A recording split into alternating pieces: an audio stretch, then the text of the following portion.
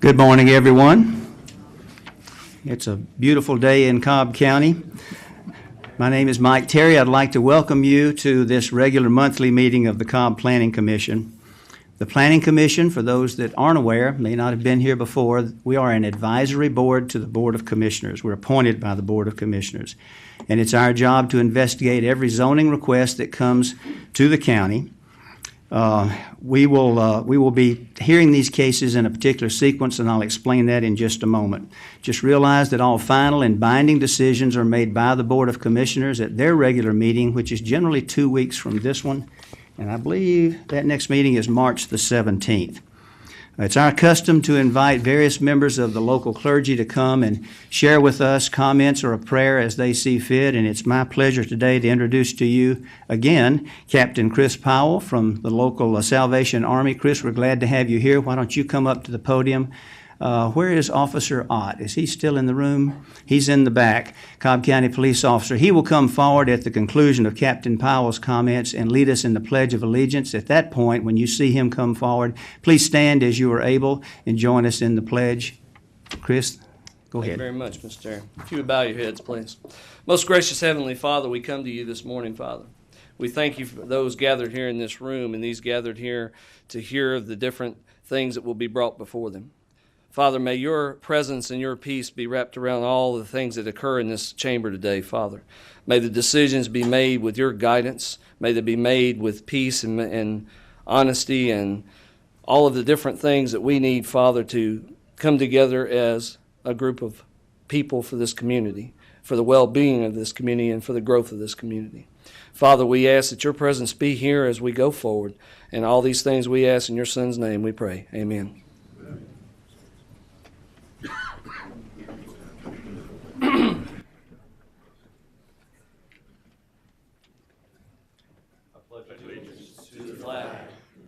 States of America, and to the republic for which it stands, one nation, under God, indivisible, with liberty and justice for all.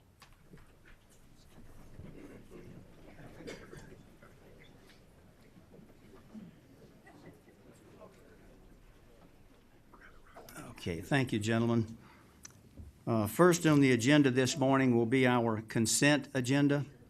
These are cases that the Planning Commission and the zoning staff have fully investigated, and we're satisfied that all the pertinent issues have been resolved and for which there is no known opposition. The zoning administrator, Mr. John Peterson, that's him raising his hand right here to my left, will read these cases into the record, and he'll ask if anyone is here who wishes to speak to or is in opposition to that particular case. If there is, we may elect to pull that case from the consent agenda, and we would hear it then in its regular numerical sequence. Next, we will hear cases that were either held or continued from a previous hearing. And lastly, we'll hear all of our regular cases, and again in their regular numerical sequence. Applicants will be asked to come forward, identify themselves, and then present their case. Then the opposition will be asked to do likewise and be counted for the record and be sworn in. When the case number is called by Mr. Peterson, if you wish to address the board, please present yourself to Mr. Jason Campbell. Jason, raise your hand right here on the front row. Jason will handle the swearing in. He'll also ask you to sign his sign-up sheet. That's so that we get the spelling of your name correctly for the record. The most important thing I can tell you, and we often overlook this, but I have to repeat it every single time, and that is you have to be aware that when you are addressing the board, and this is true for those in favor or opposed to a particular case, you have 10 minutes collectively to make your points.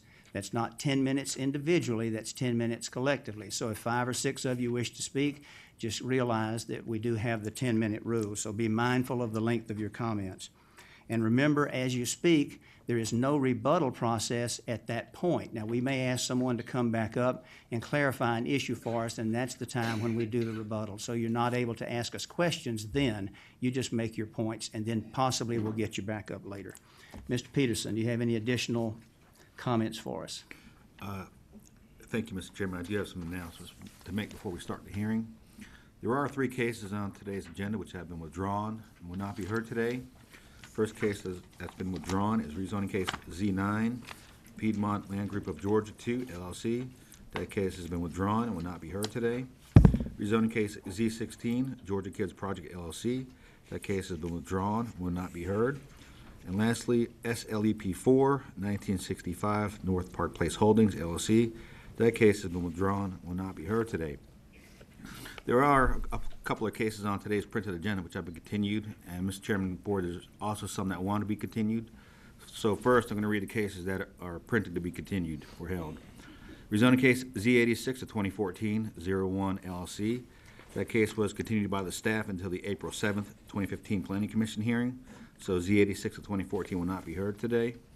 Rezoning case Z8 of 2015, Windsong Properties.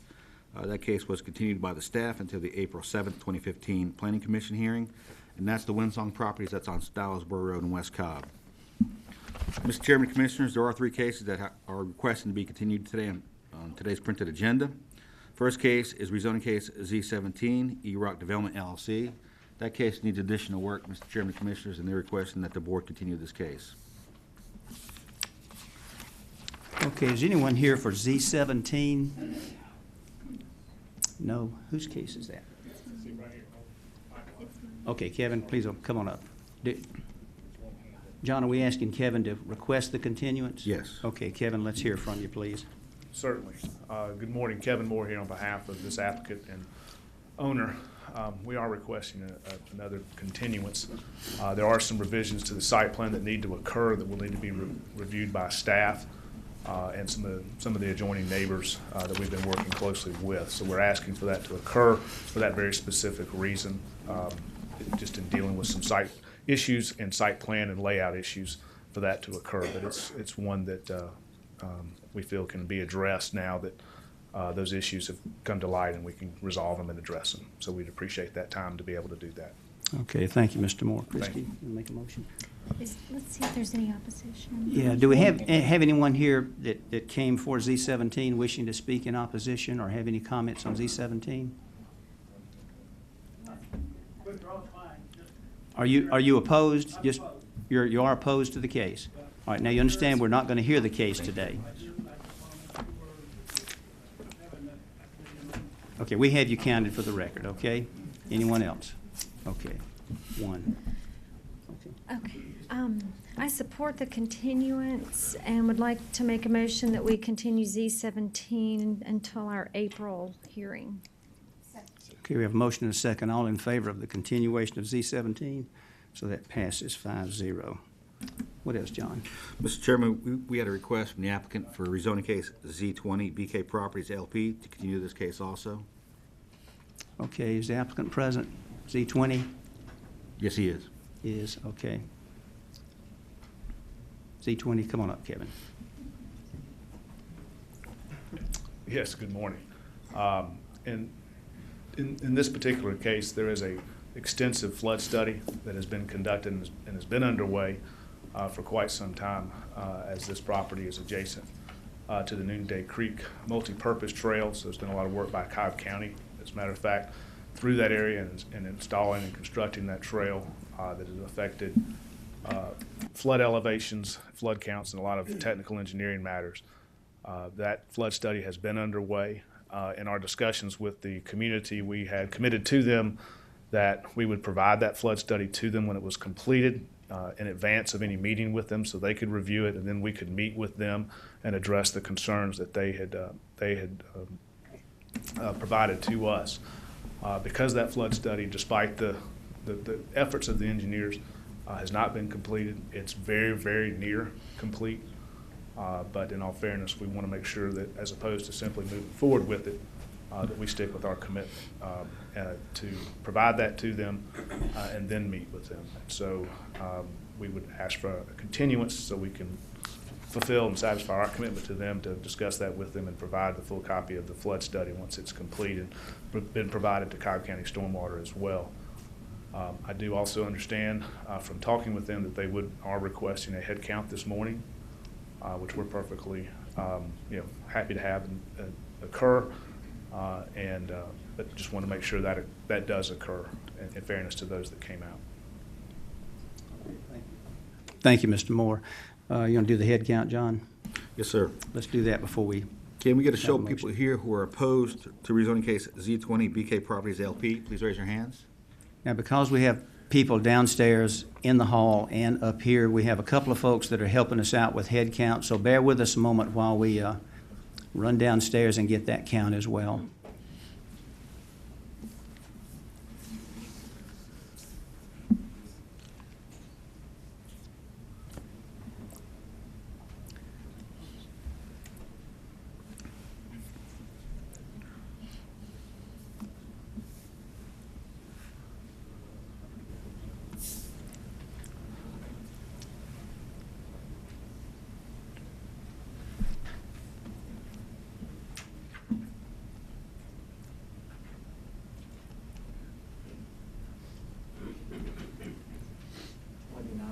Okay. Jason, does that include downstairs? No, sir, it does not. So we have, Ms. Dance, when we have this situation where we have overflow here and downstairs, do we not include those folks as well? We do. John, is Yeah. Philip Yeah, taking care they're of that being one? counted. and Okay, he- so we he's gonna have send that to you 29 soon, in yeah. this chamber, and we have someone getting the other count in the hall and downstairs, so we'll have that momentarily. I have that right now. You got it? He's texting. Yeah, I got it. Isn't technology wonderful? There's 46 altogether. opposed. 46 altogether in opposition to Z20. Okay, so we have that on the record. Christie? Okay. And we did try to get the word out late yesterday that the case might be continued. So for anyone who's here and disappointed that you got out in the rain this morning, I apologize. But I'm also glad to see a lot of people who have been concerned and emailing and calling us about this case willing to come out and participate. So with that, I think a continuance will be productive, and I'd like to make a motion that we continue Z20 until our April hearing. Okay, a motion to continue. Do we have a second? Second from Mr. Porter. All in favor? So that will be continued. That's Z20. What else, John? And lastly, Mr. Chairman, we did have a request late last week to continue rezoning case Z26, James Beveridge. Is the applicant here for Z26? I saw her earlier. I know she's here. Ellen Smith. She may be out in the hall. She came up and spoke to me, so I know she's here. Jason, do me a favor if you would, or Officer Ott, since you're back there, would you ask if Ellen Smith is out in the hall? We need her to come forward. She represents this applicant.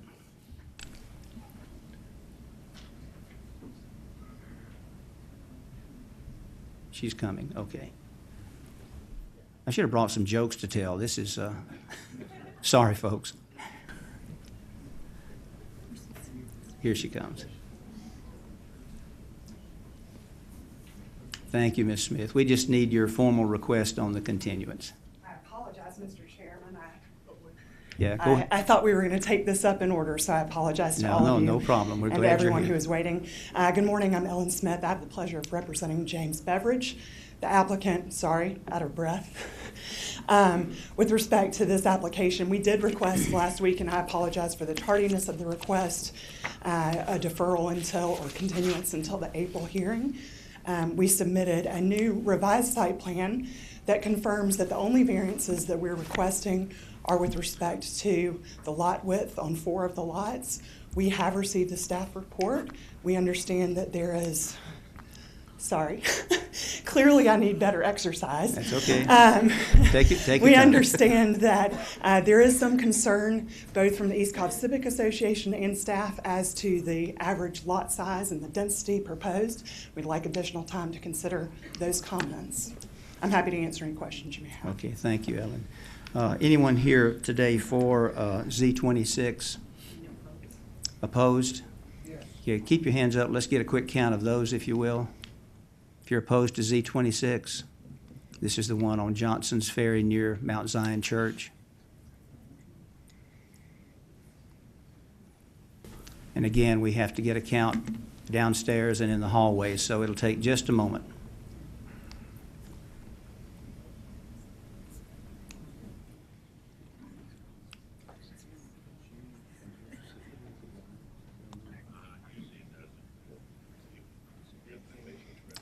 Okay, 15 in this chamber.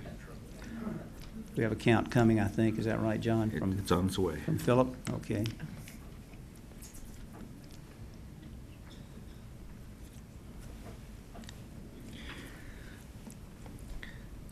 Let the record show there's 15 people here opposed to rezoning case Z26. Okay, so 15 opposed. That happens to be in District 2, and that's mine. So at this time, I'll ask that we do grant this.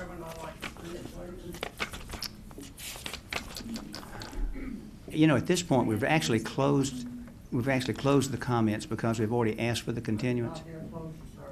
Come on up. Make it quickly, Doug. Deborah, let me ask our attorney. Hold on, Doug. Let me ask our attorney. I had not actually made the motion, the request for a continuance yet. Can he be? But the floor has not been open for comment either. Okay. We're going to have to ask you not to comment. We're not going to hear the case anyway, so you'll have plenty of time in 30 days to make your comments on this case, okay? I think this is wrong. No, well, this is policy. This is procedure. They oppose the continuance. Okay. All right, let me ask, Doug, are you opposing the continuance? Yes, I am. Okay, then come forward. Come on up.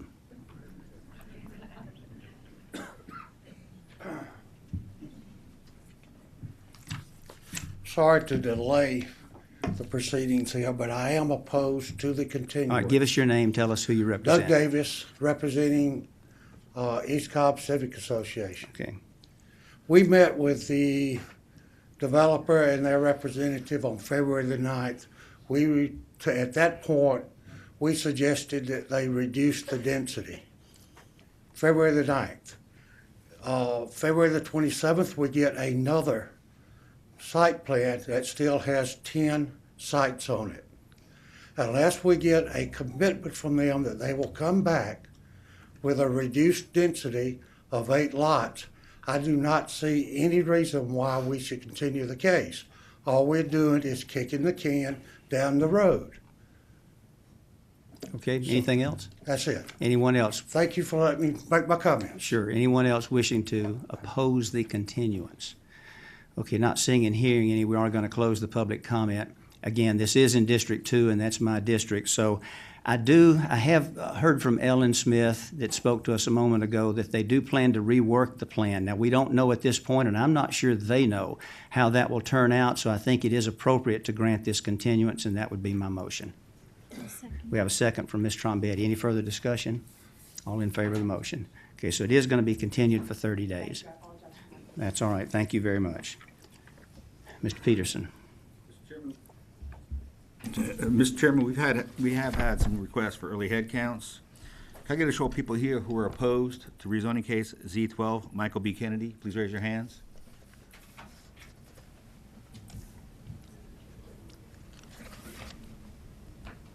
Please keep your hands up until we get a count.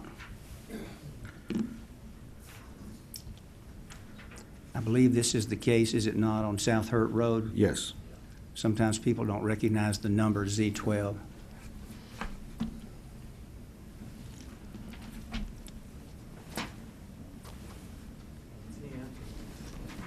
Okay, and we'll get the count from downstairs.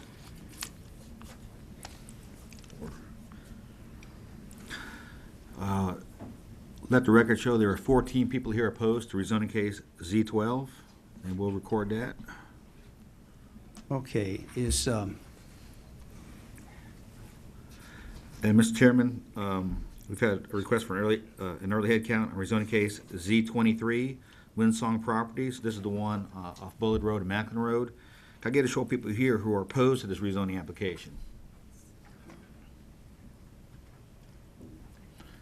Can I get a show of people here who are in support of rezoning case Z23? Please raise your hands.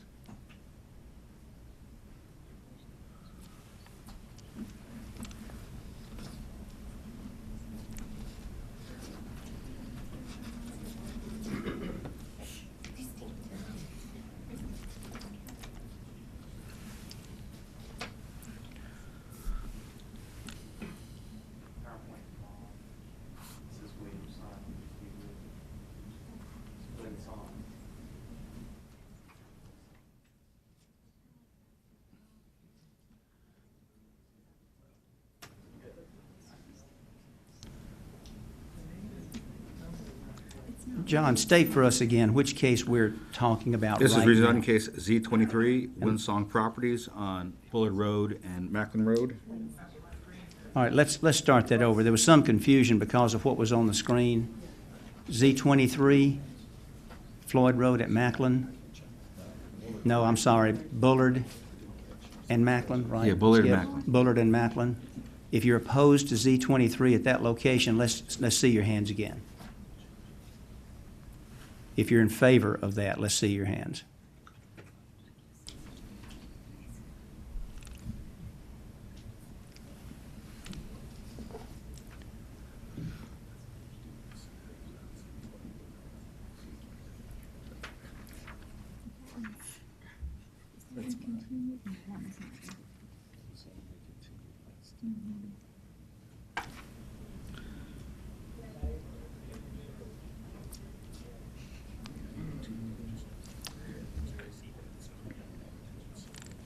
There are apparently quite a few folks in the hallway, so bear with us while we get this count.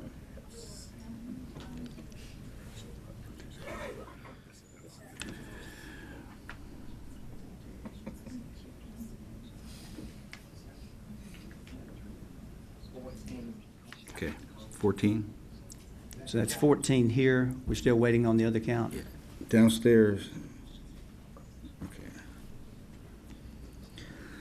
I'll let the record show there are 25 people here in support of rezoning case Z23 Windsong Properties. And 0 opposed. Okay.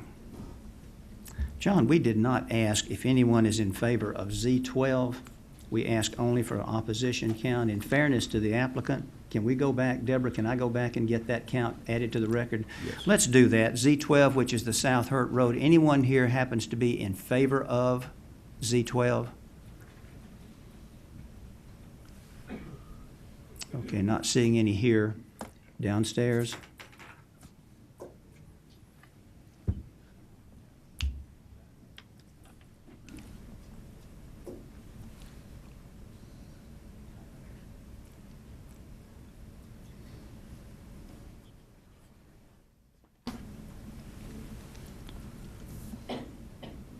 Can I send out for a ham sandwich or? There's 1 in favor upstairs and downstairs. Okay, 1 in favor of Z12, so we'll let the record reflect that. Okay. Any other head counts? That's all I have, Mr. Chairman. Z2? Well, that's probably going to be the first case we hear. Okay, that is first on the agenda, yes, okay. All right. So if it's okay with the board, we'll do the consent agenda real quick. and then Okay, we'll let's do that. Okay. Okay. I would like to ask the people in today's audience to please turn your cell phones off if you have a cell phone. The ringing does interfere with the broadcast and presentations. So if you have a cell phone, please put it on silent mode. That is important. We have had cell phones interfere with our broadcast, so it would be wonderful if you could just turn those off. Okay, John, go ahead. Yes, sir. Cobb County Planning Commission zoning hearing consent agenda for March 3rd, 2015. Rezoning case Z24, Williamson Properties LLC. Request rezoning from NS and NRC for the purpose of retail and land lot 660 of the 16th District. The property is located on the east side of Kent Road, south of Liberty Hill Road. Staff recommends approval, subject to the following conditions. Site plan received by the zoning division on December 30th, 2014, with the district commissioner approving minor modifications. All parking to be striped to county standards, meet all Kent Road design guidelines. Planning division comments and recommendations, water and sewer division comments and recommendations, stormwater management division comments and recommendations, and Cobb DOT comments and recommendations. The applicant's representative is present. Is there anyone here opposed to rezoning case Z24? Let the record show there's no one opposed. Rezoning case Z25, 1965 North Park Place Holdings, LLC. Request rezoning from O&I and CF to O&I for the purpose of medical offices in land lot 804 of the 17th District. The property is located on the northwest side of North Park Place, north of Windy Hill Road. Staff recommends approval, subject to the following conditions. Site plan submitted to the zoning division on December 30th, 2014, with the district commissioner approving minor modifications. Letter of agreeable conditions from Mr. Garvis L. Sams Jr., dated February 17, 2015. Water and Sewer Division comments and recommendations, Stormwater Management Division comments and recommendations, and Cobb DOT comments and recommendations. The applicant is present. Is there anyone here opposed to rezoning case Z25? Let the record show there's no one opposed. Moving into land use permits on the consent agenda. LUP 7, One World Spiritual Center requests a land use permit renewal for the purpose of childcare in land lots 390 and 391 of the 16th district. The property is located at the north intersection of Shallow Road and Wesley Chapel Road and on the south side of Fricks Road.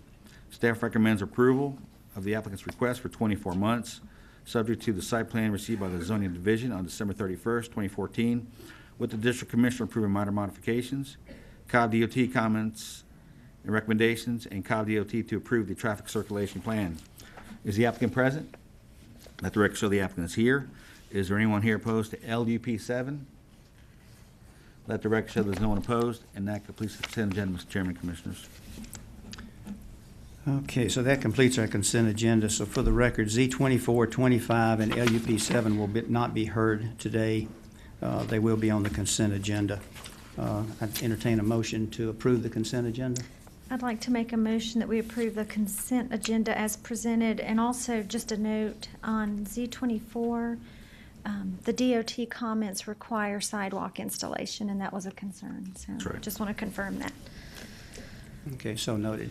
So we have a motion to approve the consent agenda as presented with the one comment from Christie. Any further comments? All in favor? Second. I'm sorry, second. Galt has a second. All in favor? So that's approved 5-0. Thank you very much. Okay, John, let me make one announcement here. We have such a well-behaved crowd here. I really hesitate to do this, but generally when we have overflow crowds like this, I like to make the following comments just so that we're all clear. It's important for us to maintain order and, as our attorneys like to say, decorum. So let me remind everyone that we would appreciate, in fact, I am requesting that you are respectful and courteous in your behavior. That means no outburst, no applause, no sign waving, and that sort of thing. It is disruptive, and actually it accomplishes very little. So I appreciate you for helping us in understanding that. After your case is heard, and there are a lot of people here for just 2 or 3 cases that are on the agenda today, and after your case is heard, if you decide to leave the chamber, and frankly we hope you do, so some of those folks out back can come in. They're all back there waving, why can't I get in? So if you do decide to leave, please do so quickly, but do so quietly, because we are still being televised and we have cases being heard. So we appreciate your understanding in all of that. Okay, John, what's next? Yes, sir. Moving into the continued case agenda. Rezoning case Z2 of 2014, Isaacson Living Communities LLC. Request rezoning from R20 to CCRC for the purpose of a continuing care retirement facility and land lots 965 and 966 of the 16th district. The property is located on the south side of Roswell Road, across from Providence Road, and west of Robinson Road. Can I get a show of people here who are opposed to this rezoning application? Please raise your hands.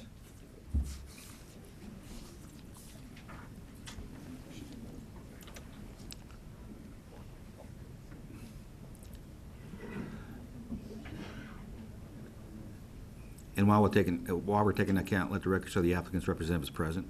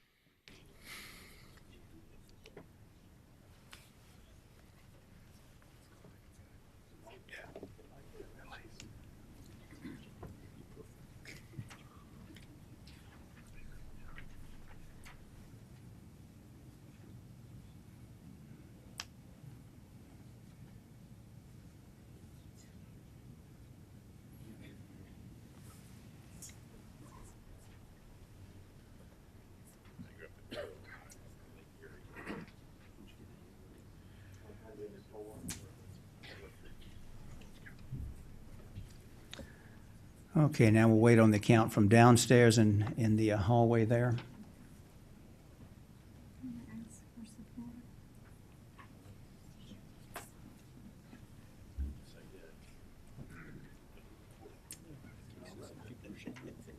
Mr. Chairman, the council are in. Let the record show that there are 153 people here opposed to this rezoning application. Can I get a show of people here who are in support of rezoning case Z2 of 2014? Please raise your hands.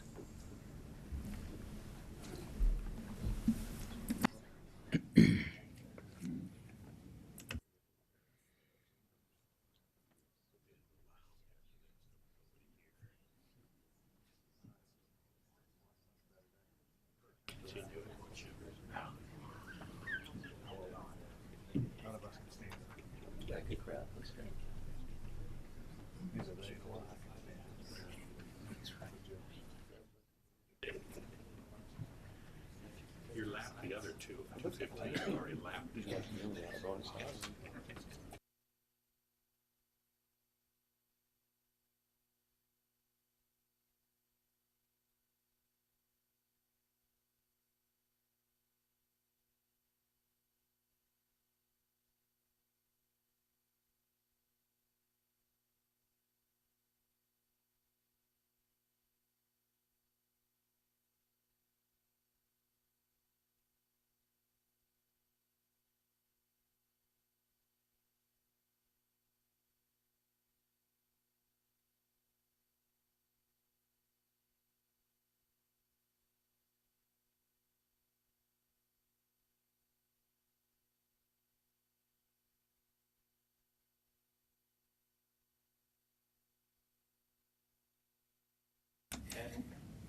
And let the record show there are 107 people here in support of rezoning case Z2 of 2014. All those wishing to address the board, please come forward to be sworn in. Now, folks, this is a complicated case that we've been investigating, let's say, for a long time. So I know there are a number of people who want to speak. We are going to try to stick to our 10-minute rule. If we go a little bit over that, that'll be fine. But just be aware of the length of your comments so that everyone gets a chance to say what they want to say. If you think you want to speak and you're not sure, come on up and get sworn. You don't have to just because you're sworn in. Let's get it done at one time.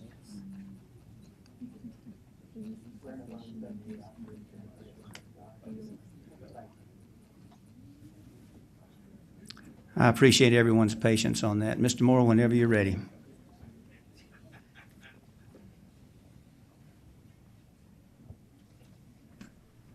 Where do I point it? Okay, great. Kevin, hold on just a second. Yeah. So I don't have to point this at all. Anyone else that thinks they might want to speak to Z2? Okay, Kevin, whenever you're ready. Okay. Thank you, Mr. Chairman and Planning Commissioners. For the record, I'm Kevin Moore here on behalf of the applicant and owner in this rezoning application, seeking rezoning of the property from its existing R20 category to the CCRC for continuing care. Kevin, hold on a second. Sure. Officer Ott, can we get that door closed and ask those people to please be quiet?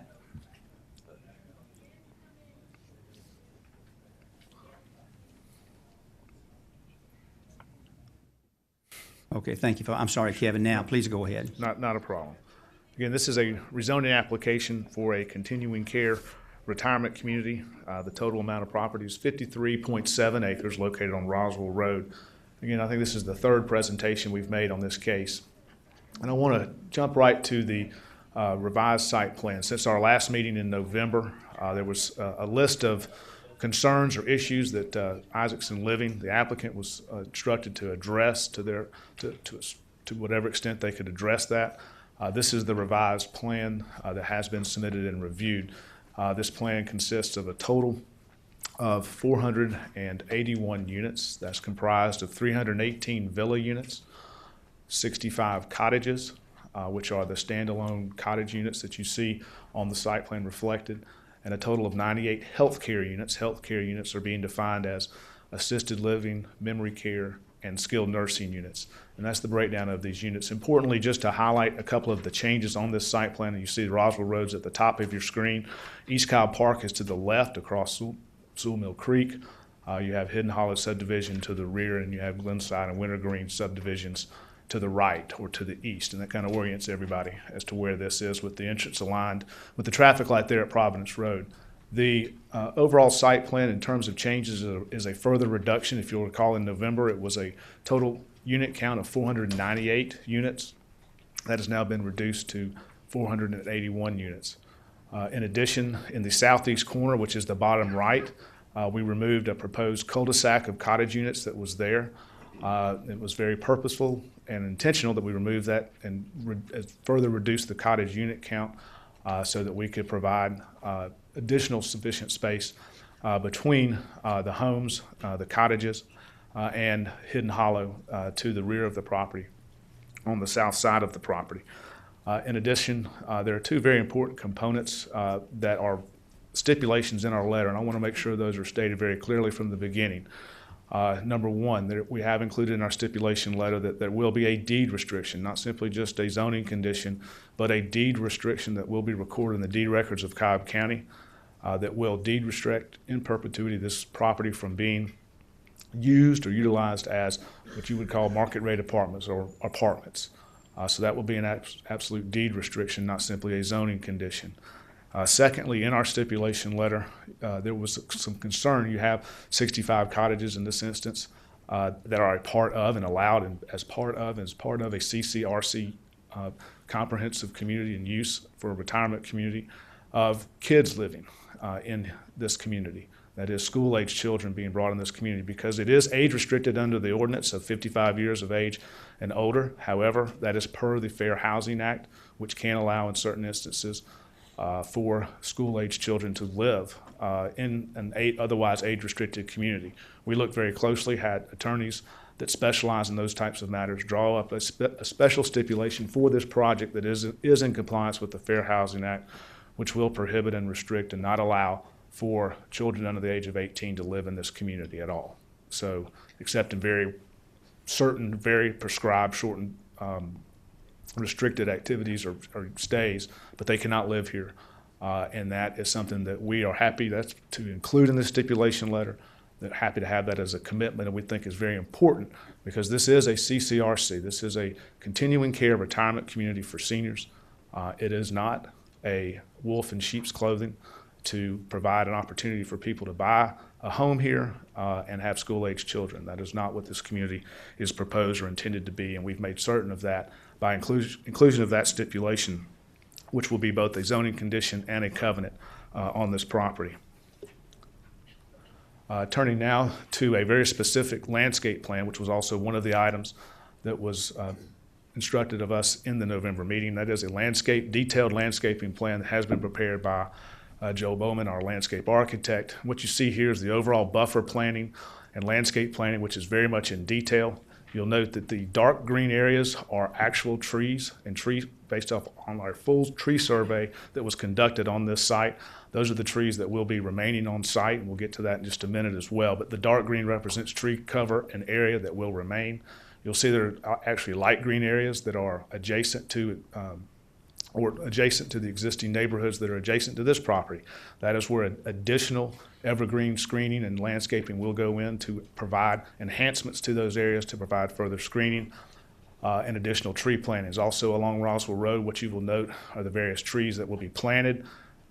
Plant material, that has all been specified in this buffer planning plan and landscape plan that combines both existing trees that will remain along Roswell Road as well as additional plantings and landscaping to provide what we think is an unmatched landscaping package for this property and for a project in this county. As I mentioned before, this is the undisturbed buffer exhibit or undisturbed area exhibit. This is part of our stipulation letter as well, and it provides for a minimum of 20.07 acres of undisturbed area. In our stipulation letter, we've committed absolutely to a minimum of 18 acres of undisturbed area that you can see are present with this project, in which we provide and promote as being one of the reasons why projects of this nature on this property is one that is well-intended, well-used, and frankly, respectfully should be approved. We also wanted to provide, as part of our stipulation letter, the detail level of the entrance concept and community concept, and you can see how this will work, interspersed with natural areas, additional tree cover, and the variety of landscaping that will be placed in this community and at the entrance of the community. That includes the guardhouse approach from Roswell Road. You can see the attention to detail and the high level of quality that is being proposed, even down to the guardhouse. We also have provided, per instructions, a real-life perspective of what this project will look like when built. And you can see this is at the entrance at Providence Road and Roswell Road, and you can see the single-family homes, or what we call cottages. Those are cottages. The two-story cottages as those approach from Roswell Road, with the overall buildings that we've called the villa buildings that are restricted to a maximum of 3 stories over partially exposed parking, located to the central and rear of the central portion of the property, angled away from adjacent neighborhoods. And you can see from this view shed, which is actually kind of higher up, you can even see that your view shed of this property is one of cottages, not one of buildings. Continuing down Roswell Road, what you see on this slide again is a real-world perspective of the project as designed, and you'll see on the closest building is the one on the left side of the screen. That's a 2-story cottage. On the right is the health center, which is a 2-story building. Again, those that are buildings that are exposed on adjacent property lines to Roswell Road are 2-story.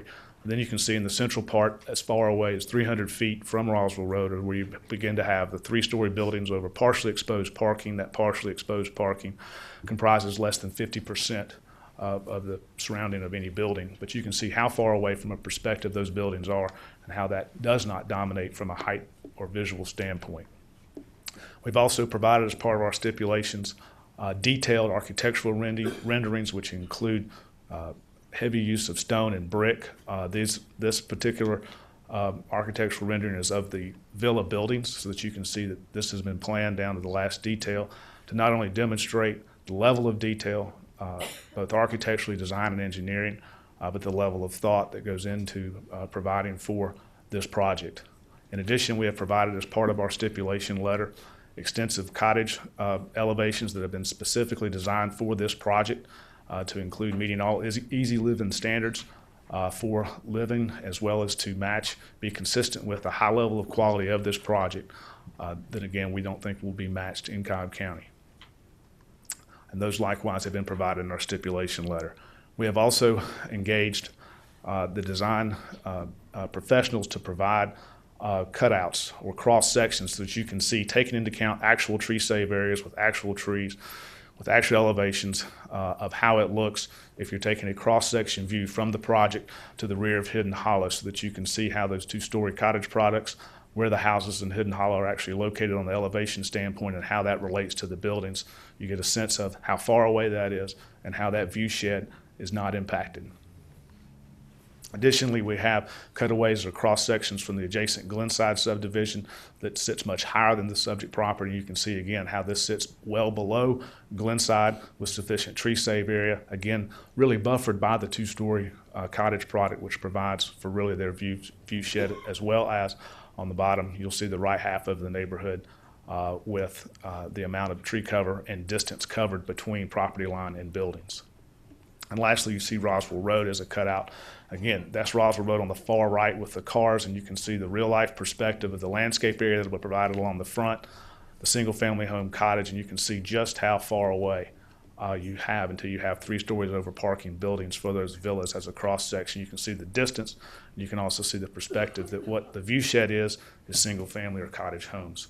Kevin, you need to wrap it up if you can, please. We've also provided detailed renderings of view sheds from Hidden Hollow specifically, so that you can see that the view shed without trees, with trees, and with no trees, that their view shed largely is unimpacted, as opposed to any other type of development, which most certainly will occur on this property. And lastly, we have included, as part of this project and as part of these stipulations, a dedication of 9.5 acres to the East Cobb Park, which will double the size of East Cobb Park, or increase in size of East Cobb Park, as well as provide for improvements to trails and bridges within that area. We believe this is an excellent project. It's one that has come a long way It's less than half as originally proposed. We've addressed height. There is no question as to traffic impact in schools that this project is better than any other project that could possibly occur on this property. And with that, we have every professional that we have retained that can answer any question that you may have, as well as both Kevin Isaacson, Andy Isaacson, and Brian Thomas of Isaacson Living that can likewise answer any question. And with that, we respectfully request your recommendation of approval to the Board of Commissioners. Thank you. Thank you, Mr. Moore. We'll add about a minute, 20 seconds to the opposition, and we'll hear from them at this point. Thanks, Rob.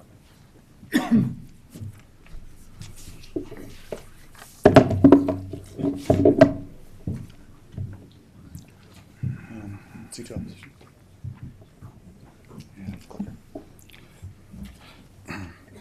Good morning, Mr. Chairman and Planning Commissioners. My name is Robert Burke, and I'm a 9-year resident of Cobb County in the Mitzi Forest subdivision to the west of the proposed Z2 site.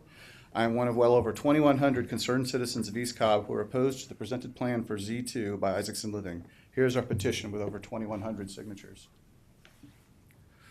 Cobb County zoning states that the county must consider whether the zoning proposal will adversely affect the existing use or usability of adjacent or nearby property. Z2 will have an adverse effect on the local community, including homeowners, park goers, and commuters. Does Cobb County need more senior living options? Absolutely. Should the East Cobb community have to bear the brunt of a senior living plan which is simply too intense for the area? We say no. Since the November hearing, we received much more information from Isaacson Living. We appreciate their cooperation, but the new information simply shows that the large apartment buildings of Z2 will be visible from various angles around the exterior of the property at all times of year. The Z2 plan as presented today is an apartment complex with some large, tightly packed houses, not cottages, around the fringe. Although the apartments are marketed as villas, the CCRC industry routinely calls these types of units apartments. There are no apartment complexes anywhere near Z2. In fact, the only type of residence within 2,000 feet of Z2 in all directions is single-family homes, over 800 of them. An apartment complex and the intensity it brings simply does not fit the character of East Cobb. Z2 is big. When compared to Post Apartments' 15 locations in Metro Atlanta, Z2 has more units than all but 4 of them. This is just part of Building G, one of 9 large apartment buildings. If Z2 is approved, Building G will be the largest residential building in East Cobb, with more air-conditioned floor space than the Wellstar building across Roswell Road. Our biggest issue is the view of the 9 large apartment buildings. As shown in this image from Isaacson Living, the apartment buildings are quite visible from between and behind the houses. The roofs of the apartment buildings are up to 108 feet above the level of Roswell Road in front of the current house. Given the topography of the property and the height of the buildings, there is simply no way to avoid seeing them from the exterior of the property. The viewshed diagrams are from ground level, but neighbors also look out from elevated decks and windows on their first and second floors. If Z2 is approved, the neighbors will see the upper floors and roofs of several large apartment buildings. This will diminish both property value and quality of life. We are told the trees will help block the view, but they will not. There are very few evergreen trees, and in winter, the apartment buildings will be more visible. This is old-growth forest with very high canopies and not a lot of underbrush. It is possible to see a great distance between the trees, even when all the trees are intact. Since the Z2 plan goes well into stream buffers, this means there are even fewer trees to shield the views of the apartments. We've also been told that the undisturbed trees will be significantly thinned out. The Z2 viewshed cross-section diagrams from Hidden Hollow show the distance between the houses in Hidden Hollow and the proposed houses in Z2, but this is misleading because it does not show where the property line lies.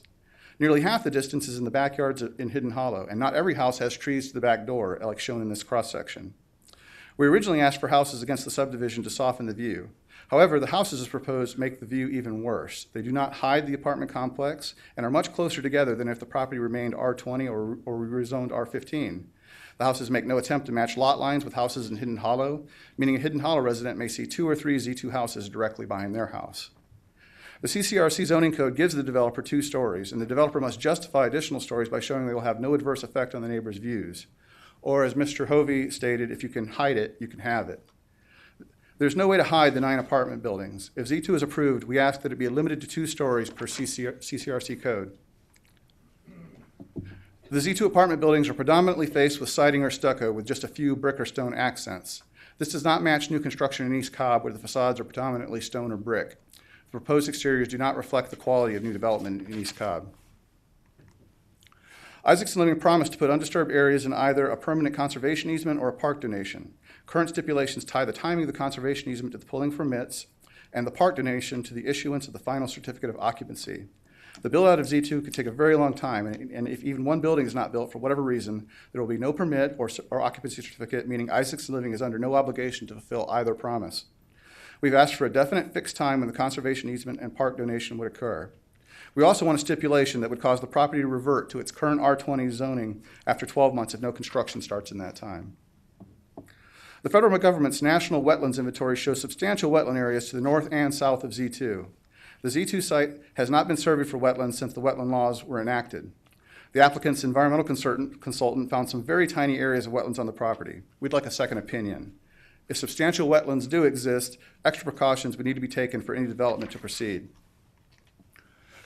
There are two small streams on the site which flow into Sewell Mill Creek and are both recognized as protected Georgia state waters. In Cobb County, these streams receive a 50-foot undisturbed buffer as well as an additional 25-foot impervious buffer where no impervious surface can be built. The developer wants to use buffer averaging to build houses, other buildings, and streets into the stream buffer. Not just the 25-foot impervious buffer, but in some cases actually into the 50-foot undisturbed buffer.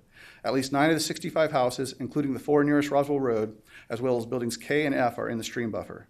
This is a huge property, and there is absolutely no reason to violate the stream buffers, which are meant to protect the quality of our environment and our drinking water. Buffer averaging is not meant to be used where steep slopes exist and the entire property is hilly. This is not stream buffer averaging, it is stream buffer obliteration. This picture is from Cobb County's GIS mapping system with a red circle around a small stream which is not shown on the Z2 plans. The latest plans show a wetland seep in the location of the stream with a road and houses built over it. A wetland seep is where groundwater is seeping out of the hill. This implies a flow of water, which means this stream should be classified as a Georgia state water and protected by stream buffers.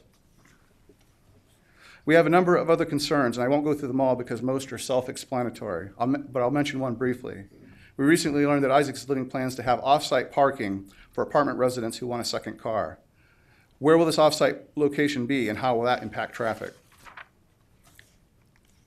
In conclusion, zoning is meant to allow reasonable development while protecting the community. We remain opposed to Z2 because we sincerely believe it will damage the East Cobb community with its large apartment complex intensity. Particularly, it will damage the property values of those who live nearby when their view is of 9 large apartment buildings. It will also damage the quality of life of the larger community that plays at East Cobb Park or drives down Roswell Road to have an intense apartment complex built in the heart of East Cobb. Please deny Z2. Thank you. Thank you, Robert. Next speaker, please. We have about 4.5 minutes left. Good morning. My name is Laura Espino.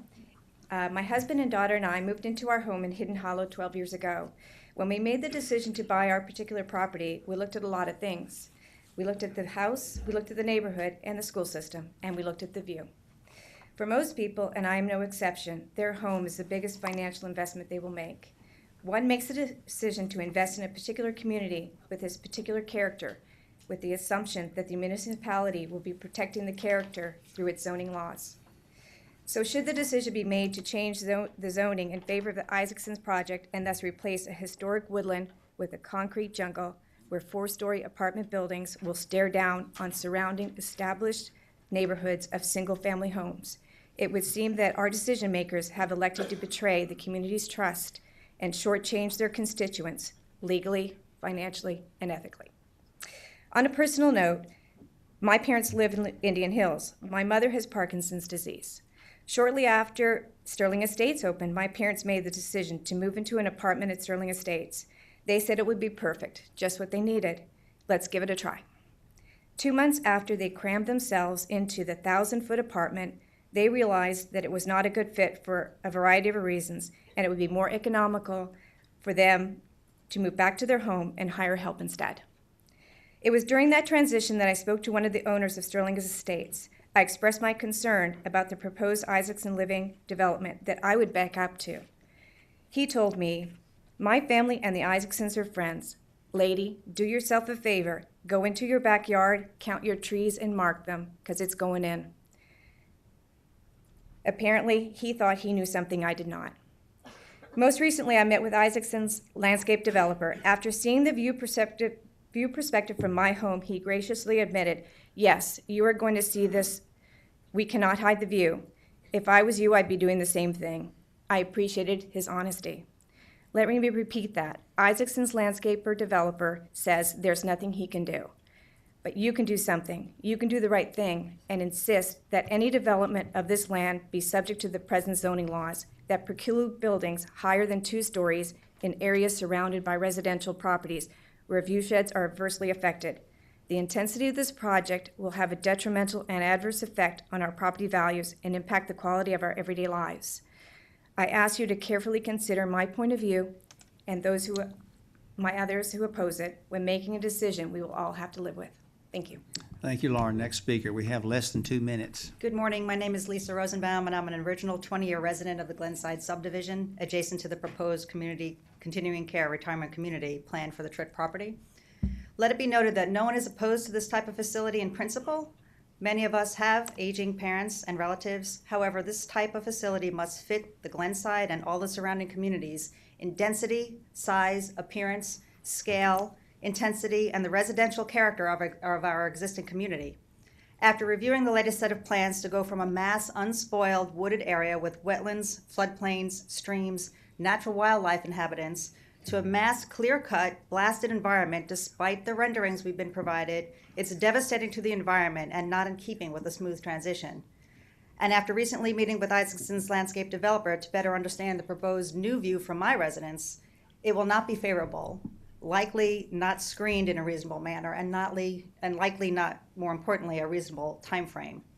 The current massive scale, multi-story apartment style urban development proposed for this property does not protect our neighborhood homes, schools, parks, or our suburban community. We look to the board to uphold current community principles and zoning guidelines in order to protect our pristine community footprint. Just from a subdivision standpoint, this proposal at 65 homes, 10 homes larger than Glenside or Hidden Hollow, add 416 units on top of that. How does that fit in with this area? Additionally, the total square footage and amount of services offered would only add to the existing negative traffic volume conditions, and a project this scale would simply not fit in with our subdivision or the surrounding subdivisions due to the commercial nature. It will greatly negatively impact the community of East Cobb. On a personal note, I too am dealing with aging parents and decisions for them. This facility, if downsized, maybe on a better location suited for this type of a development, might be a good fit for them. The current model is more suitable for a different location, not surrounded by residential homes, parkland, and not built on hills with some of the highest elevations in East Cobb. Respectfully request the Isaacson Living CCRC rezoning be denied. Thank you for your consideration. Thank you, Lisa. We are out of time. I'm going to ask the board's indulgence so we can hear from a few more folks. If you can make it quickly. I'll do it quickly. Okay. Good morning, Mr. Chairman, Commissioners. I'm Trish Steiner, Vice President of East Cobb Civic Association and co-case manager with Jill Flam for Z2. While CCRC can be put in any future land use category, not every CCRC project design fits in every land use category. What is being presented is a design that would be compatible with high-density residential zoning rather than an established low-medium density area. We have asked for the same information and made the same comments for the last 22 months. A smaller, less intensive version of the proposed CCRC with 2-story buildings as allowed by code, and some houses to soften these buildings. Certainly not 30 houses as was proposed originally, not the more than 80 that were proposed in November, nor 65 that are proposed now. This project is now larger than the November 2014 proposal of 999,500 square feet for all buildings. It is now more intense at 1,054,246 square feet, even after eliminating some of the homes. The topography of this property rises and does not support the additional stories requested by the applicant for the main buildings. These large and intensive structures will loom from the top of this property, visible from all the surrounding homes, and will rise high above the grade of Roswell Road. This was dramatically changed the character of this area. The neighbors should not be asked to sacrifice their quality of life because an applicant wants a large project that does not fit with the surrounding communities. We support the surrounding communities and ask that you deny this project. Thank you, Trish. We're hearing a lot of the same things over and over. If you have something new to tell us, let's do that. Otherwise, we need to close off the, we've heard intensity, density, landscaping. If you have something new, let's hear it quickly. Yes, I have something new. I was on the Citizens... Give us your name, please. Roger Berkey. Thank you, Roger. Go ahead. In spite of my appearance, I was on the Citizens Committee that reviewed the properties for the first bond issue. which passed 70+% in the county. And Okay, we need to stick to this case now, not talk Okay. about that. Well, the reason it's relevant to this case, I'll give you the county's own map for the floodplain and setbacks on the stream. And the list of properties we came up with to give you an idea of the quality of this property, and this is real trees, not rendered trees. It was number 6 out of 90 of the properties we considered. And here's the map of it. Are you talking about the Parks bond, correct? Yeah, Okay, to give you an idea of. okay, we're aware of that. kind You of have property anything we're else for looking us? at. Okay, good. Thank you, Roger, very much. We're going to close the public comment part of this. Okay? I hate to do the 10-minute thing, but if we didn't, folks, we'd be here for hours. And we just, with this many people for a case, we just need to do that. Mr. Moore, you want to come back up, please? This is in District 2, and I'll lead the discussion on this. I have a few questions for Mr. Moore.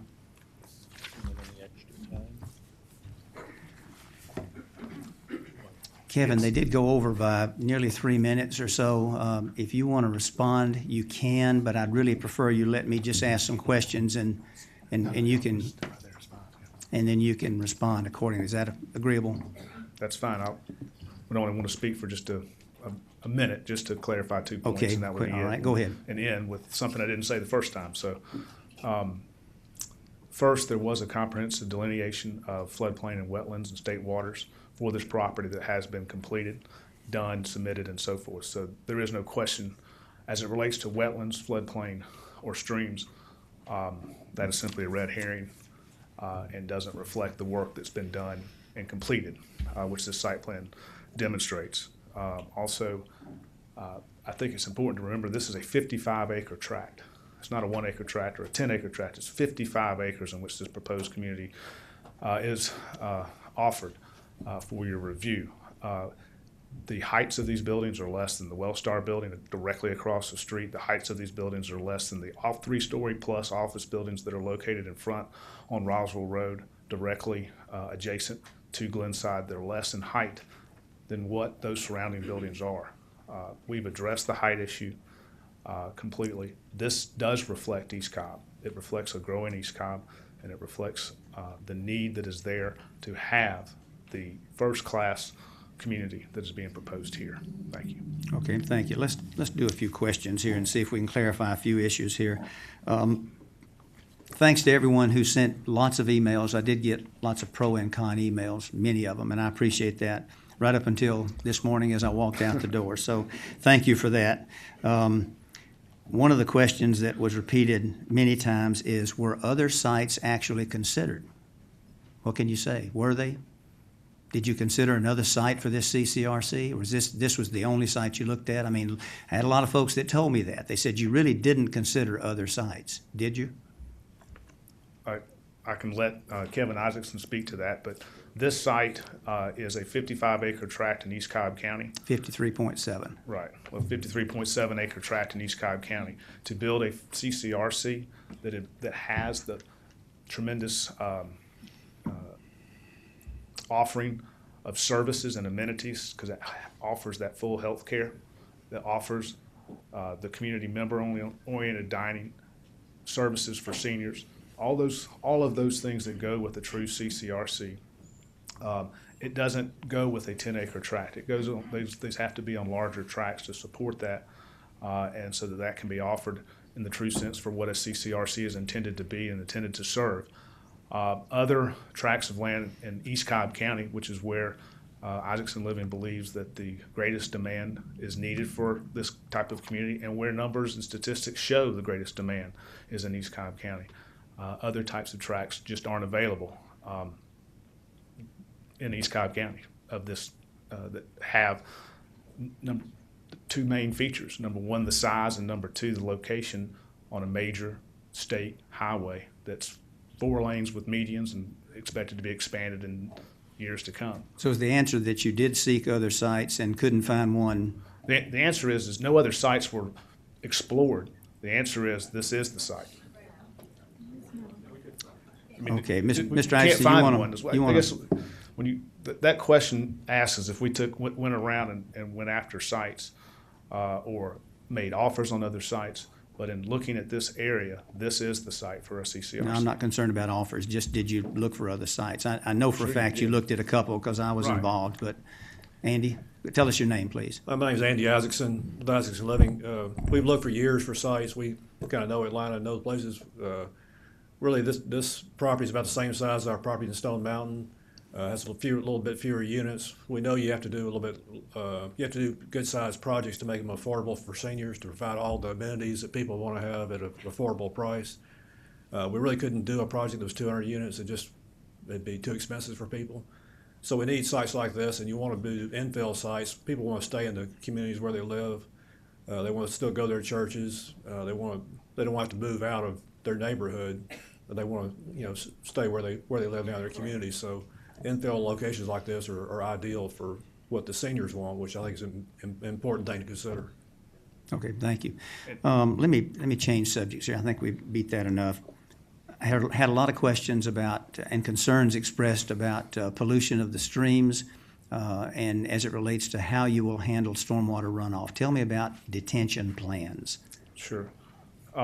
Detention and stormwater management has been designed for this project.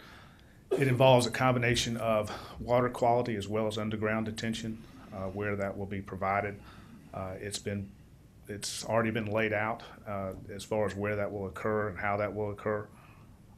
We can certainly assure both the county, county staff, and residents that all measures are being taken to meet and exceed Cobb County stormwater requirements.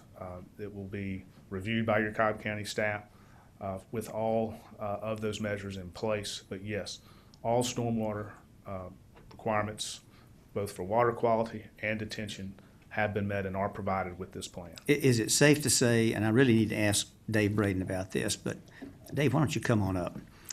Is it safe to say that the existing conditions on the site, that you're not going to do anything that will change the existing conditions on the site to make runoff worse? Kevin, is that? We're not, well. Dave, go ahead, Dave. Stormwater is not in a position to allow anybody to. Give us your name. Oh, sorry, Dave Braden with Stormwater Management Division. Okay. We're not willing to waive any stormwater management requirements on this site, or any site that we're going to be discussing today, but that's correct. They have to meet all the stormwater management requirements that's currently in our code and our development standards. Correct. So in your opinion, stormwater should not be an issue, and in fact, things won't be made worse. They might even be improved with what they're going to do. Is that? Well, we certainly don't want them to make worse. All right, folks. Go ahead. Yep. You say yes? Yes. Okay. All right. But with the site plan, they will have to do it underground because of the way they're preserving as much open space as they can, and then so it's going to definitely need to be under their parking areas. Okay, so underground Mostly. Detention is where how most of the stormwater will be controlled. Okay. Answer. Yeah, Dave, you said that it will be improved with the underground storage, and I noticed there are a lot of people who don't seem to agree with that. Could you explain a little bit about, just for me as a novice engineer, how that would work? I don't think I meant to say that it's going to be improved, but we cannot make it be any increase in peak discharge in the receiving stream. That's correct. That's the way our code allows. Good, thanks. And that's going to be even if it wasn't this development, it was going to be an straight R20 development, would be the same requirement. Okay. Right. Any questions for Dave? Okay, thank you, David. Mr. Moore, any variances needed for this application? No, we are not requesting any variances to the CCRC code. All right, talk about the stream buffer averaging. Yes, stream buffer averaging is allowed in Cobb County and allowed as part of a normal development and permitting process. There are strict rules that go with that are reviewed by both Cobb County Stormwater, by your community development and Cobb County Stormwater staff that provide for stream buffering and how that occurs and where that occurs and in what instances that occurs. We've reviewed the site on a preliminary basis to ensure with those appropriate county officials, county representatives and staff, that we will meet those requirements. Rest assured, if those requirements for averaging are not met, then it's not permitted to be done. But we've not included them. We've included them and had those reviewed and made sure that those meet those standards. One of our speakers, I've forgotten whether it was Mr. Burke or maybe it was Laura, I don't think it remember, was. showed on the map that they put up that some of the stream buffers actually extend well up on top of the hill and beyond where some of the houses will be situated. Is that true? There are portions of where you have the extended stream buffer, which, based on the detail that we have to date, does go up into disturbed areas that we have planned. But again, that is allowed when it's provided for as stream buffer averaging to occur as part of everyday normal development. It occurs in permitting all the time. Okay, thank Pure you. and simple. It's a technique that's allowed in Cobb County and used very often when you have streams to allow for more reasonable development. Mr. Peterson, how much impervious, what are they allowed as far as impervious surface coverage goes on this site? What percentage? The maximum amount is 30% impervious, but if they have higher buildings, it can be less than 70%.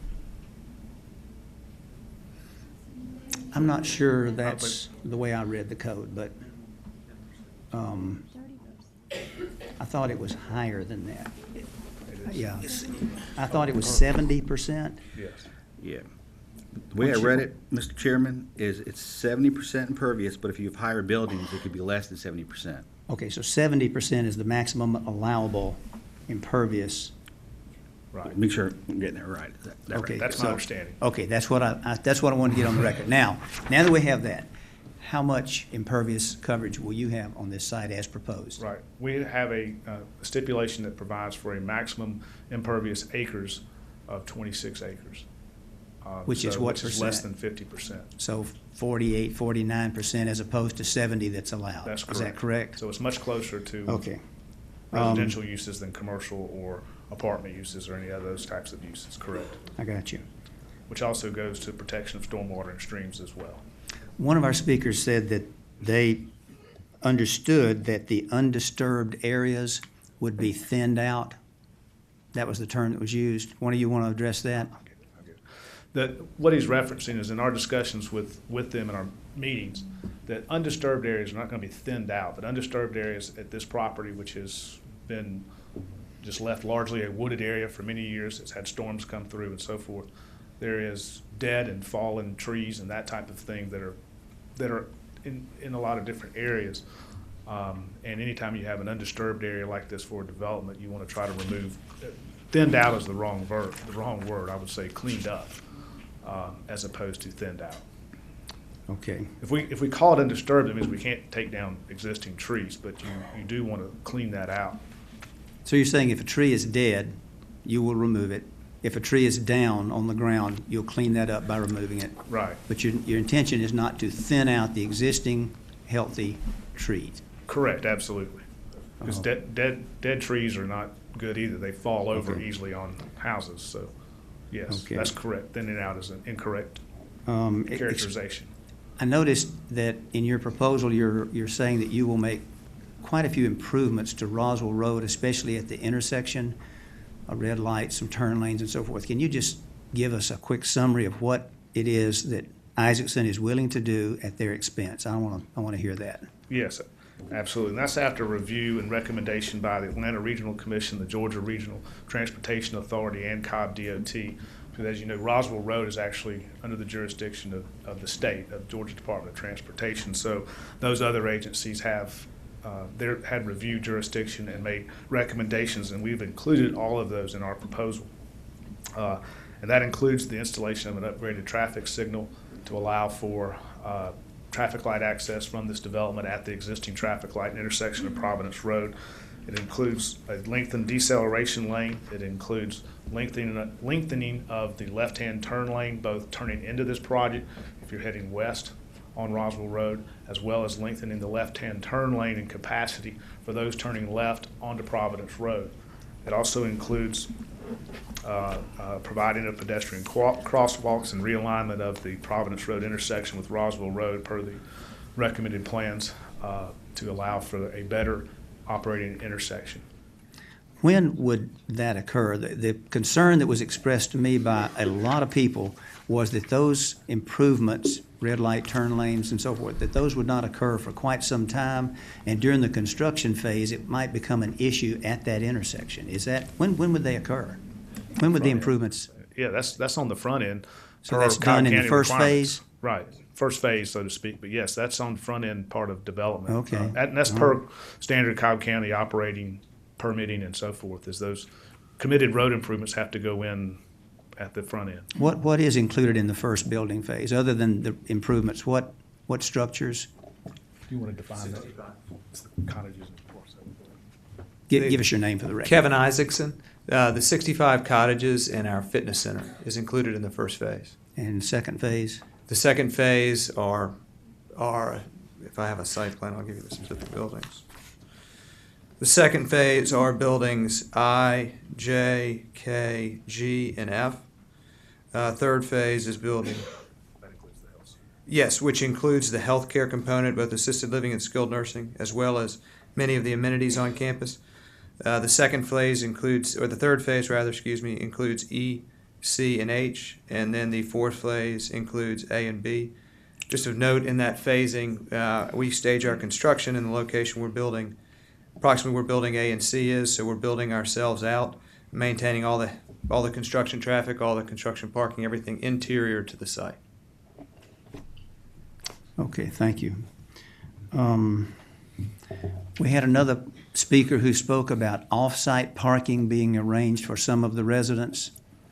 I had not heard that before. Tell me what that's all about. There's no such thing. We have no off-site parking. We're able to accommodate all of our parking for members as well as employees and guests on site. I believe that's a misunderstanding from a community meeting that was had Sunday evening. We were discussing whether somebody would have a reserved parking space under their building, or whether they would have a second car parking space somewhere on the site. And that, I think that's a misunderstanding that originated from that meeting. We have no off-site parking. All of our member parking, all of our staff parking, all of our guest parking can be accommodated on site. Some other speakers said they really didn't think it was appropriate to have 4 or 5-story buildings here. You want to comment on that? I sure would. We don't have any 4 or 5-story buildings proposed for this site. What's the maximum height? The maximum height is 3 stories, and we also made sure, so because we are being transparent exactly with what we're proposing, the maximum building height is a 3-story building per Cobb County Code and definition. That we'll have, on some of these buildings, we'll have what we call exposed parking level, where, because parking is provided underneath. However, we've also stipulated that any exposed parking is restricted to less than 50% of the building, because we're building these into the hill, into some of the hills, into the topography, so that it sits and allows for parking underneath the buildings. But the height of those buildings, or the stories of those buildings, are 3 stories. Okay, 3 over parking, but with some of that below grade. Some of it. 50% or more is below grade. Okay, okay. Or I below, can see where not people exposed. might be concerned about that. Tell me about there's a, and Kevin, Randy, this might be for you. I had a conversation with a number of people last week, and they were concerned about the hill itself and comments that had been made about how much that hill would be taken down. I heard 10 feet, I heard 20, I heard even more than that. What is the intention of that highest peak? What will it be graded? How will it be graded down? Because that's going to affect the building height, which is what's really visible from the surrounding community. How much are you taking it down? It's about 25 feet. Okay, 25 feet. That's what we've counted on as part of our design and incorporated into all of So all of the 25 visuals feet, that you okay. see is a reduction of about 25 feet. Okay. And which buildings will that impact? Just give us the numbers. Is Comes it, through A and C, AC and H. AC and H, where that hill is, right? Yeah, right in the middle, which is A, C, and H, which is the high part of the property. okay, gotcha. Okay. Any other questions for these gentlemen? Comments? Anybody? Gentlemen, thank you very much. You can have a seat.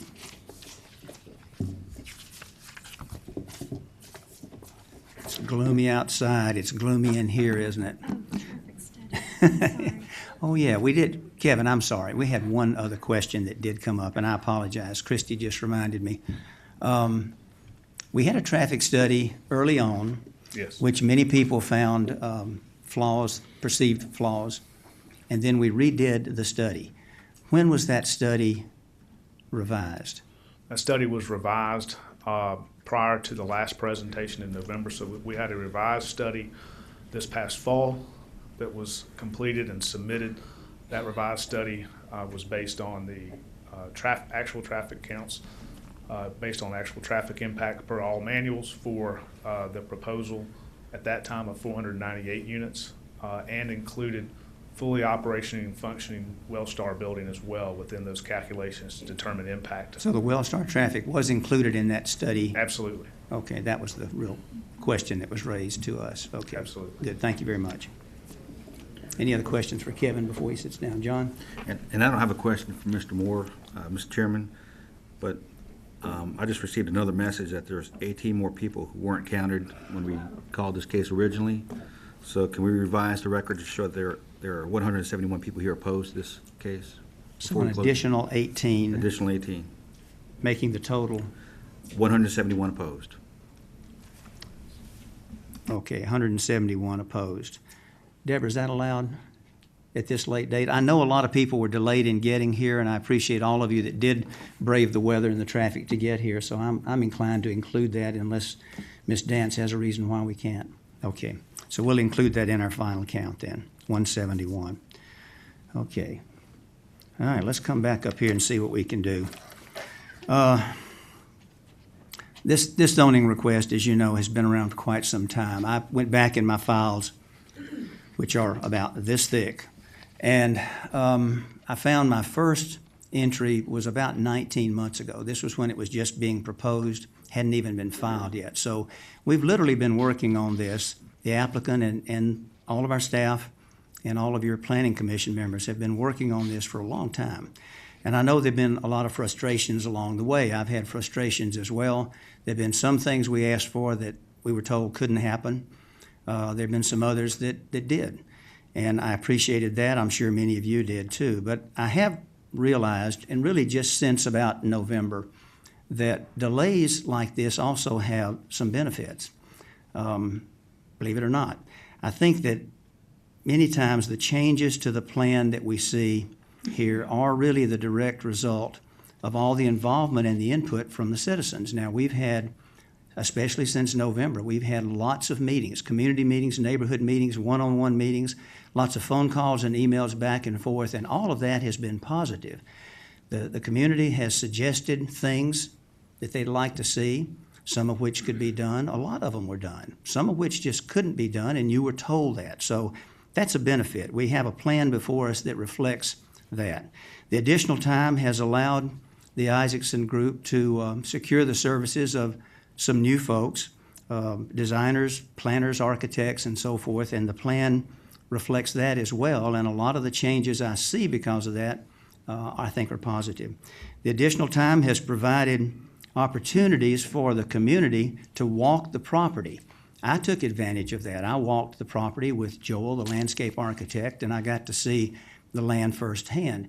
You can look at all the GIS maps and all the site plans you want to, but until you actually walk the land, you don't really have a feel for what's there. And it is a beautiful site. There's no question about it.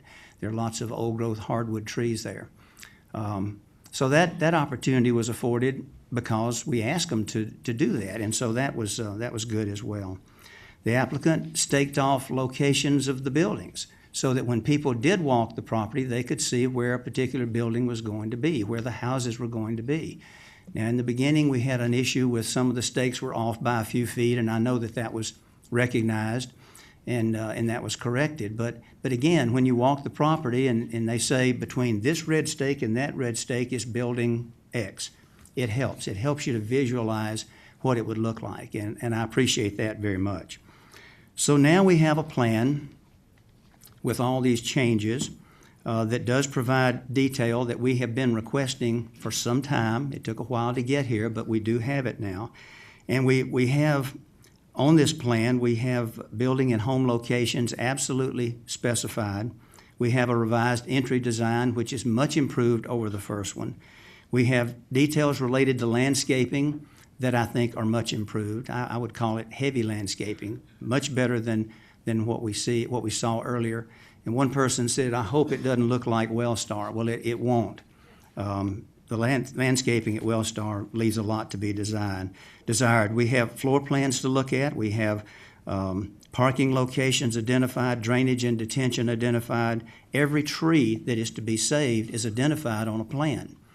There are almost 1,200 of them to be saved. And even the details include even the location of trash receptacles. So it's a plan that is very detailed, and while it's not perfect, we all know it's not exactly what everybody would like to see. I think it's significant, the changes that we now see. Even so, even with all of that, there's still some questions that remain. I have questions that remain, and I continued to receive emails, as I said a moment ago, right up until I left to come here this morning. It's amazing to me that some of the questions and comments that I'm getting are the same ones we got 18 months ago. People either didn't get to go to the meetings or they didn't want to hear the answers that were given. And I really don't think that we need to rehash all of those obvious answers again. We just don't.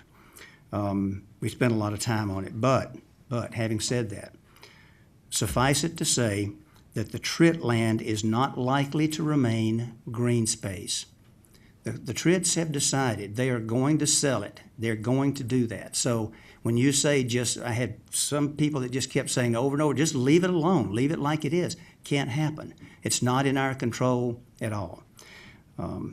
It's not likely to become a 54-acre park. Now, we've been over that. The answer of why that is very long and detailed, and I've repeated it so many times. I don't intend to do that here again today. But trust me, folks, Cobb County cannot afford to make that a park. That's not going to happen. We do need senior housing. We heard several people here stand up and say, I agree, we need seniors. You'd be surprised how many tell me we don't really need senior housing. In Cobb County today, 1 in every 5 people is either very close or at 65 years of age or over. And that's changing dramatically every single year. We do need senior housing, and we need it in Cobb County.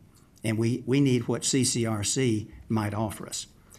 Finally, and one of the more important things which was alluded to but not exactly discussed this morning, and that is if CCRC is not approved here, if some type of senior housing is not approved for this site, what could go there and what is likely to go there? Well, believe it or not, R20 allows for a church, a large church. Mr. Peterson, how tall can a church structure be? A church is permitted to be 55 feet tall. 55 feet tall. Now, we don't have a church that's trying to buy this property, but I'm just telling you that's one of the options, and there's several others. Of course, those who say, let's just leave it as R20, which means 20,000 square foot lots for single-family residential. The price of the land drives the density that is requested. That's a fact. We hear that. You'll hear it on most of the cases we'll discuss today. It drives the density. This is not a cheap piece of land. It commands a high price, and I frankly think it's worth every penny. It's beautiful. But that means that R20 zoning is not likely to occur here if the CCRC is not successful. That means that you would very likely have, if a developer had the money to buy it, you would very likely have some combination of perhaps R15, which is 15,000 square foot lots, roughly a third of an acre, combined with some of the higher density categories, which might be 5, 8, or even 12 units per acre. So some combination of that is what very likely would go here if CCRC is not successful. Now, how many homes would that be? I've seen some of you have told me, I've had Mr. Peterson and some of the other staff people tell me. I have done my own calculation. I think we're really looking at somewhere between 100 and 200, or maybe even more, single-family homes. Now, what would that mean to the site if it's developed that way, which I think is very possible? 100 to 200 homes would mean 200 to 400 automobiles coming and going every morning and every afternoon from that site. CCRC wouldn't be anywhere close to that. Think about that. Would you save any more trees No, you'd probably lose more of the trees. Now, how many? Depends on the builder, what he intends to do, and what zoning might be granted. But I would contend that most of the trees that you see marked to be saved would be gone. So you're looking at tabletop scraping it, removing the trees, and you're going to have some of that even with the CCRC. But I think the tree save area will be larger under the CCRC than it would be otherwise. So you have to think about that. Would it impact the schools if it was single-family residential? I'd have to think that it would be. Lots of single-family homes means lots of children. Those children would go to the local school. So you have that as well. So all in all, I think that CCRC is not a bad alternative. But after lots of contemplation and studying, talking to folks, I've concluded that if Z2 is approved with some changes that I still think are necessary, it might accomplish the following, and this is really my summary. It would affirm the wishes of the Tritt family. Now, I think that's important. They have every right to sell this property. That's been their desire for many years. They would love for it to be a park, but I'm telling you, it can't be. So it affirms their wishes while adding additional parkland to East Cobb Park next door and at no cost to Cobb County. That's a positive. It would have no direct impact on the schools, as I said. It would have minimal impact on the traffic. It would provide much-needed housing for our ever-growing senior population. As I said earlier, that's absolutely a fact. And it would help those people who do want to live here to do a number of things. It keeps them near their families. It keeps them near their familiar shopping venues. It keeps them near their places of worship. And so from that standpoint, it's a positive. And lastly, and I think probably more importantly, I identified some measures that are being proposed, which we heard some of them today in Kevin's presentation, that will mitigate or in some cases even eliminate the impact on the adjoining and nearby properties. Now, I know it's not perfect. I know it's not. But they've done quite a bit to try to protect as best they can the neighbors. That's important to them because, frankly, a lot of the people that I heard from and that raised their hand here today are people who want to live here. They live right there. They have altered some setbacks, additional landscaping measures, reduced building heights on some of the buildings, repositioned many others, added cottages, which I do think soften the view into the site. So those are my thoughts, although I think the plan still needs a little work. I think that's where I am today. Now I want to hear from the board. I'd like to hear comments from any of the commissioners. Anybody? Judy, we start down there. Thank you. My comments are going to be very brief.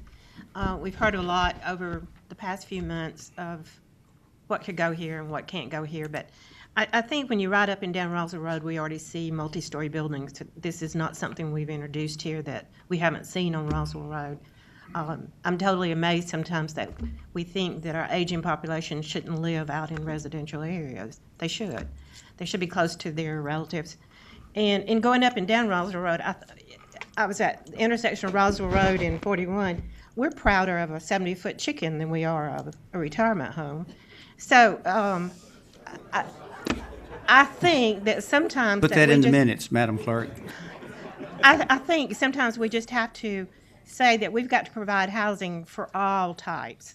Where it's retirement or where it's young, we have to provide that, and we're charged to do that. So I think that one of the things, I've always said this to everyone, I don't particularly like this number of cottages that are around it. I think some of those could have been reduced when we'd had more landscaping. It sort of reminds me of that, you know, in the Western movies where they circle the wagons. That's sort of what it looks like. They're putting all these cottages around it to circle the wagon. But anyway, my proposal would be to eliminate some of those. But I think it's a good plan. They've worked hard on it.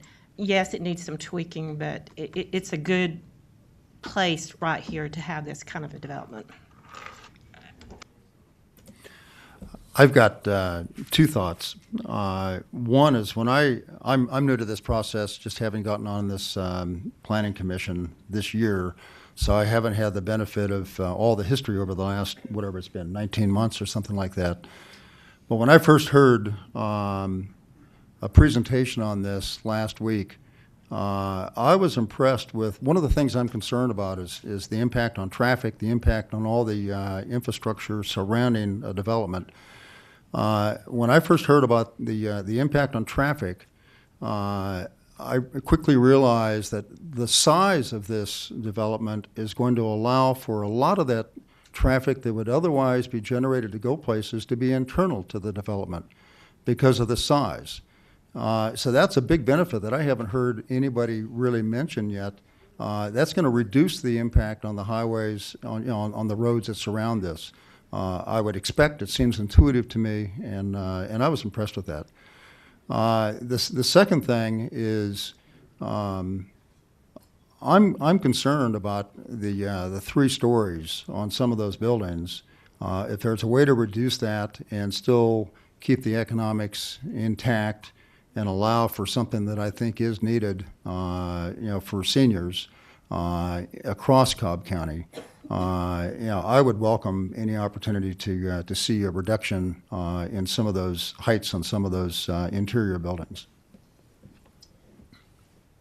Thank you, Skip. Christie, you have anything? I do. Just made a few notes during the presentations, and I think, first of all, I want to say I do think the property and the location is a good candidate for a CCRC development. It's on a state highway. It's 53 contiguous acres, which I don't even know if there's another place in East Cobb that has this type of contiguous acreage that is basically greenfield development. So there are other places that we can build single-family residential, and there are existing single-family neighborhoods that are being they're tear downs and new homes and assemblages to create new neighborhoods. We have to be very careful, I think, kind of what Ms. Williams was saying. We have to be able to provide for a variety of types of housing. And we've seen an increased demand for a variety of types of housing. And with limited land left, we need to be extra careful how we use that. So I think this property should really be strongly considered for this type of use. I think what we have on paper today is still intense, and the more I look at it, I think the scale is still too great for the area. The multi-story buildings don't bother me so much, except that last time we heard the case, I suggested moving the higher buildings closer to Roswell Road and further down the slope, and instead they've actually moved them higher up on the hill. And some of the site sections that we saw today make it look like a flat piece of property, which it is not. And maybe it will be by the time the grading is done, but it's not today. So that the intensity and the height does concern me still. I like the landscaping, and I think they've done a lot of work on making it a nice, attractive community. But again, there's just not much you can do with this type of intensity except to start reducing footprints. I'm not crazy about the cottages, especially wrapping around the back of the property against Hidden Hollow. I did have a chance not only to drive around the area, but to go inside Laura Espino's house and look out her windows.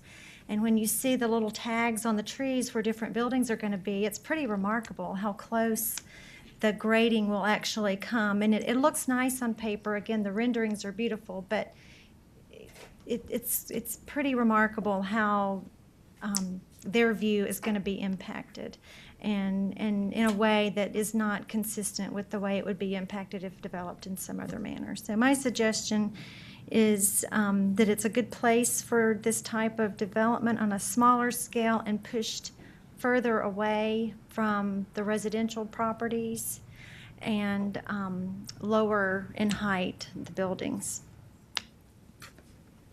Okay. Galt, do you have anything? I'll try and be brief because I'm going to echo a lot of what has already been said here. I think this property is well suited for CCRC. I just still think the layout and the number of units, houses are just too much at this point. 65 houses really concerns me because those types of uses are going to be a little bit different than what they call the villas and more the apartment, the more independent living style. And when you look at these houses, and they can be 3,000 square feet or even larger, we're going to have subdivisions coming before us today with houses smaller than that. So that doesn't ring to me like a retirement thing. So, that makes me wonder traffic impact and things like that, because I think the traffic of those houses is going to be far more intense than the traffic of the villas. So that concerns me. I have the same concern about we moved the big buildings to the higher part of the property instead of moving them closer to Roswell Road, which I'm not as concerned about seeing big buildings there because we have Wellstar, we have office buildings, it would fit. So I think they went the opposite way with the buildings. I think they need to push them more towards the street. I understand they have to have a certain number of units to make this whole thing work. So, the total number of units doesn't concern me as much as the houses are way too big and there are too many of them. Because that puts a different intensity to the use. So those are, my general comments regarding it. Thank you, Mr. Porter. Okay, let's see if we can wrap this up.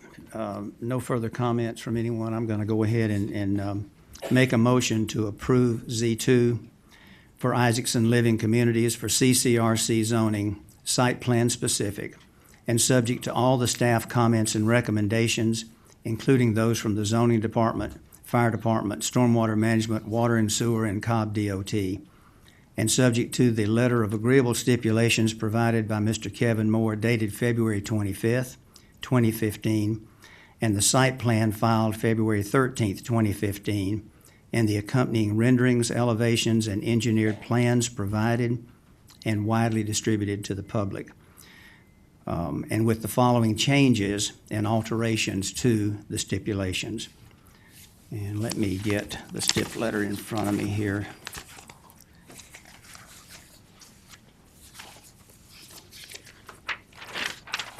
Okay.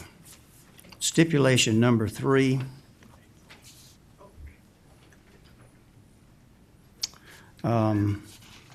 This was brought up in one of the comments that was made to us. In fact, I'd like that to read that the covenant shall prohibit any future use of this property as condominiums or apartments for sale or for lease, and defined as non-age restricted residential units in a multifamily building or development.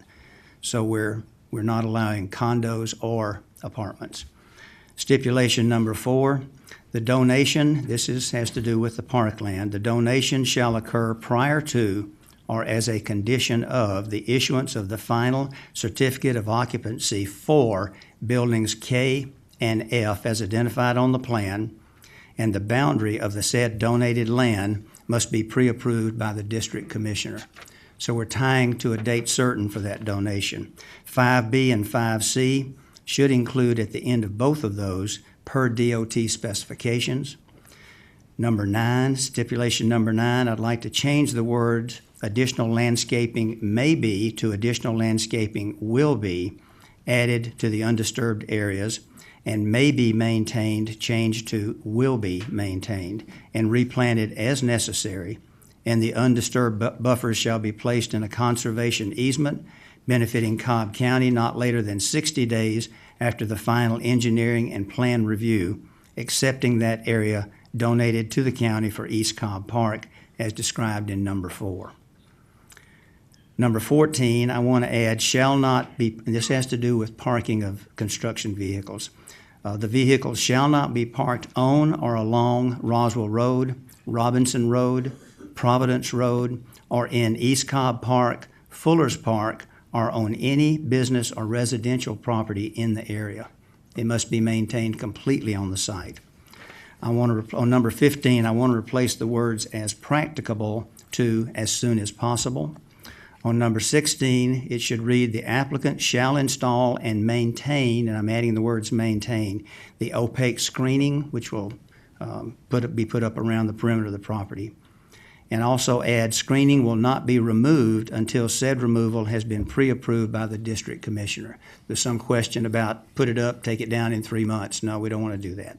Number 18, I want that to read, "Protective fencing located at the limits of the construction disturbance as well as the surrounding tree-save areas," and I'm adding this, "and always at or beyond the drip lines of the trees identified to be saved." Now, here's my thought, and I've seen this done before. You put up this construction fence, and it runs straight across, let's just say, the back of the property. You get to a tree, and you just go right up next to it and keep going. You should go around that tree at the drip line because we're trying to save as many trees as possible, so I'd like to suggest that.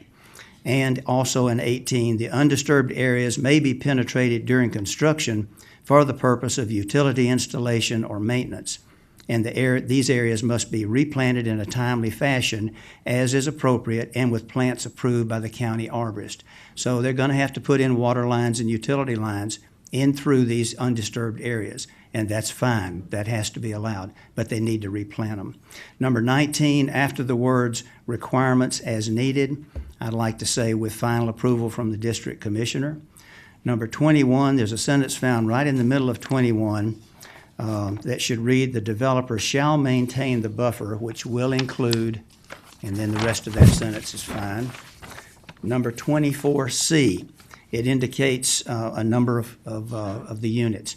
I'd like to indicate 58 detached cottages and add the explanation, "The number is attained by the elimination of the 4 cottages facing Roswell Road and located in the center front of the plan, and by the elimination of at least 3 cottages on the southern side of the plan that currently protrude into the stream buffer.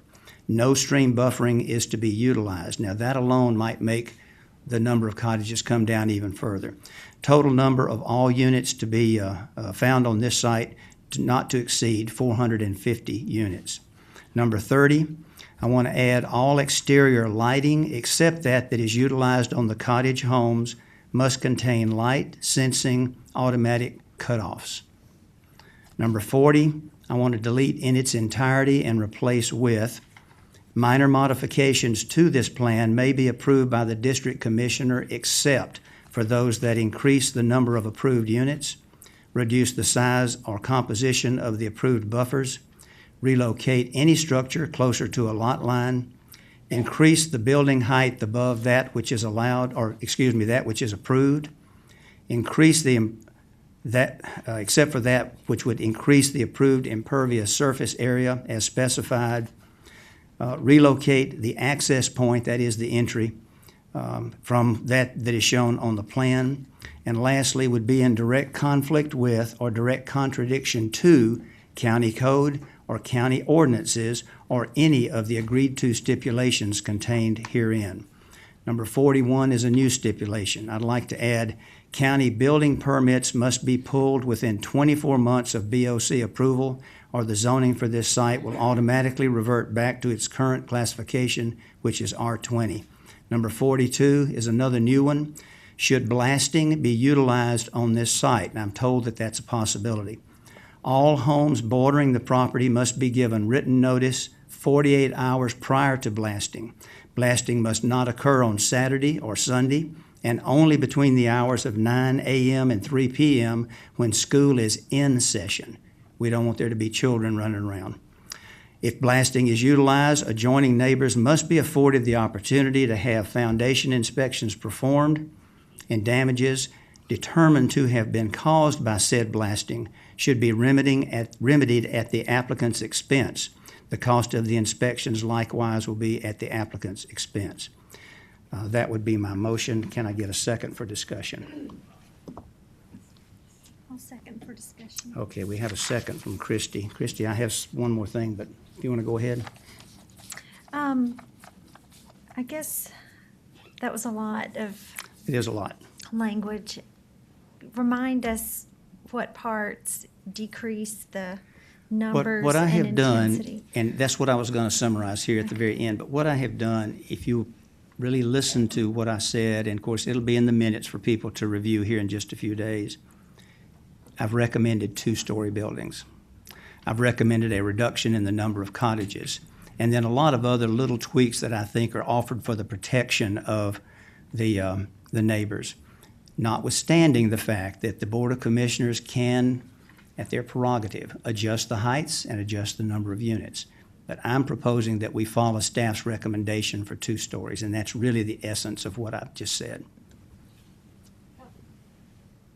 I don't remember you saying that in the minute. I mean, I said per staff's recommendation, and that's what they recommended, subject to staff's recommendation, and that's what they Oh, okay, because I thought you said to the site plan. Well, the site plan will need to be revised for sure. So it couldn't be to the site plan if you're going to reduce it down to That's 2. true, that's true. So we do need to eliminate that. It's Okay. not to the site plan presented, it's to the site plan I hope they present. Yeah. Okay. The only other thing that I would put out there is the reversion clause. I'm not sure, this one is so complicated, and I don't know how long it'll take to get permits and to really come through the whole process. I'm not really a fan in general of reversion clauses, so that I would question. And then the applicant paying for foundation inspections on property that's not theirs is also something I'm not really comfortable with. Okay, anybody else? I guess I'd agree with the foundation inspections. I mean, I don't know what kind of blasting may take place, so I don't know if it's really necessary or not, but I would imagine the blasting's going to be a good distance from there. Certainly if somebody can show that the blasting created a problem with their foundation, the applicant should pay for that, or whatever company did the blasting. But it seems a little onerous to say they have to go out and do foundation inspections on all these houses, to me. So that one, I like the idea that reducing the buildings to 2 stories is going to help reduce the overall density and intensity of the project.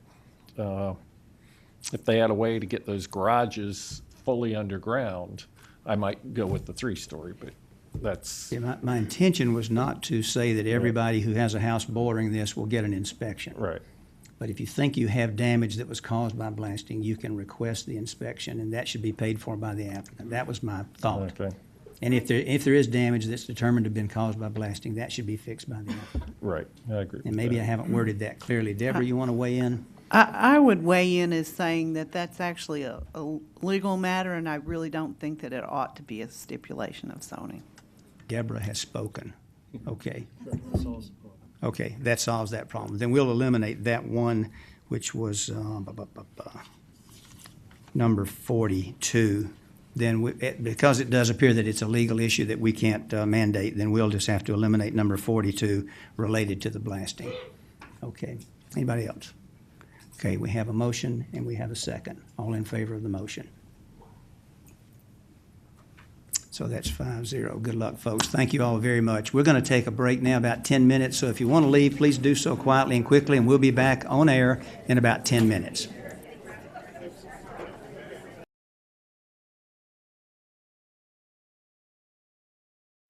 Okay, folks, we're back live. We appreciate it if you'll have a seat, and we'll go ahead and get started. Mr. Peterson, what's our next case, please? Yes, sir, Mr. Chairman. Zoning case Z1, 4-Star USA Real Estate Group Incorporated. Request rezoning from R20 OSC and R30 to R15 OSC for the purpose of a residential subdivision in land lots 186 and 195 of the 20th District. The property is located on the west side of Mars Hill Road, south of Cannon Lake Parkway. The applicant's representative is present. Is there anyone here opposed to rezoning case Z1?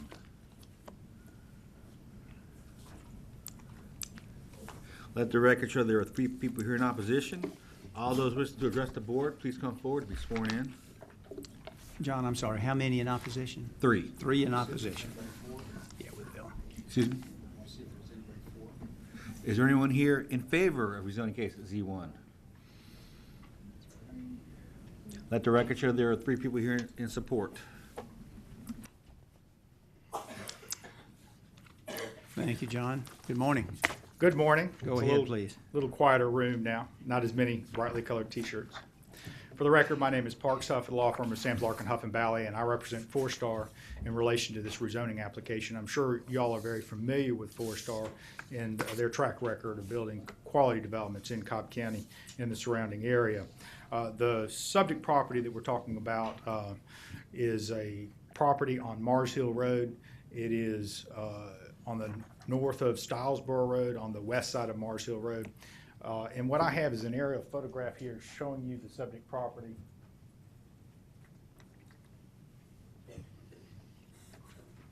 Because its location and surrounding developments are very critical in understanding this case. This is the subject property right here. This is a power substation right here for visual reference, but the subject property surrounds it here. The property behind us is a unit of Brookstone. That is platted at 2.08 units per acre.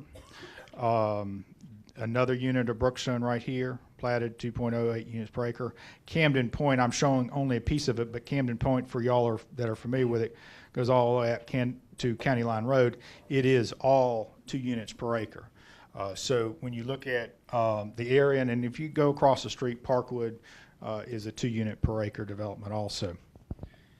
The original proposal was to come in at an R15 using the OSC ordinance, and about 2 units per acre was the original proposal.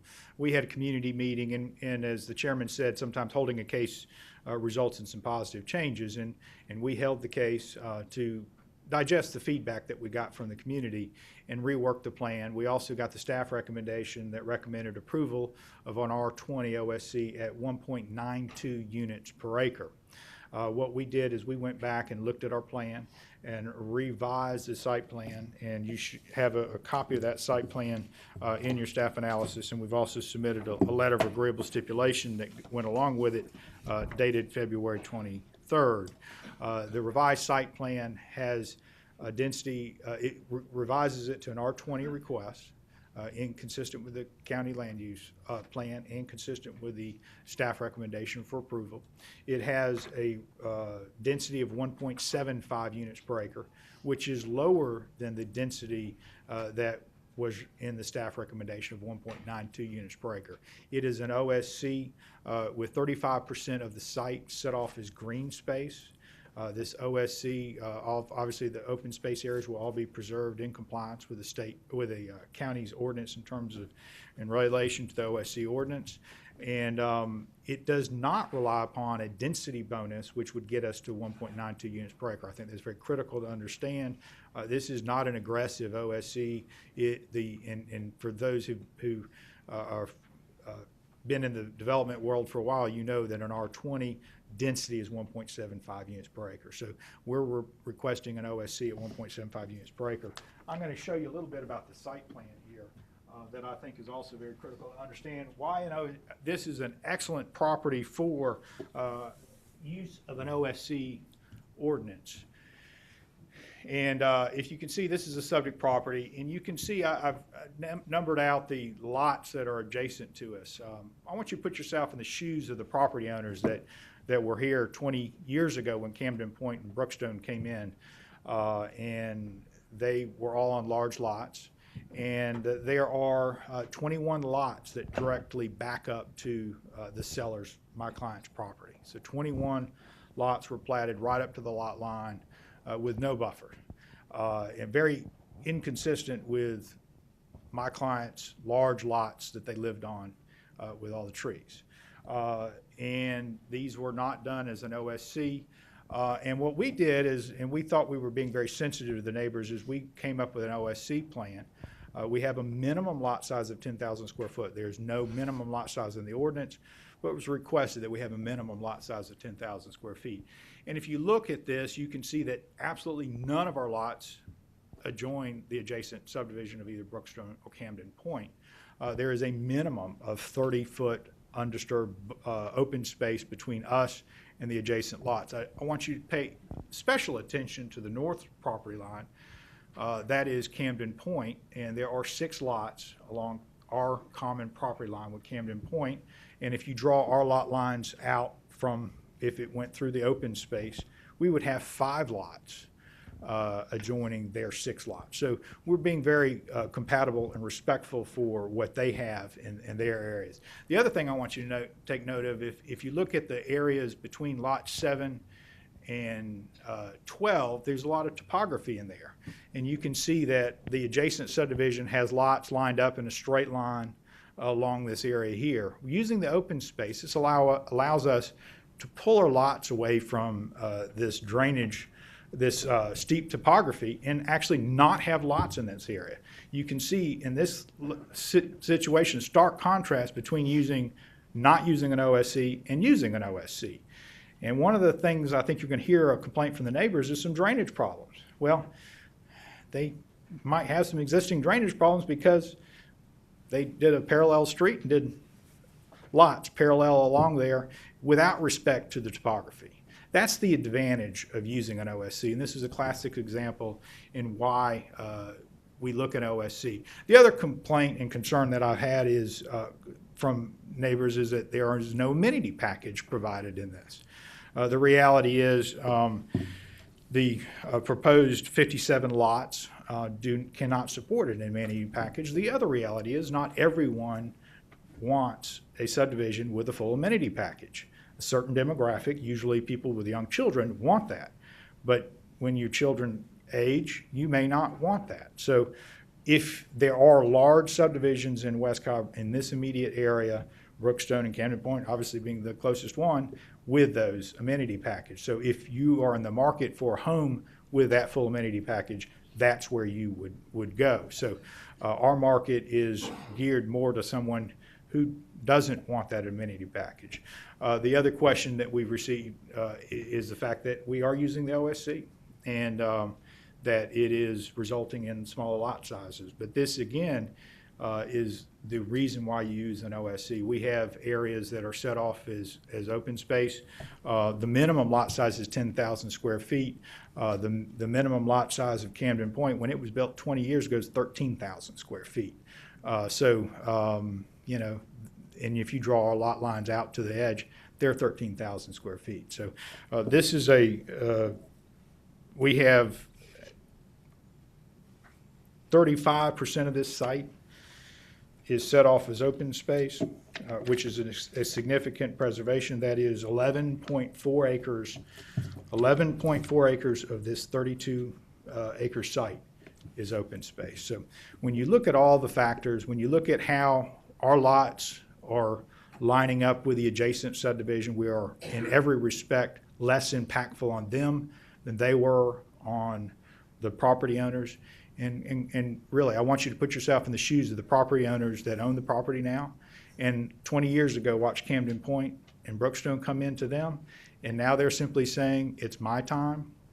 And they are asking for a zoning that is, in all respects, consistent with what's around there, if not lower, consistent with the land use plan, it's consistent with your staff recommendation for approval, and actually slightly lower than that. So we ask that you recommend approval as submitted, and as compliance with land use plan and the staff recommendation. I do want to throw in one of the additional comments in my stipulation letter that I did not deal with in the letter is that the recommendation from Phil Westbrook with the OSC review was to have a fence, not an obtrusive fence, but a split rail type fence, something low and not a visual barrier along the perimeter of the OSC so that our folks know that they can't go in that open space. And we are agreeable to that being an additional condition as recommended by the planning department. So we ask that you approve recommendation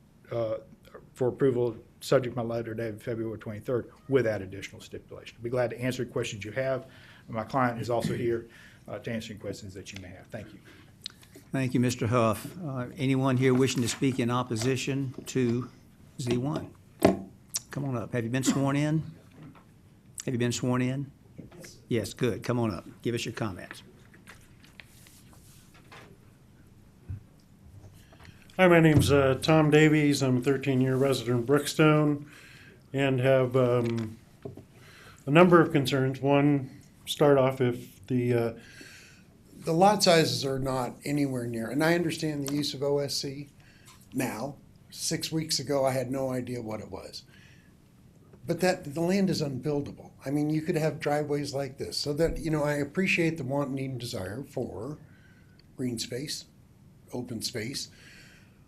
But this land is not really, it would have been snapped up years ago. And I understand that they're trying to make a margin doing this, and I'm not opposed to that. Second of all, I'm not opposed to land. I understand that that's the way West Cobb was built.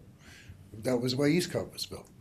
So beyond that, my new, and I've lost his picture, but my new view, my new neighbor is going to be a retention pond. And that retention pond is spoken to, but I'm trying to determine who's going to, and I think the gentleman at the far end down here, who is going to maintain that? Is that going to be the county? Okay, you can't ask questions now. You just. Oh, I'm sorry. Just Okay. give us your comments, My and concern then is we'll who- ask the questions. Okay, thank you. Okay? But I'm new to this. So, who is going to design, watch over, and make sure that the retention pond does not become a mosquito pond, as what my contacts with other people that have retention ponds have? I don't know how that's addressed, but I want to, anyway. Next is the amenity package. We know where the hundreds or so children that'll be in this area, they will come to the areas that their friends are, and they're going to come through our properties. I would like to see some stipulation put in so that the lowest point, the portion of the land that adjoins mine, is not easily just becoming a pathway for the residents of this new subdivision. With that, I do want to take you just on, we're going to go back to the issue on the lot sizes and the surrounding areas. And if I could get a pointer or a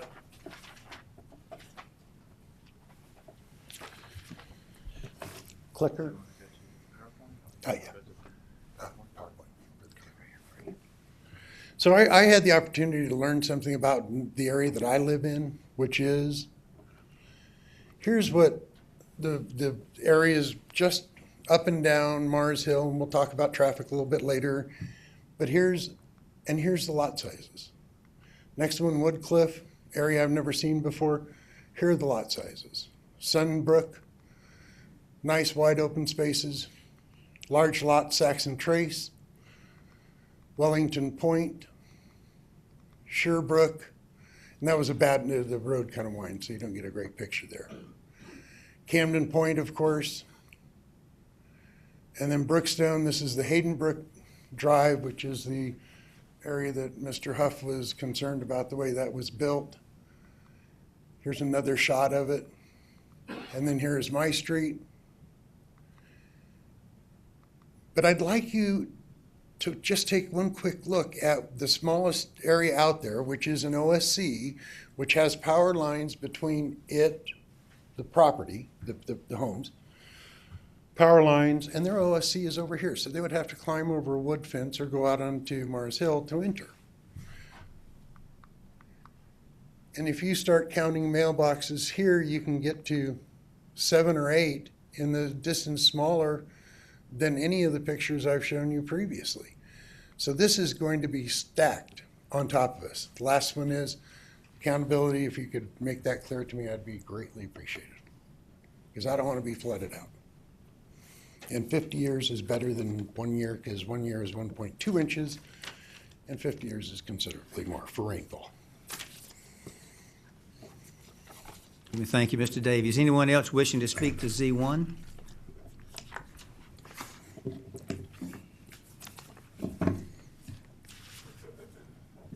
Give us your name, please. Good morning, Jay Brown with the opposition. I've been a Cobb County resident for 43 years. I've been a Camden Point resident for 21 this July. I moved there when the subdivision was first created. Raised 5 children there, sent them to school, moved to this part of the county for schools and so forth. My lot is 20,000 feet plus, is what I have, and is what I selected when we built. The whole area has natural springs loaded with them, loaded.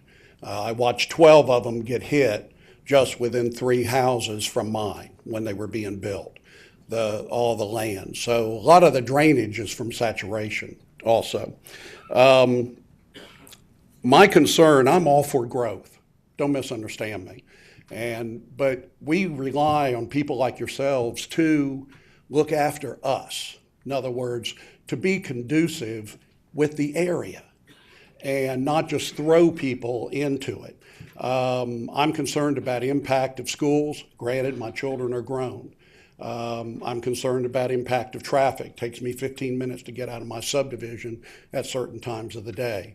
If we're going to widen Mars Hill, great. To a 4-lane, wonderful. But when you start throwing everybody in and constant living, it doesn't work. Doesn't work.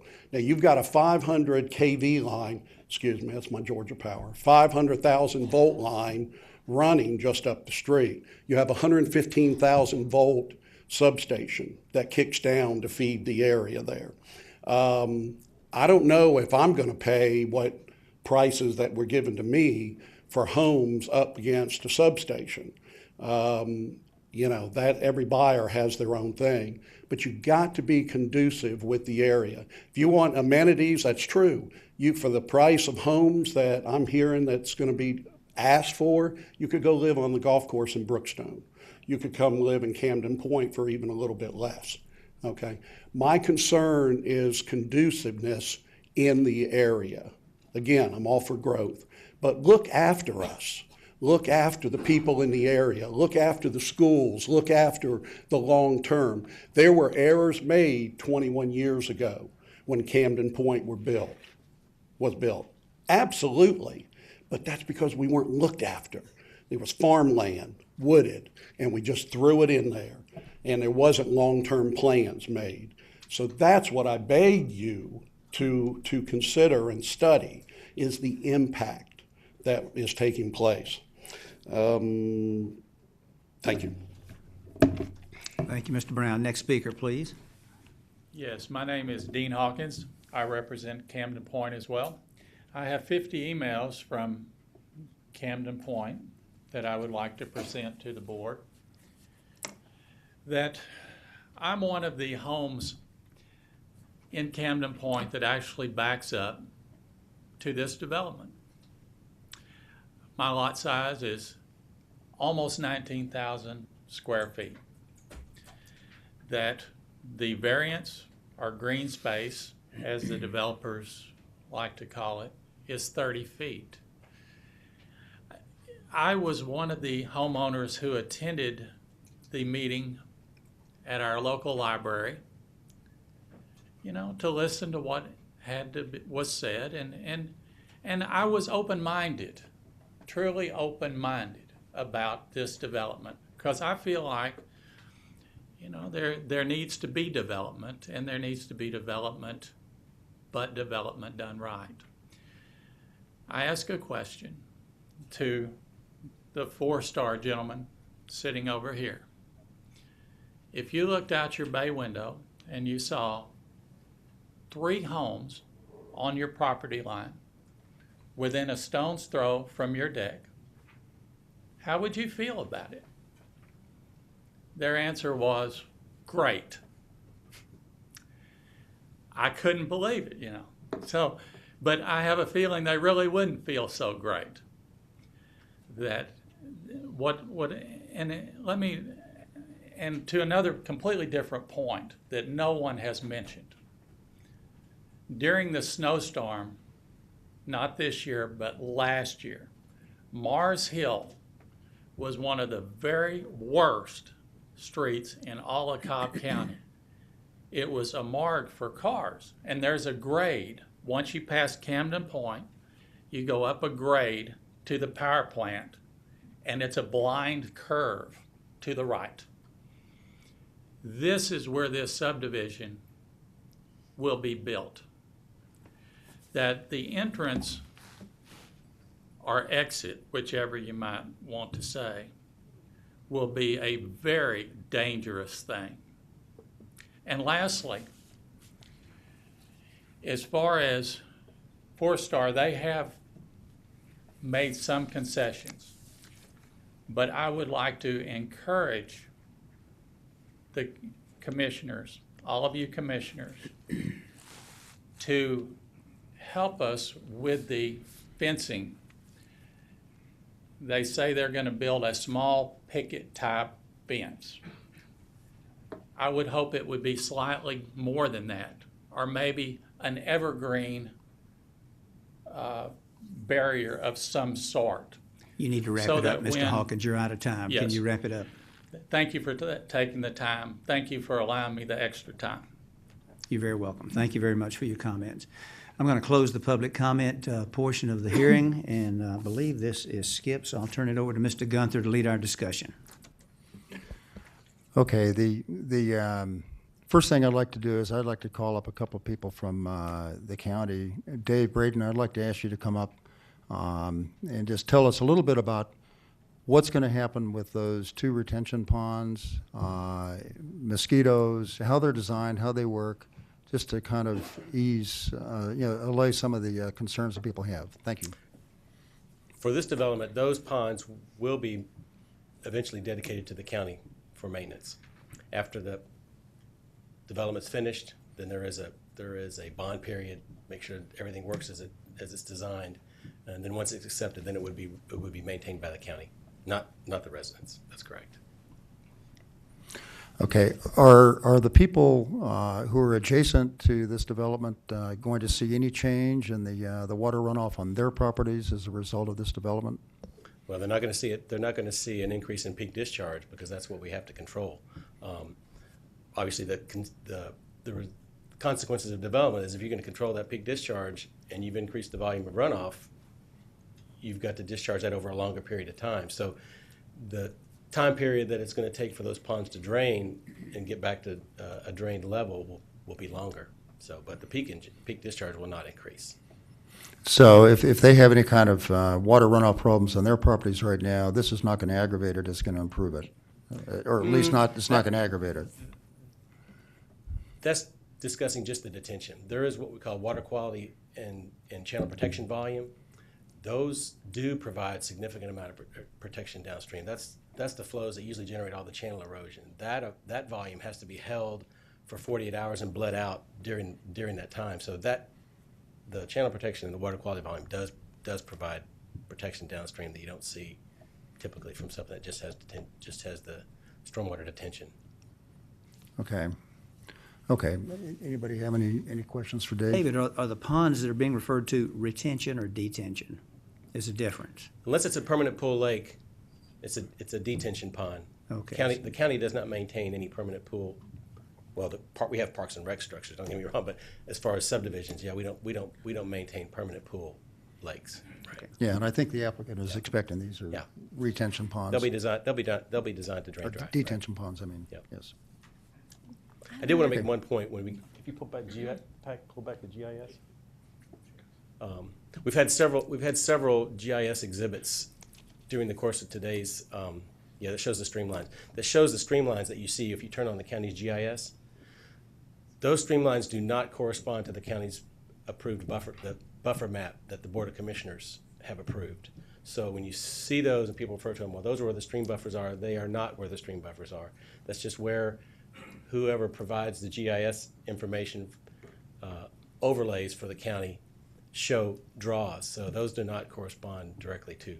Not that they can't be buffers, but there's no guarantee that there's a buffer there, right? So we're probably going to see more today, so just for your information. I have a question for Dave. I have another question about detention. Yeah, Christy, go ahead. Do you think that these ponds will be earthen or require some concrete construction? Can't say for sure. It appears they've allocated plenty of room to be able to have them to be just graded ponds. Okay. But because of the topo, it may be easier to have, or more beneficial to have maybe part of that to be a vertical wall. Okay. And if that's the case, then you may because of the proximity to those rear existing developments, of course, it's up to you to specify if you want to have either additional screening or have some decorative facing on that wall. Would To the make it appear wall more like a be- stone wall or a masonry wall. Would the wall be on the exterior, if that were the case, do you think? or is Not it- sure. Yeah. Okay, That would it's be, hard to that know. would be determined in plan review. Okay, right? thanks. Skip, if there are exposed walls, as Christie just brought up, is the intention to face them, as Dave suggested, with brick, stone, something? I hadn't thought about it, but we can certainly put a stipulation in there that. And will they be would require fenced that. and landscaped, or both, or? They're required to be fenced. Okay, must be fenced, And right, And exit, yeah, and our access provided, right? okay. And I believe the developer has plans to put some landscaping around those fences as well. Right. And if, can't remember the plan, but if there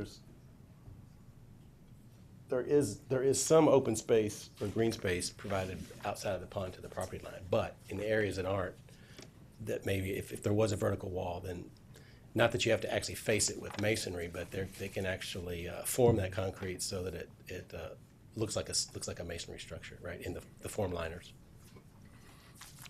Okay, I'm gonna need some help with that wording. Got Okay, it? thanks, Dave.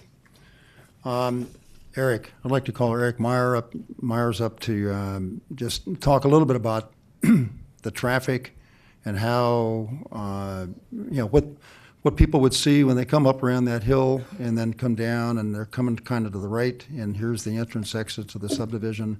I think you've accounted for it in the comments that you've made, but could you just explain that a little bit?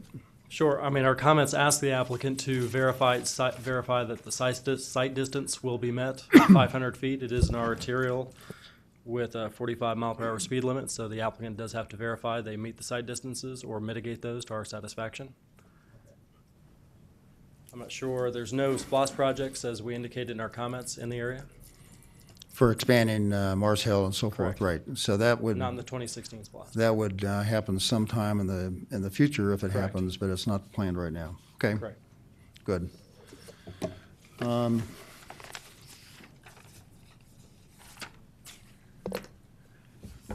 Phil Westbrook. Phil is our OSC ordinance expert.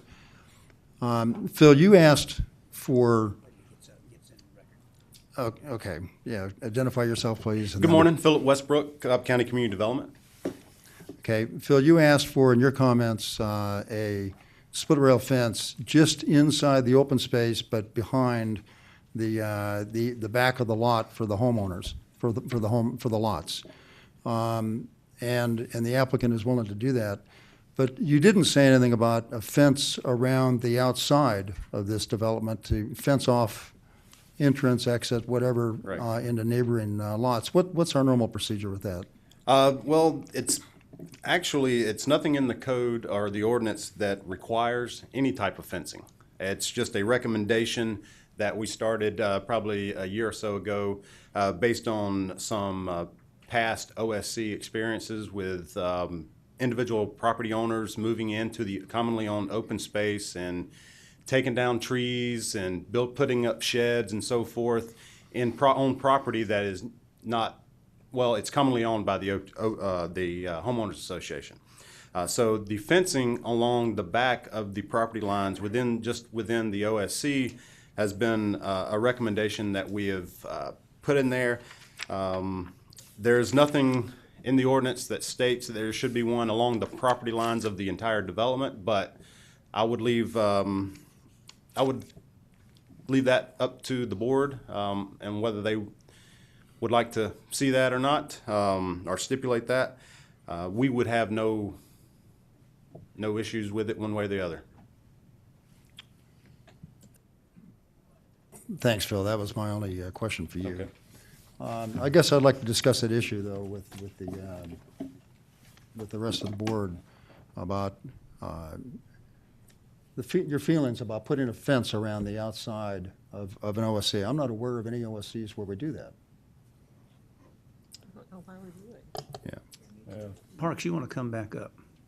And I'd just make a comment to that is, in general, I think the privacy fences, they look the best the day they're put up. Right. And they just deteriorate, and after 5 years or so, they can look pretty bad. So I would prefer to see landscape buffer put in if you're looking for some kind of screening versus a privacy fence. But these are woods, and so, I'm not sure that's appropriate. Right. Yeah. Mr. Porter said exactly what I was going to say, which is if we had to put in a fence, and we're going to have to take down some trees to put in the fence, and then something falls on it, then it's Right. damaged. And the comment was that our folks may be going to their properties to play on their land. I guarantee you, over the last 20 years that this trees and everything has been back there. I hope they fenced their land so that their kids did not come on our land and play on our land, which is what the kids want, which is the open space, which is what we're preserving. What's your thought, Parks, about the split rail? He's willing to do it. We're fine with that. You're okay with that? Yeah, that's a demarcation that lets all the property owners know that is open space, that's going to remain open and green. And frankly, that's fairly common to identify an OSC area. It's going to be an asset to our buyers, that open space, and we want that, and by doing it as a split rail fence, I'm glad the staff recommends it that way. I mean, we don't want to wall stuff off. We want it to be unobtrusive, but we do want something to recognize that. So I think it's an excellent suggestion. We're certainly agreeable to that. Okay, thanks, Parks. I'll just, in response to that comment about people, kids, running through the woods and then maybe going on somebody's property in some of the adjoining neighborhoods. I know I live in an open space community, and in the kids of all ages, pretty much, mostly the teenagers and the early, the kids who are about to become teenagers, are going through the woods, and that's what they're designed for. The woods are there, the open space is there for the kids to be able to enjoy it and for everybody to enjoy it. Pretty quickly, I know my son, who's just 14, has learned where he ought not go, and he doesn't go there. But they're out there, they're just having fun in the woods, and I think that's one of the great benefits of having an OSC neighborhood. That's really an amenity, in my mind. We use the woods much more so than we do the club that we have, the clubhouse that we have. So it's a benefit. So I suspect that it's probably not going to be a problem. If it is for a homeowner, they always have the right, I believe, to put up a fence and do that if they haven't already done it. I would just like to say that I'm pretty pleased with how this particular case is developed. It's in land that is very low, largely very low density residential, which allows up to 2 units per acre on the future land use map. Some of the surrounding neighborhoods are at 2.0 or even slightly over 2.0 because of historical reasons. This is way less than that at 1.75 units per acre, with a third of it being open space. And so I'm pretty happy with how the developer and the applicant took their original plan of R15 OSC, which is going to be way too dense, of 67 units, and brought this down by 10 units down to 57 so that we get the 1.75 units per acre. They also, as Mr. Huff made a comment to the effect in his presentation, they have honored the request to have a minimum 10,000 square foot lot size in the development, and they have essentially retained the average lot size that they had in the original plan with this new plan, so that it comes out right around 12,300 square feet. Plus you've got the 35% open space on top of that. So I'm pretty happy with the way this has taken shape, and I'm ready to make a motion unless there's more discussion. Go for it. Okay.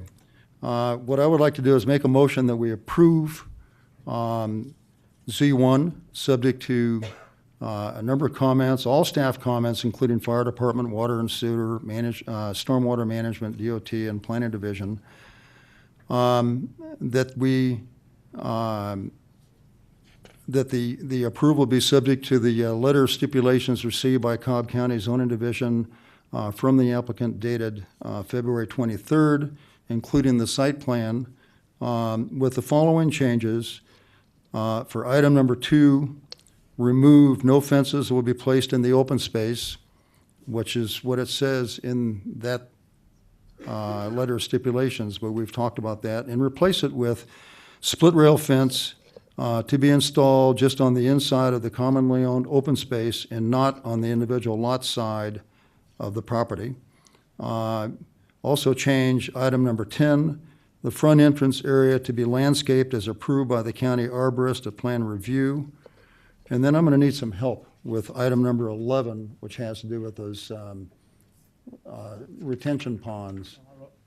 I wrote something down, but you can modify this. You might want to say any retention/detention. I'm not real sure what we're going to have here, but any retention or detention ponds that have exposed walls must be faced with rock, stone, or pressed concrete that resembles brick or stone. And said ponds will be landscaped with evergreen shrubs and trees as approved by the county arborist. How does that sound? Thank you. That's years of experience talking right there that I'll have in a few years Well, maybe. change it if you modify it if you think that's. I think that's just fine. So that would be my motion. It's a detention pond. These are designed to be detention ponds. Yeah, there would never be a reason. It never stand water, but I think it should be left up to stormwater management myself. and Yeah, I do. plan That's why I review. said detention. The difference, folks, is retention holds the water. It's retained, and it becomes like a pond. Detention holds it for a period of time and allows it to either soak in or run off slowly. So in this case, I think we're talking about detention ponds. Yes, we are. Okay, so that's the way the motion should read then, detention ponds. That would be my suggestion. Okay, so that would be my motion. Okay, do we have? You have a question? Sorry, Mr. Chairman, Commissioners. Can we just clarify that it's the outward-facing wall that has to be faced? Correct. Okay. Any outward-facing walls, yes. He's written these before. I think maybe Mr. Huff has some language he's used before, Yeah, just so that we're not looking at a concrete wall. Yeah, If I it's- understand. The only thing I would add would be that if visible off-site, because I'd much rather spend money on landscaping than brickwork. So any outfacing walls that are visible to the surrounding neighbors Yeah, or from the street? Yeah, or from the street. Should be, okay. because I mean, our goal would be to, if we have to have, 'em, our goal is not to have them. But if we have to have them, we'll have them inside of that Gotcha. OSC property, and it shouldn't be visible off-site. So, and if there is, we'd much rather spend money on some evergreen plantings than actually facing something. So We'll I- just fix if it so just we don't add that have If it's any, visible okay? off-site, that would be great. Okay, we're fine, we're okay. Okay. We have a motion, do we have a second? We have a second from Judy, any further discussion? Call for the vote. Passes 5-0. Folks, it is exactly 12 noon. We typically take a lunch break about now, so I think we'll do that at this point. We'll be back in 1 hour to resume our hearing after a lunch break. Thank you.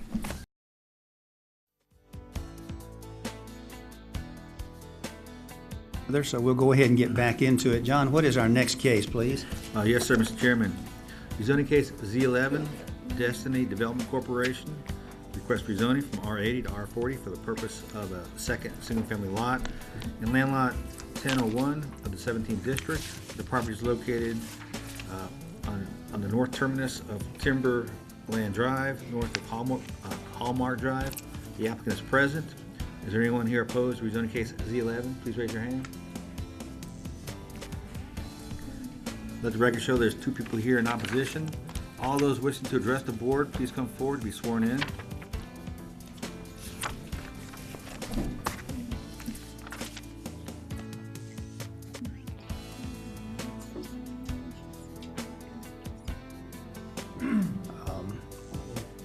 Do it next, in fact. Rick, before you get started, we do have one issue that Ms. Trombetti and I have been talking about, and I'd like to turn it over to her. She has a quick announcement for us. Thanks. I'm going to recuse myself from participating in this one because the Feinbergs are my past clients and friends, and I like them very much. So I think it's best if I don't take part in the conversation or the vote on this case. Okay, thank you, Christy. Now, go ahead, give us your name. Here representing Destiny Development. I'm here rezoning a 2-acre property owned by my uncle, Richard Yancey. This property's been in my family for years, and we're seeking to rezone this 2-acre parcel into 2 1-acre lots. The proposed 1-acre lot size is in conjunction, in harmony with the neighborhood. It's surrounded by other neighborhoods which have a smaller lot size, in Old Paper Mill behind it. And then Intero Mill Estates is largely 1-acre lots. The parcel across the street is 1.07 acres. We will be right at 1 acre. And this meets the standards of the very low density residential, which calls for lot sizes or density from 0 to 2 units per acre. And after the rezoning, we'll be at 1 unit per acre. It's still a very large lot for Cobb County. We'll have minimal impact on schools, traffic.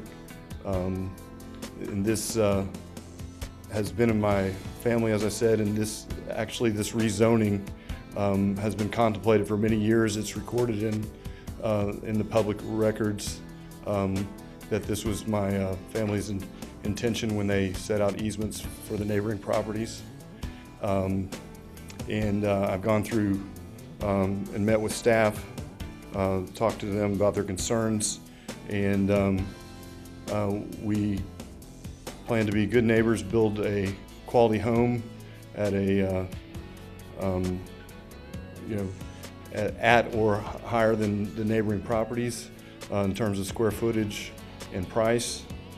And I met with many of the neighbors when I sent out my letter contacting all those within 1,000 feet as required.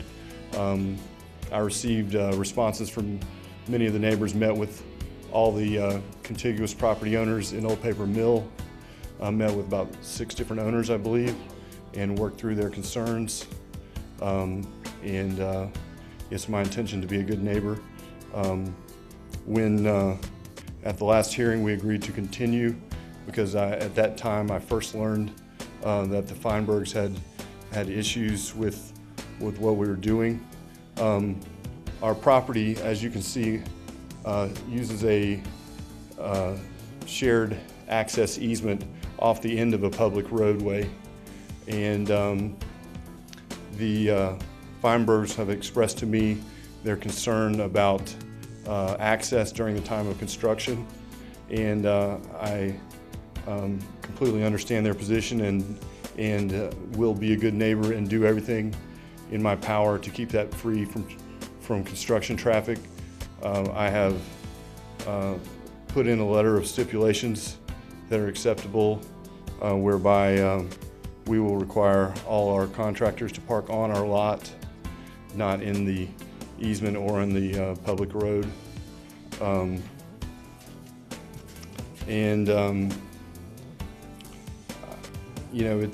In light of what we've been through today with trying to zone 490 units or trying to achieve a 1 unit per acre density seemed non-controversial to me, but I recognize that there are people that just like their quiet living, and I plan to do everything in my power to maintain that for them. And I have submitted a letter of stipulation to Mr. Peterson, and also had that distributed to Mr. Feinberg today. I'd like to read the stipulations that I have proposed and agreed to. Applicant agrees that all construction and worker vehicles shall be parked on the subject property during the construction and build out of the new home. Applicant, during the time of construction of new home, agrees to post signage in English and Spanish, notifying contractors of the above stipulation, agrees to implement and fines for contractors and subcontractors in order to ensure compliance with the stipulation. Applicant agrees that construction work hours will comply with Cobb County Code Ordinance. Applicant, during the time of construction, agrees to notify neighbors with shared easement drive in advance via phone, email, or text as requested of larger deliveries such as concrete, lumber, brick, drywall, sod, roofing that have potential of causing inconvenience. Applicant will also notify neighbors with shared easement access in advance of activities that could temporarily impact passability of easement, such as paving, grading, or concrete finishing or landscaping. Prior to the commencement of such construction activities, applicant shall have surveyors stake the western boundary of the easement in front of 1080 Timberland Drive and the front property pins of the newly created lot.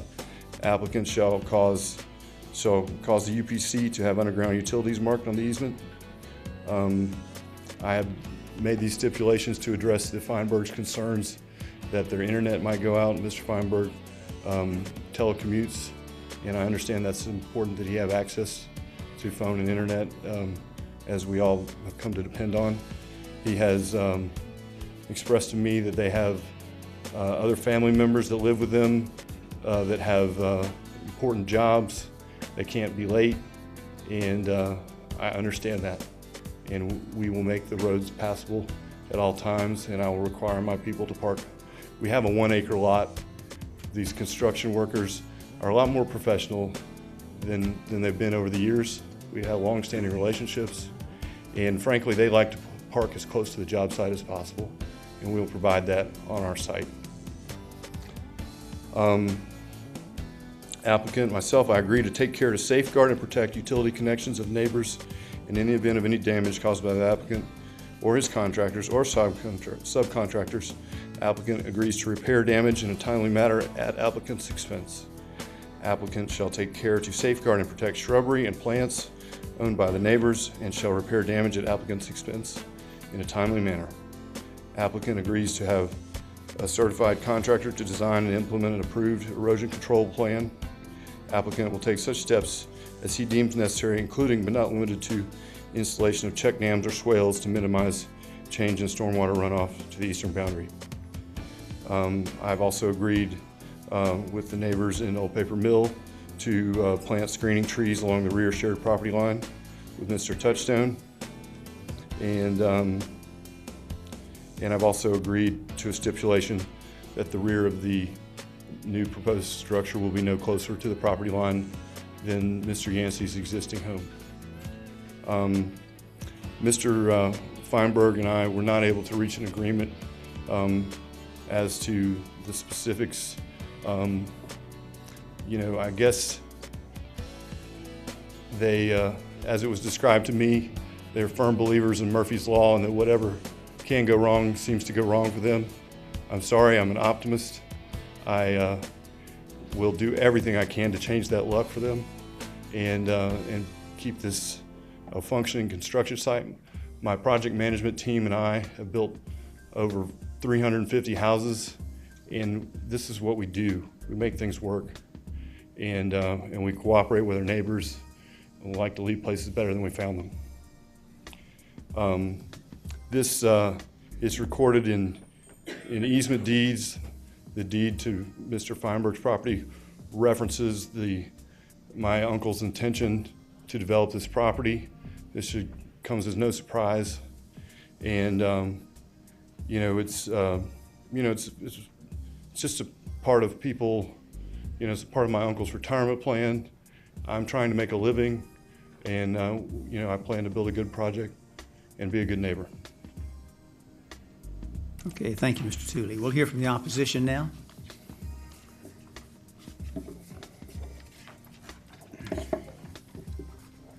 You did good. You did that in just under 10 minutes. You practiced, didn't you? Good afternoon. Good afternoon. My name is Dan Feinberg. I'm here on behalf of my wife Judy, who's here, and also on behalf of our neighbors at 1090 Timberland who couldn't be here, George and Alicia Hardy, who asked me to speak on their behalf because they are the other people who will be blocked in, notwithstanding Mr. Tooley's best efforts to prevent that from happening. But before I get into that, I did, as you know, and I'm sure I know Mr. Terry has read it, I submitted a lengthy written objections to this proposal based primarily on legal grounds.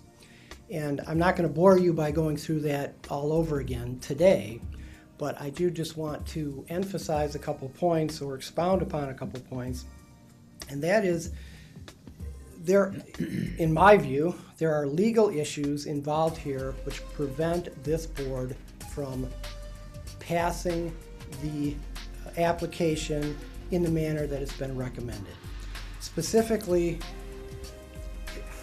we own the easement. There's issues of title and possession that go beyond land usage that the zoning board has the jurisdiction to rule upon. These are issues that have to be resolved in the Superior Court and would need to be resolved in the Superior Court before this board could make a ruling upon them.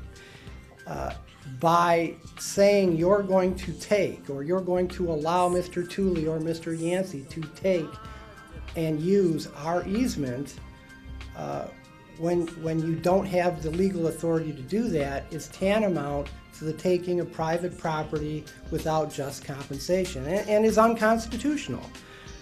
That's legal issue number one. The second issue is, even under your code, the zoning code for Cobb County, there's absolutely no basis upon which you can legally grant this variance. And I have no objection per se to the splitting of the 2-acre lot into 2 1-acre lots, but to allow 2 1-acre lots with 0 road frontage isn't permissible under the code. Each one has to have 75.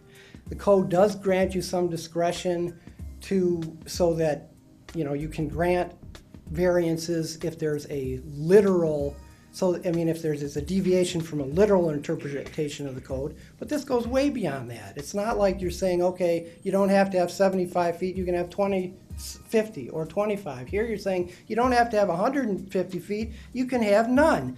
But not only that, not only is it beyond the scope of your discretion, the code requires that there be some extraordinary or exceptional condition resulting in a unique hardship, and the conditions are with respect to the size, shape, topography of the land. Financial or economic hardships are not sufficient. None of these criteria exist. They just don't. The only reason that there's no access, it has nothing to do with size, shape, or topography of the land. It has to do with the location of the land. And Mr. Yancey knew where it was located 36 years ago when he bought the property. He knew it 25 years ago when he built his mansion on the property. There's no hardship in not allowing him to have a second house on this property at this time, and there's nothing unique about the circumstance other than he chose to buy a property that he knew was landlocked. He had no expectation ever of this property not being landlocked. But with respect to beyond those legal issues, there's our primary concern, as Mr. Tooley suggested, is, and it's not a mere inconvenience if you're talking about construction that's going to last 6 months to a year. I mean, if this was a week or two, fine, we'd live with it. If this was something that Cobb County needed, like the building of a nursing home, we'd live with this. If this was the resurfacing of the roads to benefit the whole subdivision, which happened in our subdivision last summer, fine, we'd live with it. But this is one house to benefit one person who doesn't have a concern about the impact that it's going to have on our lives and our property, but we're supposed to concede that they should be entitled to do that. In any event, Mr. Tooley has made some suggestions, one of which is to have all the workers park on the job site. And that's a great suggestion, except here it just isn't. Presently, it absolutely is not feasible. This is a heavily wooded lot with a steep grading, and there's no way right now, the way it exists, that anyone could park on that lot. Now he indicated he's planning to truck in gravel. Well, they're going to have to obviously cut down some trees and truck in gravel. And during that process, and I don't know how long that's going to take, during that process, there's no way that someone could park on that lot, and they're necessarily going to have to park on either in our easement or on timberland in the vicinity, because as he said, the construction workers don't want to have to walk too far. and we're gonna be blocked in. There's simply, I mean, it's going to happen. It's not even an issue of Murphy's Law. Notifying us ahead of time that we're gonna be blocking you in doesn't really help us. What are we supposed to do? Go to a motel for the night because we know we're gonna be blocked in? I mean, that certainly impacts on our lives. And if I could just take a moment to, perhaps if I could show a couple of photographs to show you that I'm not just whining over nothing. I'd like to start with this one. This was just yesterday. And the reason I point this out is this is,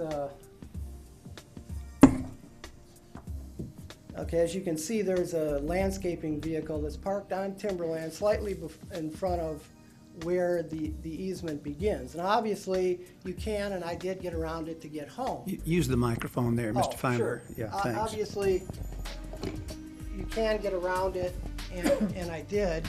But as you can see, that if well, he didn't suggest it today, but when we had our meeting, Mr. Tooley suggested that, well, if we thought we were going to get blocked in, we could park on timberland. Well, obviously, if we park here, nobody's going to be able to get through.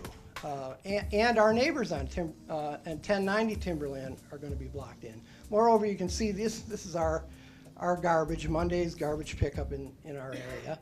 And during the resurfacing last summer, we had several weeks where we didn't get our garbage picked up because it's not accessible. And that's where the workers would park their steamrollers because it's essentially out of the way.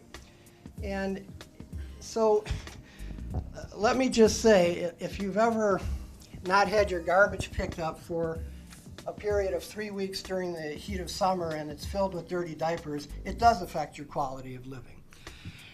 But on a more serious note, it also poses here, if I could show another photograph, I'm concerned that there's serious safety issues as well. I mean, this is, as you all know, the fire marshal on a construction site requires that there be 20 feet of unimpeded access. Ours is less than 10. This is my passenger vehicle, just parked next to Mr. Tooley's driveway here, and this is the driveway easement. As you can see, the simple passenger truck blocks the whole thing. So if anyone even partially blocks on it, someone can't get through, emergency vehicles can't get through. And that's not, that's not merely speculative. It's a serious issue. For example, I mean, Mr. Tooley says, well, has that ever happened? No, it hasn't happened. But has there ever been a fire in this room? I suspect not. Nevertheless, the fire marshal says you can't have all those people in here at one time. It's speculative, but it's a serious health issue, and that's what these rules are here in place for. If I may show one more, this is coming from our house to exit towards onto Timberland, and this is the drive, Mr. Tooley's drive. But as you can see, it's almost entirely blocked. There's no visibility whatsoever from him pulling out here. Now, if you have numerous construction vehicles, or if you have another driveway there with construction vehicles running in and out of there, it poses significant safety hazards. And I would think at the very least there should be something done with respect to that. And requiring, and again, I think it's a great idea to require them to park on the lot. But this isn't a nursing home that's on Roswell Road, and if the workers don't do that, there's plenty of police or other officials in the area who can enforce this. We're basically isolated out here, and if the workers don't abide by that, there's not a whole lot we can do about it. We experienced that last summer. It took forever sometimes to get people to move their vehicles, and we were blocked in. People were late. I can't afford to miss my flights. I see I'm out of time. But those are the issues I wanted to present, and I thank you for your consideration. Thank you, Mr. Feinberg. We appreciate it. Anyone else wishing to comment on this case, Z11? Okay, not seeing and hearing any. It's back to this board. This is in District 2, so I'll handle this one as well. As we heard stated, and I've been out to this site, a couple of times, There are lots of homes on larger lots here, anywhere from half acre up to 2 acres. There are even a couple that are slightly over that. And over the years, a number of these lots have been downzoned, shall we say, have been divided in order to allow for people to build additional houses there. So that's not uncommon. And the comp plan, as we also heard, does designate this area as very low density residential, which does allow up to 2 units per acre. And what Mr. Tooley is proposing is 1 unit per acre. So again, that seems to be not an issue at this point. So we do have, and I had asked for a stipulation letter from Mr. Tooley offering protections to the Feinbergs, and I think their request was heard loud and clear by us and by Mr. Tooley, and I like the stip letter. I think we need to go a little bit farther than what's in the stip letter, but I'm glad to see that Mr. Tooley was willing to state some facts here. We do this all the time. We zone 1 and 2 and 3 units for a lot, and we always have this very issue that Mr. Feinberg brings up, and that is where will you park these vehicles? We don't like them to be parked on the street. We make that clear. That was one of the stipulations of the very big case that we heard just a few moments, or about an hour and a half ago. We have to park on the site. And I made that really clear to Mr. Tooley when I spoke to him. You must park on the site. You cannot block this entry. You cannot park on any of the side streets. That's something that we are going to insist upon, and he'll have to police. And if that doesn't occur, Mr. Feinberg could report you, and there could be some citations issued. I have other questions, too, though, about this. Rock, you want to come up? This is our fire marshal representative. I have a couple of questions for him. I noticed in the comments, I'm sorry, go ahead and give us your name. Yes, sir. Rock Toller. I represent the Cobb County Fire Marshal. Okay, in your comments, I noticed something related to the distance from a fire hydrant. Tell us, what is the standard for that? The standard is a maximum of 500 feet. And where are we on this site? It's 750 plus. The closest hydrant is down the cross street there, Hallmark. Just scroll up a little bit. That's where the closest hydrant is, and is in that intersection. So what would they have to do to rectify that? They have the option, they can put in another fire hydrant, or they can use a residential sprinkler system and sprinkle the building. Okay, so installing another fire hydrant would benefit everybody in the neighborhood that lives there, right? Yes, sir. Sprinkling, of course, would just be for that one house. I got out, I'm going to tell on myself, folks, I got out and walked around this property. I normally ask for permission to do this, but because I was aware of Mr. Feinberg and Ms. Feinberg's concerns, I got out and I walked around and I looked at this entry drive, this private easement entry drive. I didn't have a tape measure, but what is the fire marshal's standard for the width of a private drive? The minimum is 12 feet to serve a single family residence. Do you happen to know how wide that is on this site? No, sir. Okay, I don't think it's 12 feet. I don't really know. Rick, I don't know whether you know. Is it? And you can't testify from there, but do you know the width? If you do, I'll get you back up. Okay, I don't know that it's 12 feet. Now, given that, what can we do as a body to require that it be brought up to standard? Can we put a stipulation in? Deborah or John, can we do that? If it's not up to fire code. Mr. Chairman, I believe you can if it's diminishing the negative effect this extra house has on the easement. But we could put a stipulation in requiring this applicant to bring that up to code? Well, they're going to have to based on the fire department comments. Okay, so that are in the book. what does your comment say about the width of that road? Do you remember? My comment in the book doesn't talk about fire department access because it is required by the development standards to be 12 feet wide for a single family residence. Would that be covered at plan review? Yes. So it would be? Platting, I don't know if this particular, I don't know if it'll go through plan review. I know that we'll have an opportunity to review the plat. If there's a fire hydrant put in, it will go through plan review. So it'll have to come back to plan review, and I'm going to suggest that when that happens, that you be present and let's see that road is brought up to standard. Yes, sir. Now, who pays for it is not something we can tell you here today. I know what the easement document says, but that's something you guys will have to work out. So he may have to put in a hydrant, or sprinkle, and he may have to bring that road up to fire standards. And we can cover that at plan review. Yes, okay. sir. Any other questions for Rob? Judy?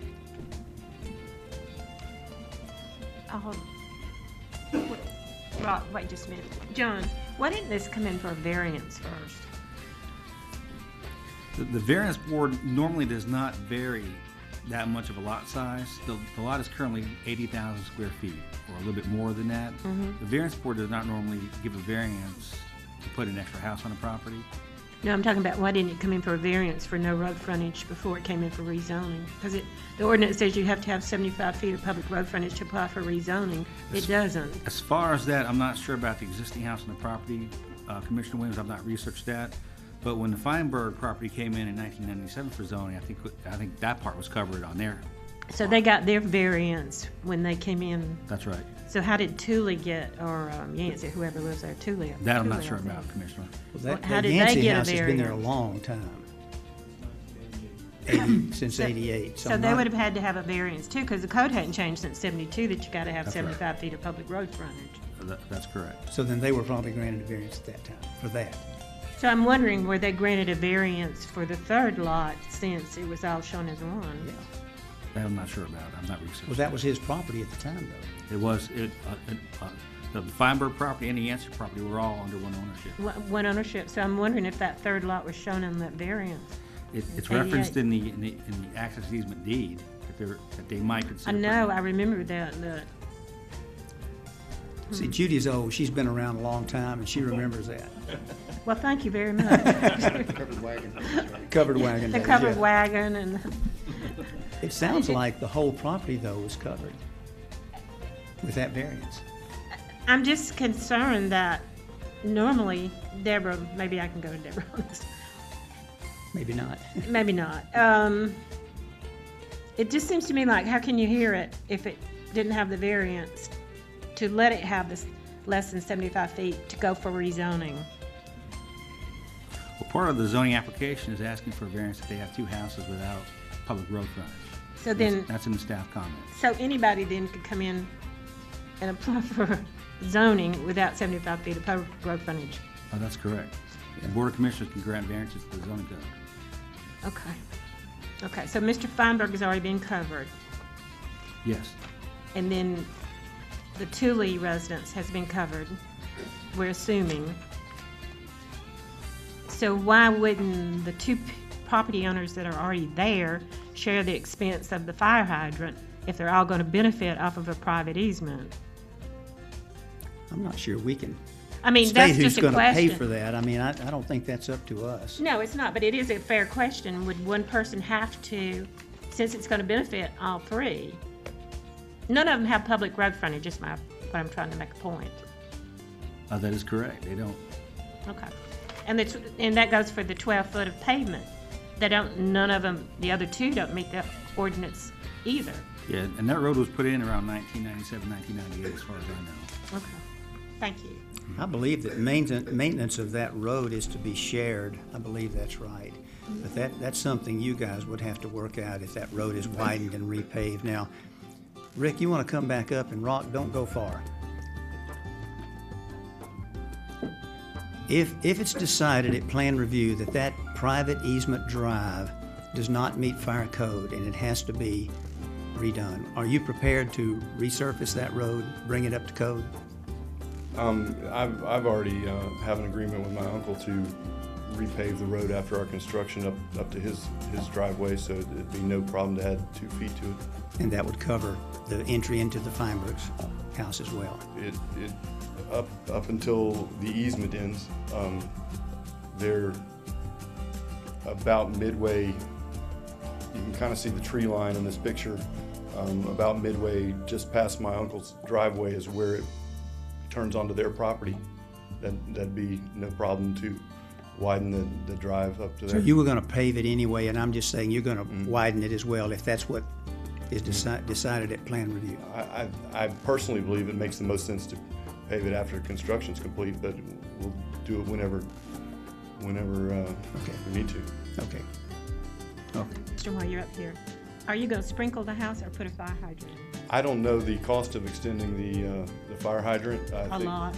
Well, Probably more than sprinkling, but that'll be your call. yeah, you know, we'll make that determination and do what's best. Are you agreeable to sending it through plan review? I'd like to do whatever we can do this expeditiously. I've already delayed this 30 days. Yeah, but plan review's a week process. Okay. Or less. Okay. Okay, thank you, Rick.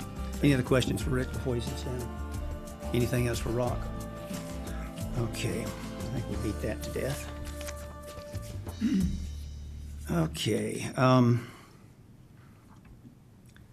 do think the STIP letter that, that Mr. Tooley has submitted does offer quite a few protections, but I'm going to alter it just a bit more. My motion is going to be to approve Z11 for R40 zoning, subject to all the staff comments and recommendations, especially the ones from Fire Department, including those from the Zoning Department, Fire, Stormwater Management, Water and Sewer, and DOT, and subject to the site plan received December 4th and the STIP letter received from Mr. Tooley dated 2/27. I noticed the one you handed me this morning was dated a day or two ago, but we actually received it on 2/27 with the following changes, and I offer these as additional protections for the Feinbergs. On stipulation number 1, I would like that to read, the applicant, that would be Mr. Tooley, agrees that all construction and worker vehicles and material delivery vehicles shall be parked on the subject track during construction and build-out of the new home and not ever on timberland, Hallmark, or on the private access drive. Now, that's going to take some policing on your part, but frankly, you need to do that. Number 2 is fine. Number 3, applicant agrees to construction hours, which no one brought up, but I think that's important as well, especially knowing that Mr. Feinberg works from the home. The applicant agrees that this is number 3. The applicant agrees that construction hours will be Monday through Friday, 7 a.m. to 6 p.m., Saturday, 9 to 5 p.m., no work on Sunday without prior approval of the district commissioner. So that's further protections there. This next one is one of those goes without saying, but I don't want to state it so that everyone understands what my meaning is. The applicant further agrees that the terms and conditions found in the joint easement and maintenance agreement dated June 25th, 1998 are in effect and will remain in effect and will be binding upon the newly created lot and its new owner. Now, yes, it goes without saying, but let's just make it clear that this easement agreement, which was negotiated back in 1998, which all the parties have, gives Mr. Tooley and his uncle, Mr. Yancey, the authority and the right to use this easement to access this property and develop this lot. It also goes on to say very clearly that people who own the surrounding property, the people who also have this easement, which in this case would be Mr. Feinberg, will not oppose any attempt to develop this property. Now, it says that, knowing full well that Mr. Feinberg has raised some other issues that, frankly, I'm not a lawyer and I'm not prepared to address. But if we do all of that, and we do this sort of thing routinely, we do try to offer protections as best we can for the neighbors. We don't want there to be a problem. But he must have access to his property at all times, and Mr. Tooley, you have to see that that happens. Okay? That would be my motion. Do we have a second for discussion? I'm sorry, No, go Deborah, ahead. go ahead. That's all right. You might want to get your second. Okay, do we have a second for discussion?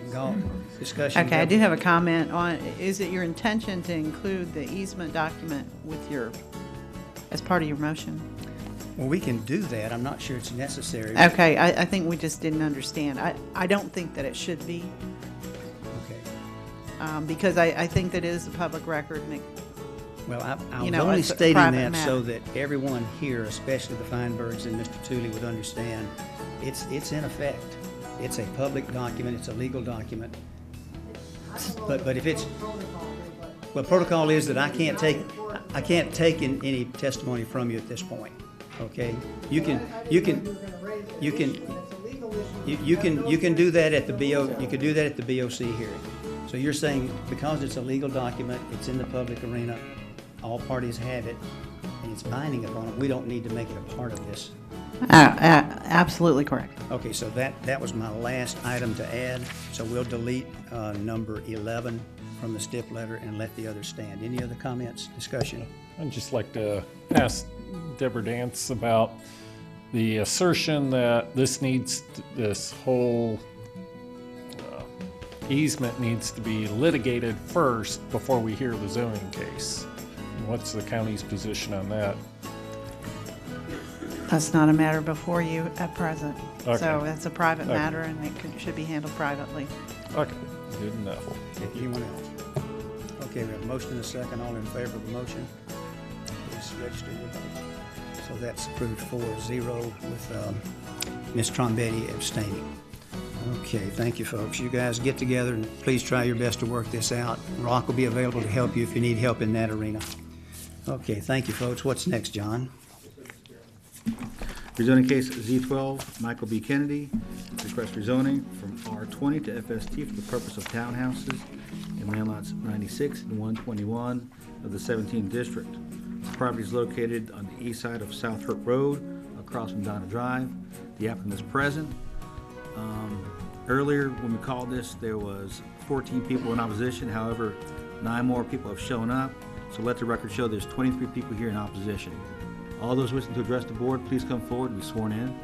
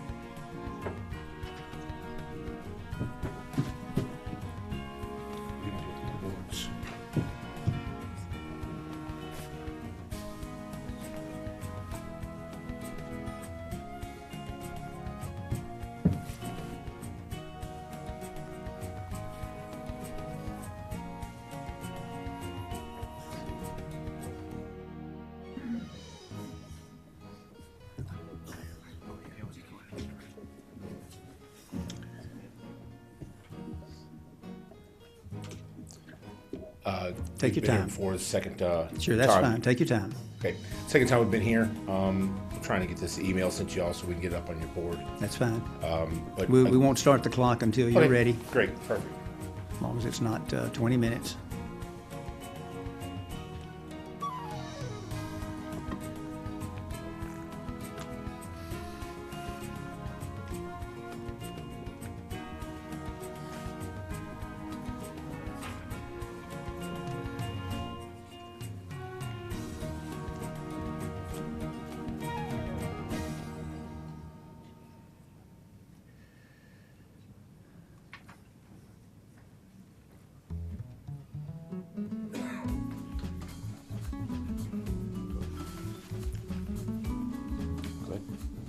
All right.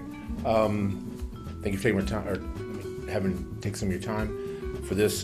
Give us your name, please. Michael Kennedy. Okay, Michael. I'd like to rezone a piece of property on South Hood Road at 3866, across from Russell Elementary. I've owned the piece of property for about 8 months now. I'd like to rezone it to sort of a funny zoning. I guess it's FST with restrictions. Right now it's R20. I'd like to put 18 townhomes on the piece of property. It's zoned currently to put 7 homes, single-family homes. The townhomes, I met with the neighbors the last time we were here, and they brought up some concerns, so we had left to meet with them. We've had 2 community meetings with the neighbors to go over some of their concerns. We've done our best to address those, but again, it's 18 townhomes. They're going to be 2,500 square foot, 4-sided brick, start in the 350s. They're very similar to a product that's right up the street that's 2 miles away that John Whelan built on roughly the same piece of property where he put 28 townhomes. The reason we backed it down to 18 is there's approximately 18 to 20 extremely large oak trees on the property. We'd like to save those. We're trying to keep in with character of the neighborhood as far as the homes in the area. They are on lots from half acre in one neighborhood up to close to an acre in other areas. but they do have a lot of large growth trees on them. So I did not want to clear cut and end up with a lot of things that would just have sort of a tree popped in the front of the house, and there you go.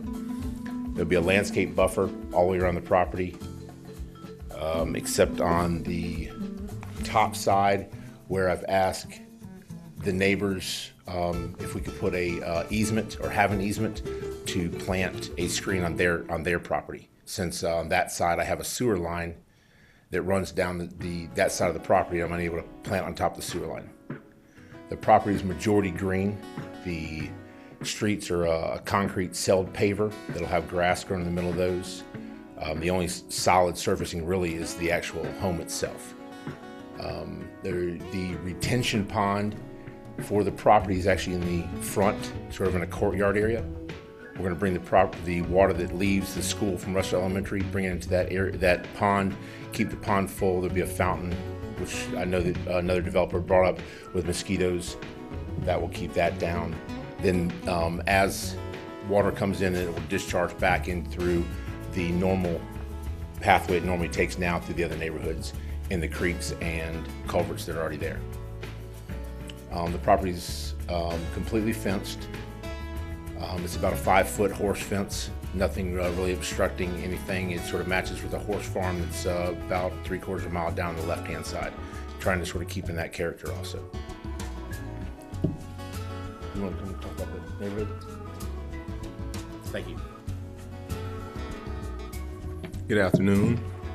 My name is William Baker, and I'm with Vaughn and Mountain Consulting Engineers.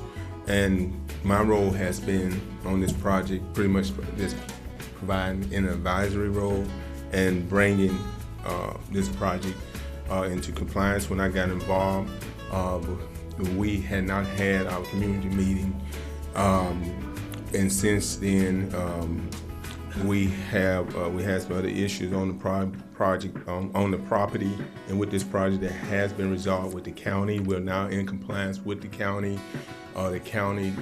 Jeff Lanham is very happy with the work that we have done on this property in clearing and removing as much clearing as the weather will allow us. We have had 2 community meetings, and for the most part, the community was, as anyone would be, pretty much disturbed that they were not brought into the beginning. So we had to bring the horses back into the corral and bring the community and get the community involved. And so since we've done that, our last community meeting was Saturday, February 28th, which we call a resolution meeting. And some of the resolutions range from not developing the project to single-family home to clear cutting to put 7 trees, just clear cutting in the 7 homes, down to one of the ones that I like most of all is to have a community accountability committee that will not control the construction of the project, but they would control the final product of that will go on this particular parcel of land. And what that committee would pretty much consist of individuals probably from each street that would make that was directly or indirectly impacted from this development, and they would make sure that if he said he was going to do 4-sided brick, it's going to be 4-sided brick. If he said it was going to be column, it's going to be column. Else he couldn't get a CO for the completed unit. And we do understand that there may be some oppositions due. I think I've heard traffic concerns. I heard transients. I heard Section 8. I heard all types of things. A lot of issues that currently exist off Southford Road are beyond our capacity to resolve, beyond any developer's capacity to resolve. So, but what we have done to address the traffic is to write in and write out during time and operation of the school. These are going to be right at 350, starting at 350 now. That's a very expensive transient. So, and staying with the character of the community, saving those oaks as I visit up and down the drive and and Elaine and throughout the Covered Bridge community. Though they have some pretty, very nice trees. And I'm being from Alabama, I love oak trees. And so I think that, and I know that this project will add to the community. It will not take away from the community, and I think it will be an asset to this district. Thank you so much. Thank you, Mr. Baker. Anyone else wishing to speak to Z12? Okay, let's get the opposition up.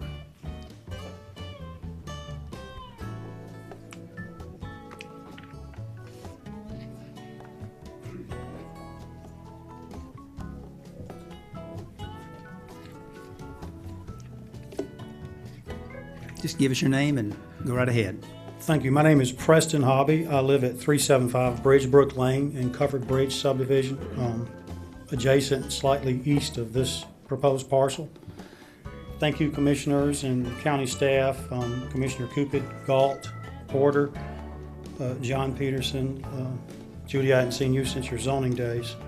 I don't do much down in Cobb County anymore. We are in strong opposition to this proposal for numerous reasons. I have with us today, I don't think you need it, I emailed you, I have a petition with over 314 signatures. I emailed to Galt and I think it's been passed around for the record.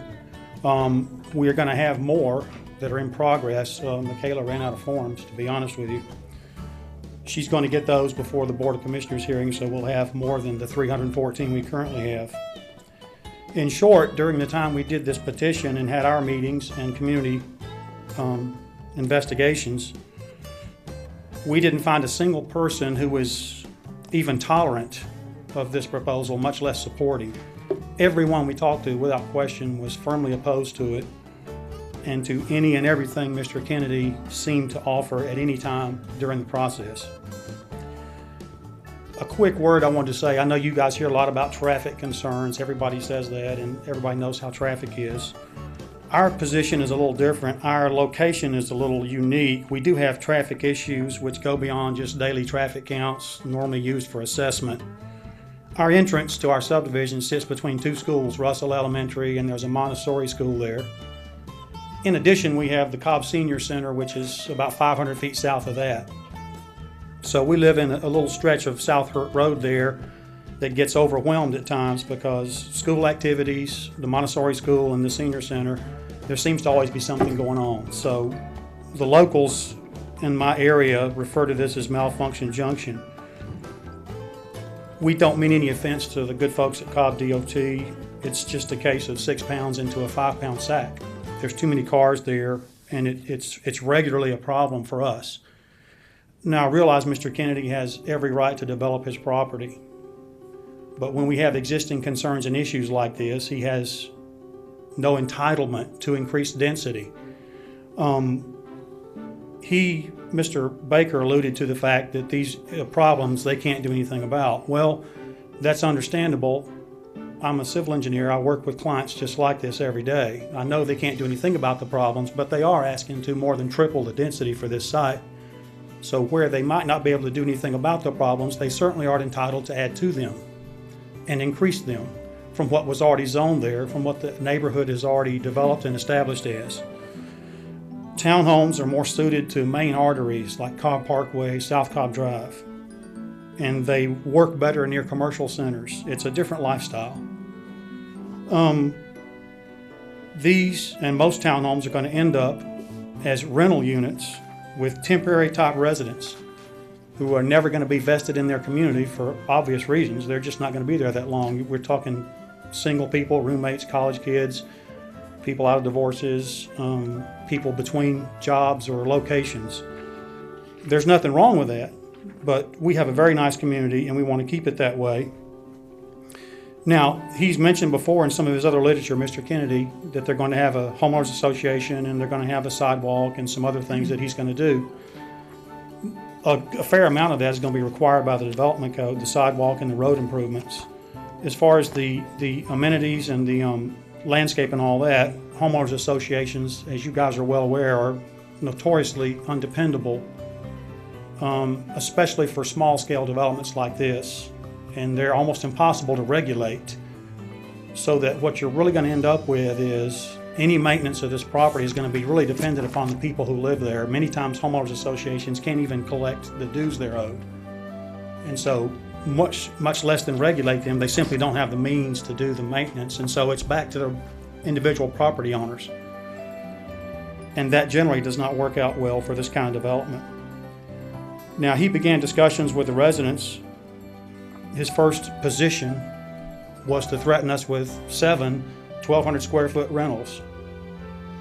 Now, first of all, as a point of reference, I'm a civil engineer. I do this stuff. I've done it for 30 years. R20 is going to get you 1.75, which means you might get 6 lots out of this. 1 goes to detention. It's maybe 5 lots. He originally submitted us to 18. What I just saw a minute ago was now 20. So now we're going the opposite direction in a worse manner. So the homeowners associations sound good, but they rarely work. Now, Mr. Kennedy, he is not proposing any effective buffers or green space for adjacent property owners, like every other applicant has here today. The oaks he's talking about left will almost surely die due to the disturbance already compounded within their root zones, plus what he has planned, driveways and pavement. Those trees are very sensitive. Their root zones will not take that kind of disturbance, anything over about 15%, and they're likely to die. So those are not necessarily an amenity. The brick exteriors are nice, but a brick townhome is a brick townhome. Now, all the property surrounding this parcel is zoned R20. Our subdivision is R15. So you're going to be right at less than 2 units per acre. He's actually proposing, on the previous proposal was, what I had calculated was 5.2 units per acre. Now that's probably going to go up based on this latest proposal, but that's incompatible with our neighborhood and what's already there. It's roughly triple what's it's zoned for and what's there immediately surrounding his property. As you well know, worse still, if you approve this, this is going to set a dangerous precedent. It's going to make South Firth Road very vulnerable to other developers coming in to buy several small parcels, and they're going to be standing right down here wanting to build 10 or 12 townhome units, and they're going to look at you and say, you let him do it. And so they're going to have an ability to have a justification for the same thing. And the area does have a lot of older homes, so we're getting at that level real estate market-wise where it would be profitable to buy these older homes and put 2 or 3 of them together and come down here and ask you to build 10 or 12 or 14 townhomes. So we're very concerned about that for obvious reasons. And we have discussed, as I said, I've discussed with John several times, and we've had other meetings, and the county staff has appropriately recommended you deny this. And so we therefore respectfully request that you do deny it based on these county staff recommendations and our concerns. Thank you. Thank you. Next speaker, please. Good afternoon. My name is Michaela DeQuani Swift, and I live at 359 Bridgebrook Lane in the Covered Bridge subdivision. I come here as a parent, as a teacher at Russell Elementary School, and also as a homeowner in the Covered Bridge subdivision. One of the things I work with my kindergartners every day on is being able to create trust in people, and that honesty and communication are at the forefront of that. We watched this property be literally obliterated in this summer with trees being taken down before our eyes, and everybody was very surprised at how fast that happened. One of those houses actually came down on the house that one of the community members had lived in for years, and everybody was very concerned about the disrespect for the property at that time. We weren't sure what was going on until signs appeared on the property in January. Stayed up for about a week and a half, and then disappeared before the zoning meeting last month. Other things, building that trust and that honesty, there were violations on the property that were not addressed the way they should have been addressed. When we approached the developer in regards to those, we were given stories about how other people were dumping on the property, and we explained that we had read the violation signs and that was not in fact the case. We were told that citations were going to be issued. We're not sure where that is. That's not our biggest concern. Our biggest concern is the fact that we were not brought in at the beginning of the communication, but that communication has also not been honest as we've gone forward to these meetings and tried to discuss it with the developer and with Mr. Baker. Conversations need to be open and honest is the most important piece, and we're not seeing that. It's not that we don't wish that that property be developed, but we would like that property to remain zoned at R20 so that we can keep our community the way it is. As a teacher at Russell, I go in the morning at 6 o'clock in the morning. So 2 weeks ago when I drove my son to high school and I was out on those roads at 7:30, I was appalled. The safety issues on those roads between 7 and 8 and between 2 and 3 are unbelievable for our children, for our teachers, for our parents, for our commuters, for our people in the community. And so we're very concerned about the traffic issues. The green spaces are very important. Our hope is that Mike Kennedy will return to what he told us was an original plan, was that he was going to build his own house on that property and build a single-family dwelling on that property, or at least keep it within the R20, and to replace the one that it had there for years. And we hope that you will follow through on that for us. Thank you. Thank you, McKellar. Can you talk really fast? You are out of time. You have something else to share with us real quickly.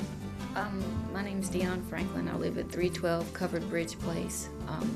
I bought the house 2 years ago. I grew up in that area. I went to Griffin Middle School, McEachern High School. I lived on Angla Drive behind there. There is nothing but single-family homes all around there. Down Concord Road, down Hicks Road, down Hurt Road. You have to, as he said, drive miles before you find anything like that. And that's the reason why I bought the property there. Where I live at the end of the cul-de-sac, right by the creek, is where all that rainwater drains off. I've already got 3 feet of water coming all the way up to where you are from my deck in my backyard. This is just going to add to that if he dumps 18 townhomes on a piece of property that is only less than 3 times bigger than mine at an acre. And he had 2 meetings. He didn't do anything really in those meetings to address our concerns. He said, oh, it's going to be 4 brick walls and I'm going to add a HOA. And that really doesn't address any of the concerns that any of us have. Thank you. Thank you, Ms. Franklin. We'll close the public comment portion. This is Mr. Porters. Will you lead our discussion, please? Okay, did we go over, do we need to give any time back to the applicant? Yeah, it was a minute 20. About a minute. Okay, have anything? Mr. Kennedy, they went over about, or Mr. Baker, they went over about 1 minute almost. If you have some quick remarks that you want to make, we'll give that to you as well. Yes, sir. Thank you. I'm going to be very brief. I just want to start at some basic stuff. I'm from Alabama. I'm from Tuscaloosa, Alabama, very country town, and I believe in trust and honesty. And since I've been involved with this project, I do apologize that they don't think that direct communication has not been forthcoming, but it has. So I do apologize for that. My mom told me not to lie. The petitions that were signed over probably 67% are from teachers and things of that nature. We've been denied access to the facility, the school, the principal, and things of that nature. That's an issue beyond here. Rentalship, I just don't see anyone. That's a high rent, traveling traffic again. For this project, we can only control right in and right out. One way to address that.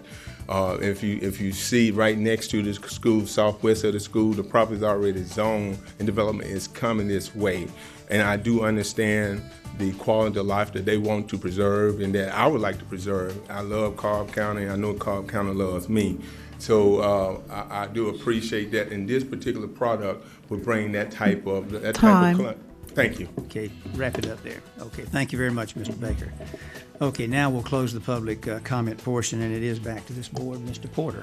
Okay, thank you very much. In looking at this application, we have standard things that we try and look at. What's the future land use plan? And it's for low density residential, which allows up to 2.5 units per acre. This proposal at 18 townhomes, which is what we have in our book, is at 5.17 units per acre. So that's more than double what the future land use plan would allow.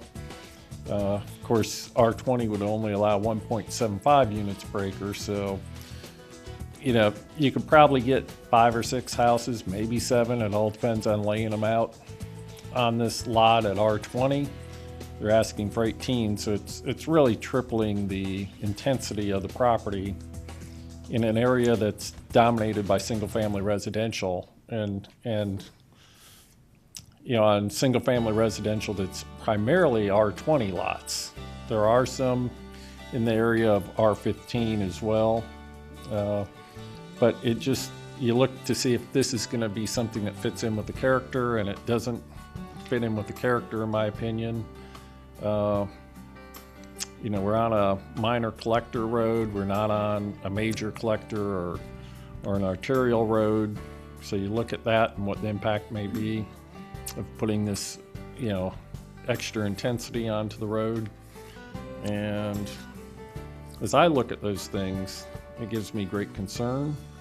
You know, this may be a nice project somewhere else, but I don't think it's a nice project here. I don't know if anybody else has any comments or if you want me to go ahead and make a motion.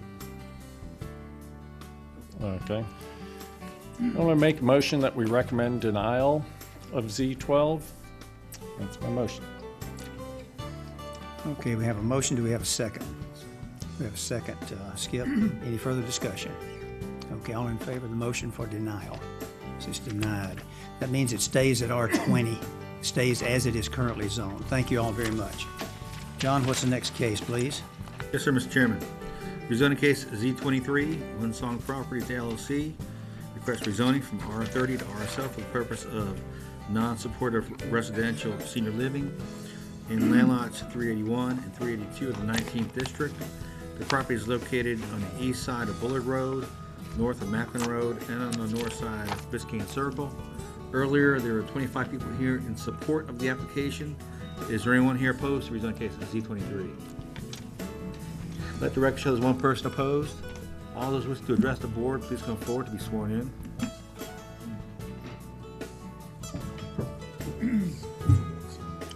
Officer Ott, can you assist those people in?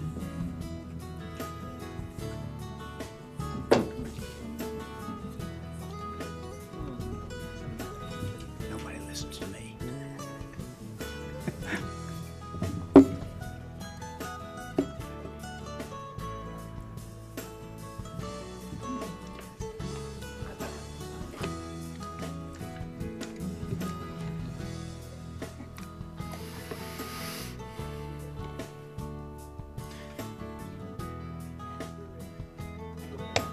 Mr. Huff, please. A few minutes ago, it was good morning. Now it's good afternoon.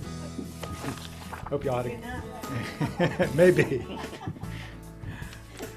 I hope y'all had a good lunch, and I don't put you to sleep. But I appreciate the opportunity to present to you Z23. I represent Windsong Properties in relation to this rezoning request.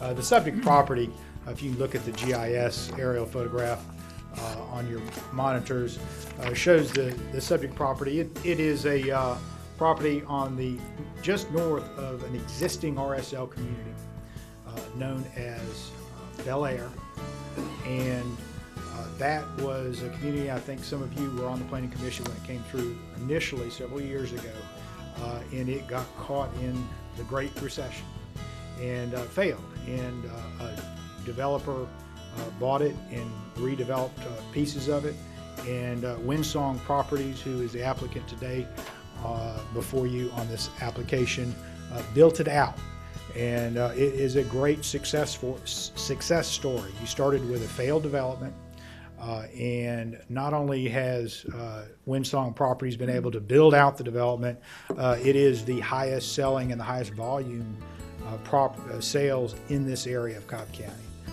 The average sale price is higher than any of the average sale price in the area, and it has been a true success story.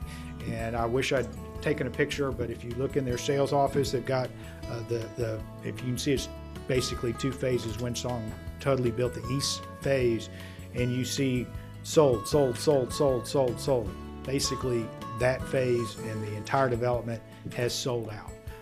in starting in the recession and building out. So it's a true success story, and they want to build on that, and they have acquired under contract property to the north. The initial proposal was just to push it northward and to develop that northward piece.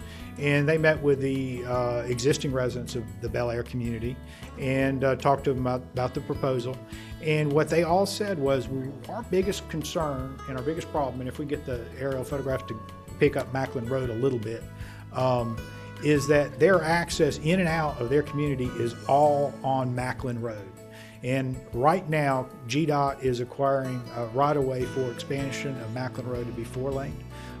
The traffic coming from the west is high volume and high speed, and so our residents do not like having to turn out of there. It's a real problem for them.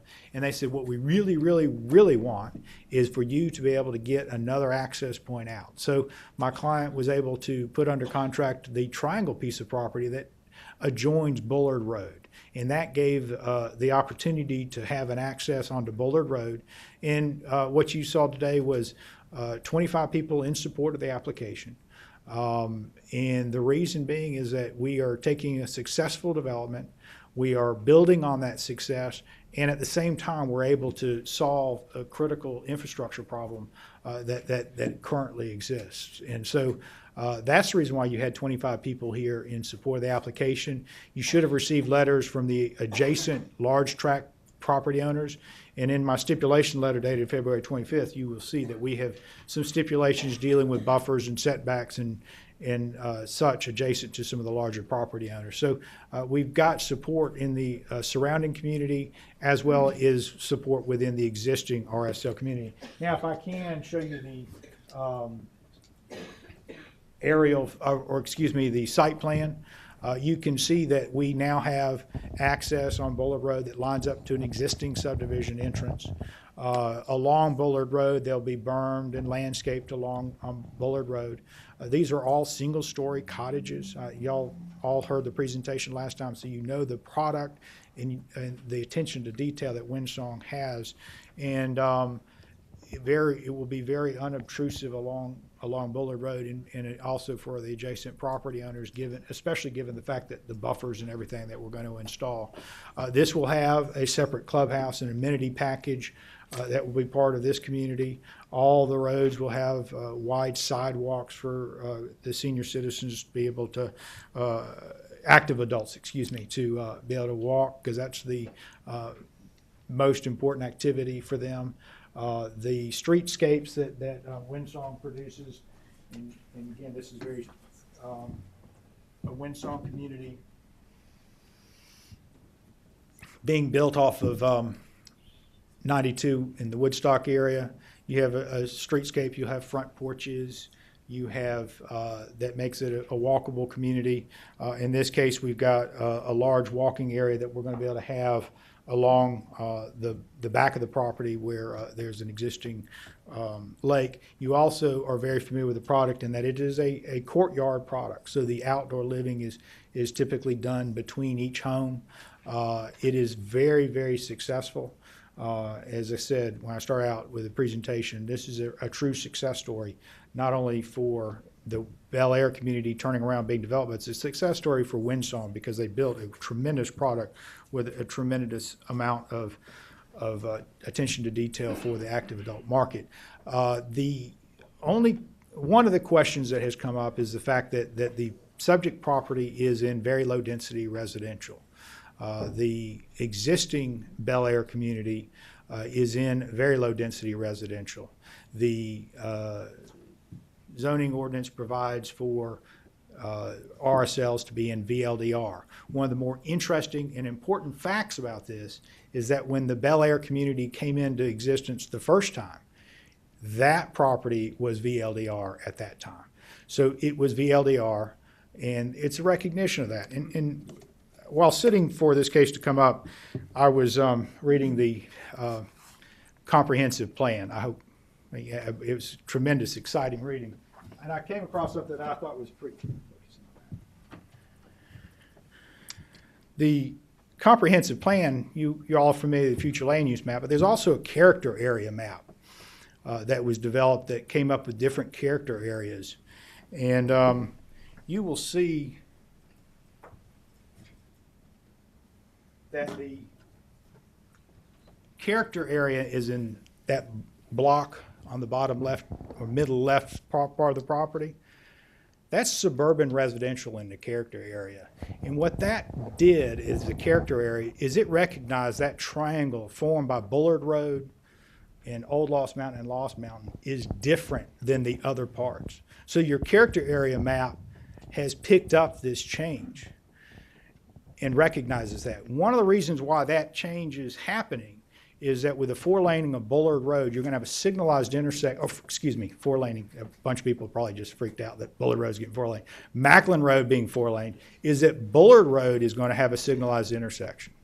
So that makes Bullard Road a fully accessible road. And one of the reasons why our access onto it's critical for our residents is providing parallel routes, but it also lets you know that from Bullard Road in that triangle, you already have some CS zone property and some other R20s and such going up to the Kroger Shopping Center at Macklin and Lost Mountain, that triangle is suburban residential. Your character area map has already picked up on that change, and I think it's important in considering this in that you should not just reflexively deny a good application for a good use for an RSL in a community that the market needs it. When you've built things like Broadlands, Echo Mill, Brookstone, Oakley, all these Amberton, all these big developments that were built in the last 20 years, guess what? Those people are aging, and we have to build for where they're going to move to.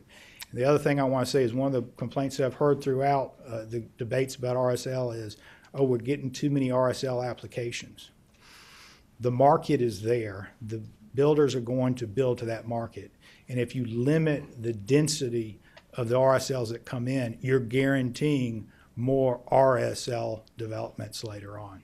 So if 50 units are cut from this, or 20, you're guaranteeing those are going to be picked up in another RSL development. This is a great example of being able to take a success story, build on that success story.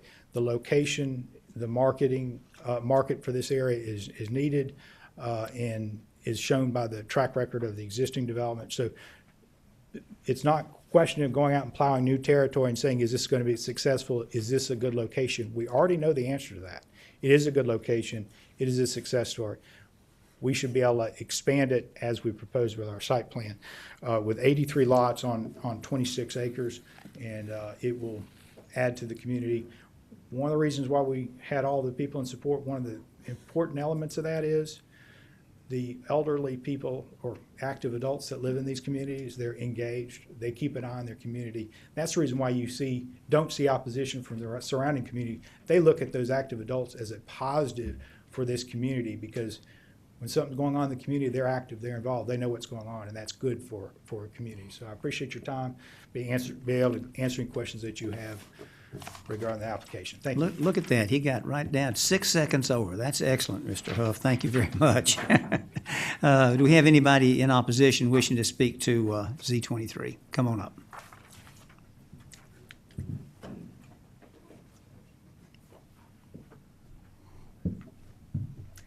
Good afternoon. My name is Kelly Gambrell, and I'm with People Looking After Neighborhoods. Plan is opposed to Z23 as the property in question is located in very low-density residential designated area. The Cobb County Land Use Plan does not allow for residential senior living in the VLDL category. This parcel also contains flood hazards and wetlands that require permitting from the U.S. Army Corps of Engineers. Established subdivisions in this area range from 1.25 units per acre to 1.88 units per acre. However, there are also several single-family homes that sit on multiple acres as well in the immediate area. This development is being presented as a continuation of an existing RSL, which has densities of 1.81 to 2.29 units per acre, which Mr. Parks is correct. We did not oppose at that time, even though it was in VLDR, since it was in keeping and close to the density of the 2.0 units per acre, which is allowed in VLDR. This application is for 3.45 units per acre. While the applicant is stating the new development will allow an alternate route for homeowners in the existing RSL phase to exit the development easier, this goal can be achieved if the property were developed on the existing R30 designation as well. Character area is a vision, but not necessarily in any manner to create policy. The proposed development is far outside the Cobb County Comprehensive Plan for this area and is inconsistent with the existing development. We ask that you deny Z23. Thank you. Thank you, Kelly. Anyone else wishing to speak to Z23? Okay, not seeing any, we'll close the public portion and we'll turn it back over to Mr. Gunter. Okay. The way I look at this is I see 4 positives and 2 negatives, and I just want to go through these. The first positive is that this proposal for an RSL is on a minor collector, that's Bullard Road, and it would solve the entry-exit problem for the existing residents in the RSL phases 1 and 2. And I think that's probably pretty important given what's going to happen with Macklin Road and the expansion there, and just watching the traffic as it comes down both hills in both directions right to where their entrance is. The second positive is at the proposed pricing points, this Phase 3 would provide a positive economic impact, which has already been said for the area surrounding the proposed development. Third positive is the covenants will not allow school-age children, so the objection about having a negative impact on schools goes away. This has nothing but a positive impact, if any impact at all. And the fourth positive is that the RSL lots tend to offer less busy hour traffic to local roads compared to single-family residential homes. In other words, the intensity of an RSL is less, and I think that's the key to this. On the negative side, I agree with Ms. Gambrill that it would force erosion of the VLDR. When I look at the West Cobb future land use map and I see all the gold, really it's yellow, but I call it gold for future land, or for very low density residential, and I see dark green for rural residential. You know, I want to protect that. I don't want to see that get eroded away. And so this is a negative in the sense that it would erode away a little bit of that gold, which has already been started with phases 1 and 2. At something over 3 units per acre, as the proposal has been laid out, it doesn't allow a density transition from what's already in phase 1, 1.81 units per acre, and phase 2, which is 2.81 units per acre, if I understand the numbers correctly. It doesn't allow a transition from that into the surrounding residential areas, which are all R20, R30, with densities up to 1.88 and thereabouts. So in my mind, the whole discussion comes down to one of intensity, and that's what we need to be thinking about. We need to make a transition smoothly from the higher density down to the R20, R30 densities, and we need to do something to mitigate the erosion of the gold, the future land use category of very low density. So I think there's a simple answer here. This is a good product. It's selling well. There's a high demand for it. Steve Romaine and his company really do a nice job in what they build. But the density of this particular phase 3 proposal is just a little bit too high. I think if we reduce the density down to 2.5 units per acre, that brings us to the high end of what low density residential is, which this would presumably go to if we allow an RSL in there, since RSL is not allowed in very low density. And it would provide a reasonable transition from the higher density of phase 2 of the RSL, which is a 2.81, down to the lower densities of the neighboring residential units. If we reduce the density, I'm willing to preserve the Windsong look and feel with the courtyard in between 2 units, where they achieve that by having a 5-foot variance on the 15-foot side setback requirement. I'm willing to allow that if we reduce the density. So where I come down is, I think this proposal is a good one, and I like it, but I think the density is a little bit too high, and I'm thinking that 2.5 is the right density number to get to. What that would do is bring the number of units at the current acreage down to around 66, I think, from 83 or thereabouts. So I would like to hear any discussion on this as before we make an motion. Comments? And Christie? I can add a little bit to that. I think what Mr. Gunther's proposing might go along with my thought about Bullard Road when I was looking at the map and then now looking at DOT comments. Since it's a minor collector, I guess, the density makes a little bit more sense when you're driving up and down Mackland. But then once you turn off and get onto Bullard, it feels a lot more rural. So one of the thoughts I had was taking out some of the units that would be visible from Bullard Road so that we could maintain the rural nature of the road. And that, I don't know what the number is, but that reducing the density in general could help us keep the appearance of Bullard, lower density anyway.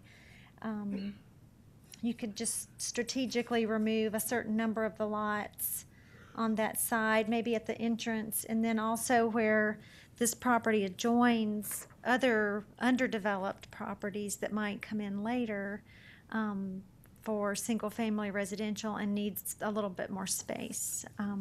But I could support 2.5 if that's the motion. Good. Anyone else? Judy? John, how many homes does the 2.5 give you? 66. 66. That would be in the mid-60s somewhere. It could be a lower than 66, though, couldn't it? 26.56 acres, so 2.5 times that. Well, tell them they put in the roads and everything. Yeah, and there's a little bit of floodplain on the property, which they take out of the density You have to calculation. take that out, So maybe yeah. 64 to 66, somewhere in there. Okay. Anyone else? Galt, anything? I'm fine. Back to you. Yep. Christie, I hear your comment about taking a couple of lots out on that Bullard Road side, and that might be fine. But I guess my thought is I would like to leave that up to Winsong and their thoughts about exactly how they want to structure the look and feel of this community, because they really have been successful in what they've been doing. But that might be a great area to take a couple lots out of. Okay, I'm ready to make a motion. I'd like to make a motion that we recommend approval of Z23, subject to a number of stipulations, all the staff comments, final density not to exceed 2.5 units per acre, subject to the letter of stipulations received by the zoning department dated February 25th, 2015, with several changes. Paragraph 10 should be replaced to read, "The district commissioner will approve the final site plan."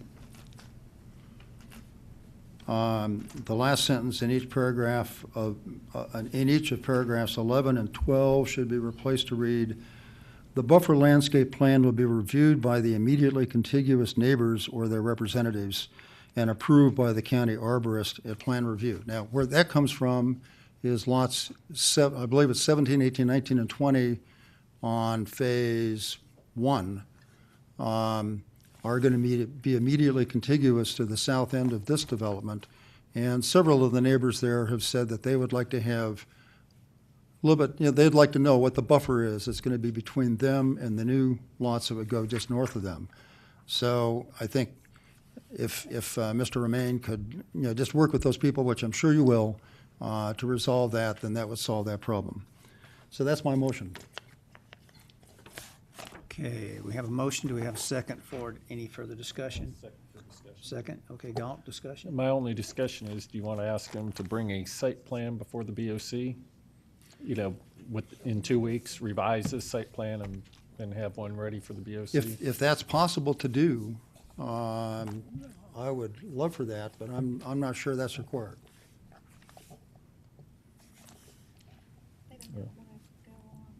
Right. Okay.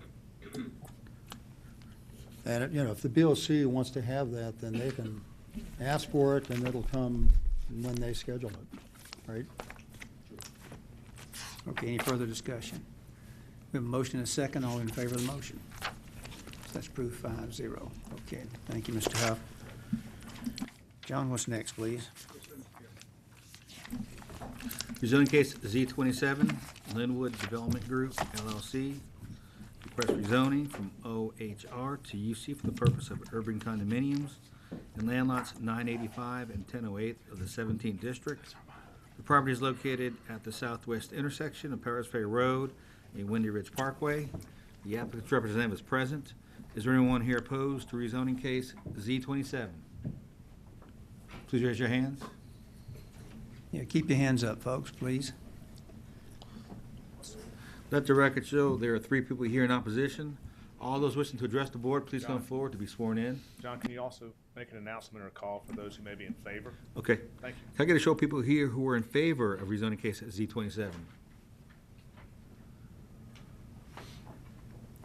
Let the record show there are 3 people here in favor. All those wishing to address the board, please come forward to be sworn in. Great.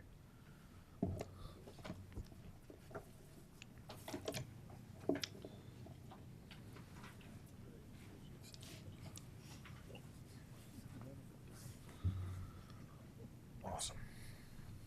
Thanks.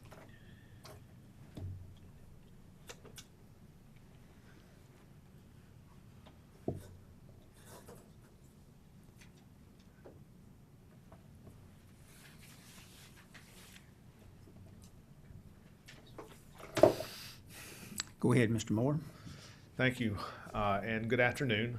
Kevin Moore here on behalf of the applicant and owner in this application for rezoning. This is an application to rezone 3.14 acres located at the intersection of Powers Ferry Road and Windy Ridge from its existing zoning category of office high-rise, or OHR, to the proposed category of UC, or urban condominium.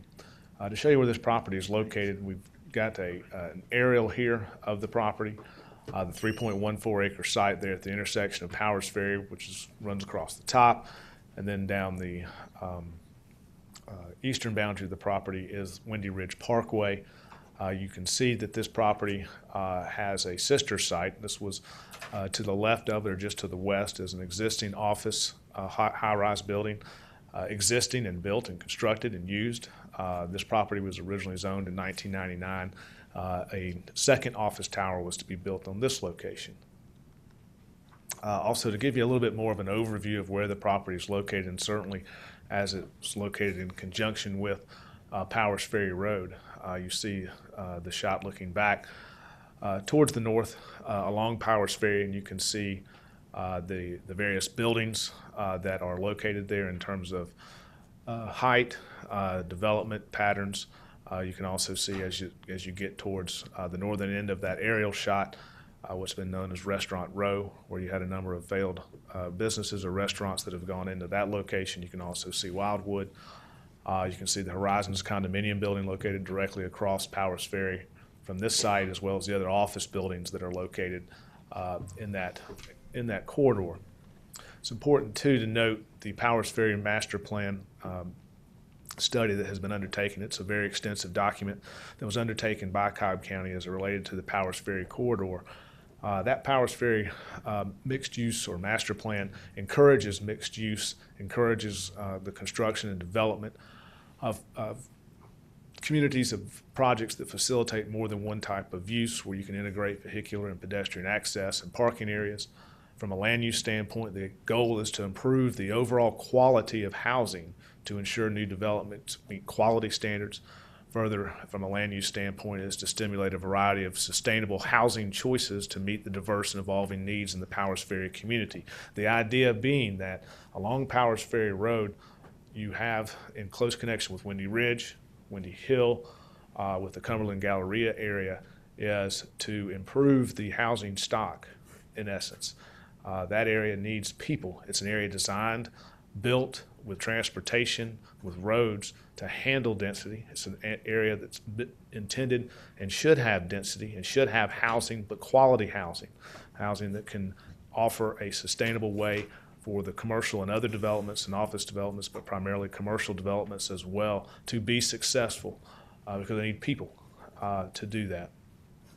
And this project, as a maximum 300 unit condominium project, fits and is consistent with this Powers Ferry master plan by providing not a mixed use in and of it to itself, but as you can see, it's going to be attached to the existing office building and built in conjunction. So what we're doing is developing mixed use by adding this use to that project.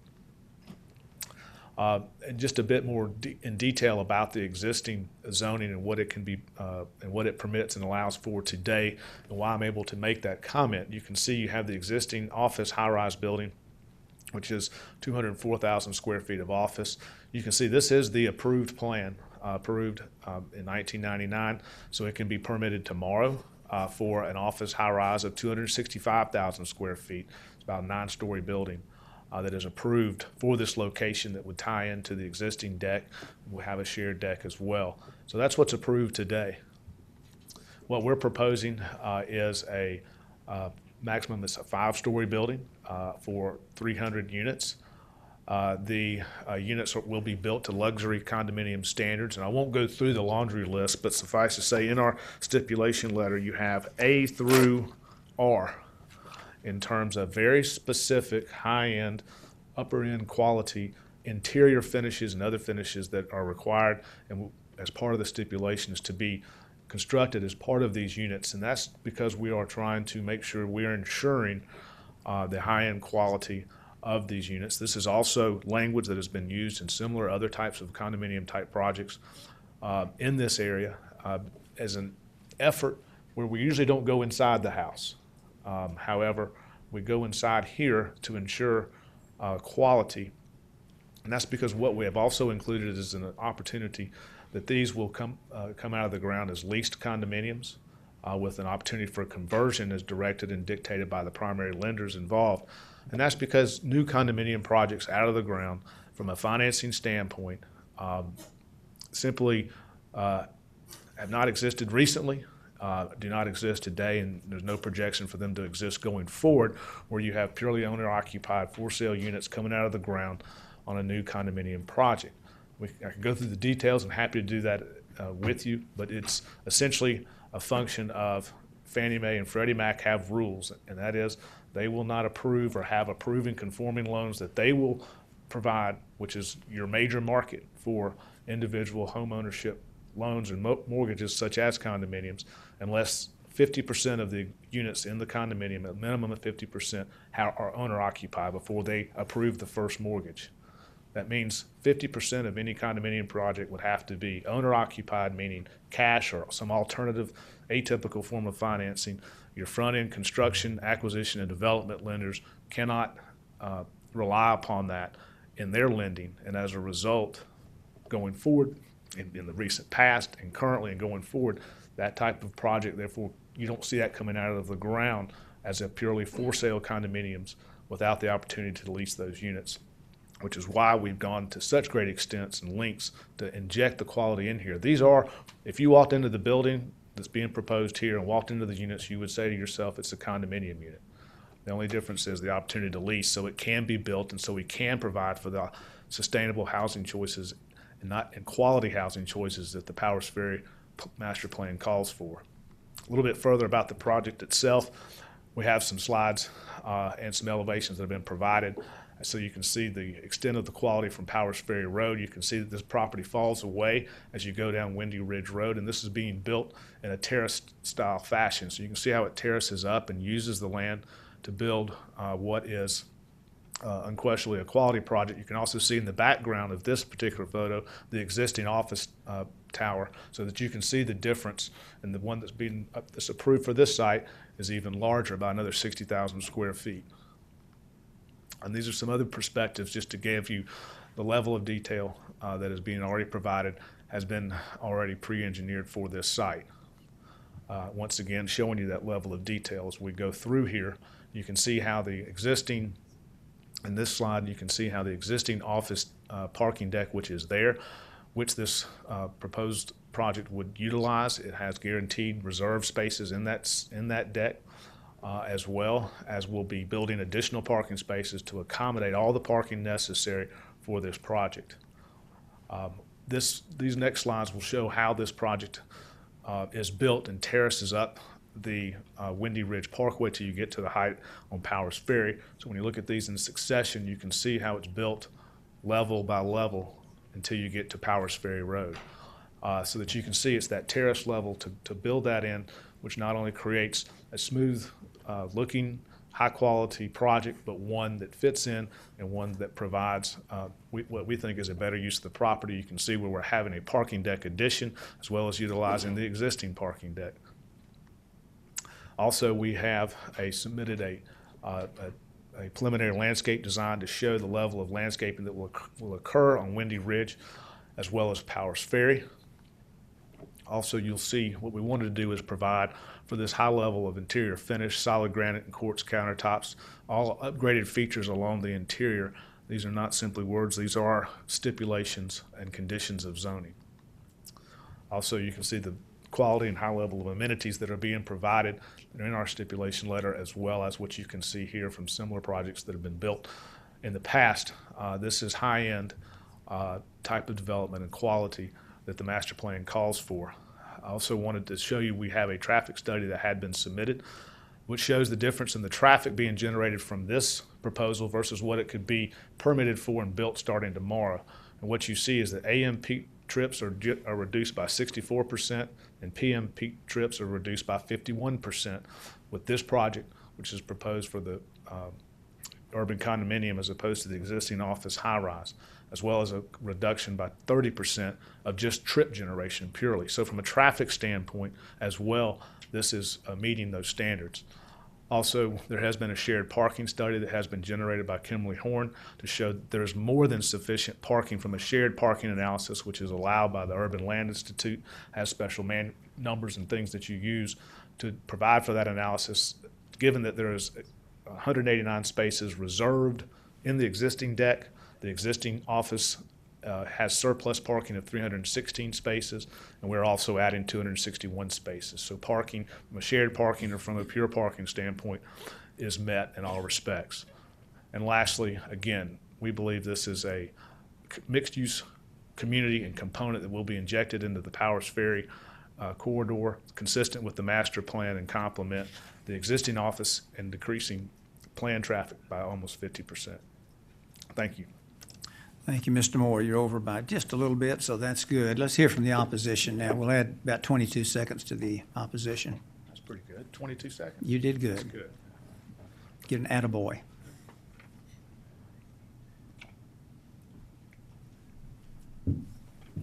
Good afternoon. My name is Ilya Anderson. I am a resident of the Horizon Condominium, where it's currently zoned urban condominium with only 10% allowed to be rented. I am here as a concerned Cobb County citizen and with almost 30 years of experience as a Georgia General Certified Real Estate Appraiser, as well as a designated member of the Appraisal Institute.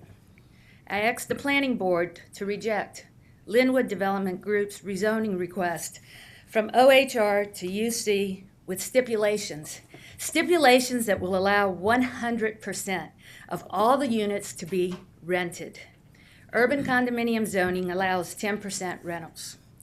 Condominium means ownership.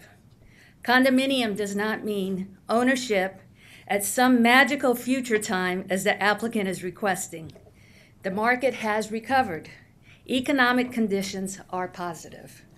An article in the Marietta Daily Journal from almost 2 years ago titled District 2, Rising, Commercial Residential Development Skyrocketing in Area. The applicant's inability to attain financing for a condominium project should not be a burden on our community, nor a reason to approve the rezoning request.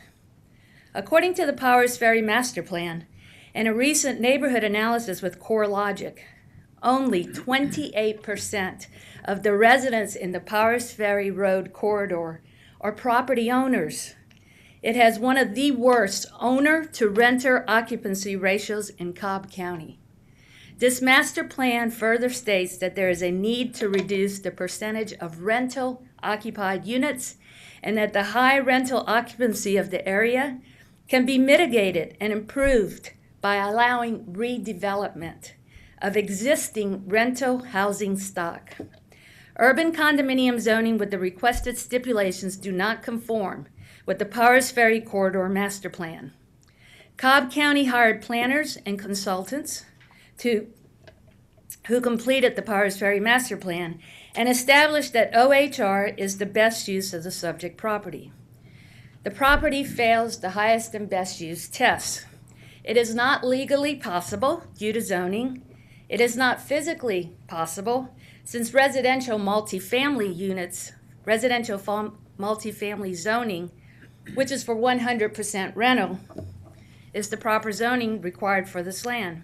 It is not the maximum productivity of this parcel due to the oversupply of non-owner residential properties. The highest and best use of the subject parcel is not condominium with 100% rental. Overton Park Apartments had a petition with regional, retail, commercial, and Overton was approved as apartments. The Cobb County staff recommends that the subject be approved based on all units to be for sale and not 100% rental as the applicant requests.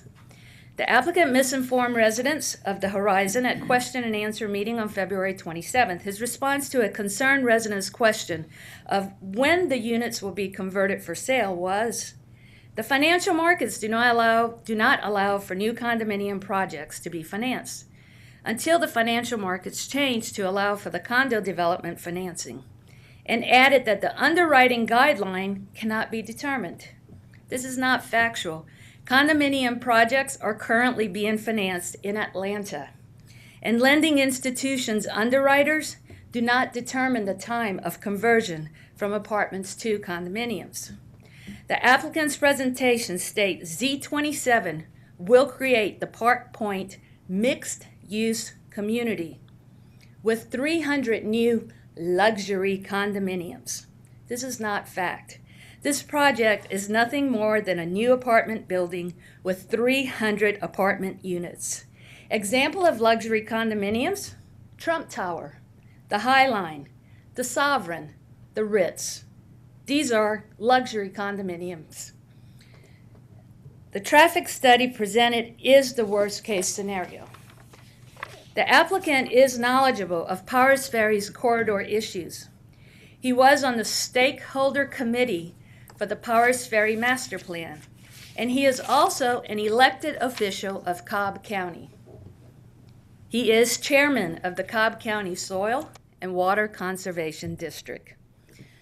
Urban condominium with stipulation to rent 100% of the units is a backdoor in to multifamily zoning. Approving it sets a precedent for all other developers to use urban condominium for 100% rental. I conclude with our commissioner, Bob Ott.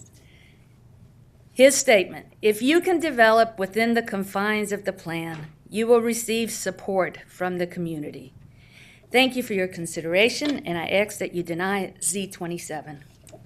Thank you, Ms. Anderson. Anyone else wishing to speak to Z27? Come on up.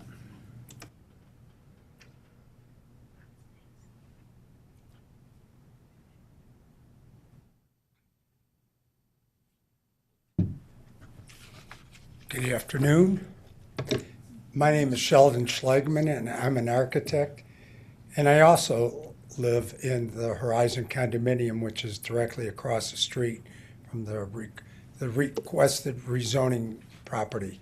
And I have to admit, she's a tough act to follow. But I have some things I'd like to say. Like, first of all, 81 of the owners in Horizon condominium object to this application in its entirety. And can I give this to someone? To the clerk. All right, thank you. Thank you. C27 requests a rezoning from HRO to UC and then operated under RM regulations, rental of 300 apartments. The Zoning Division of Community Development states in their recommendations that all units to be for sale.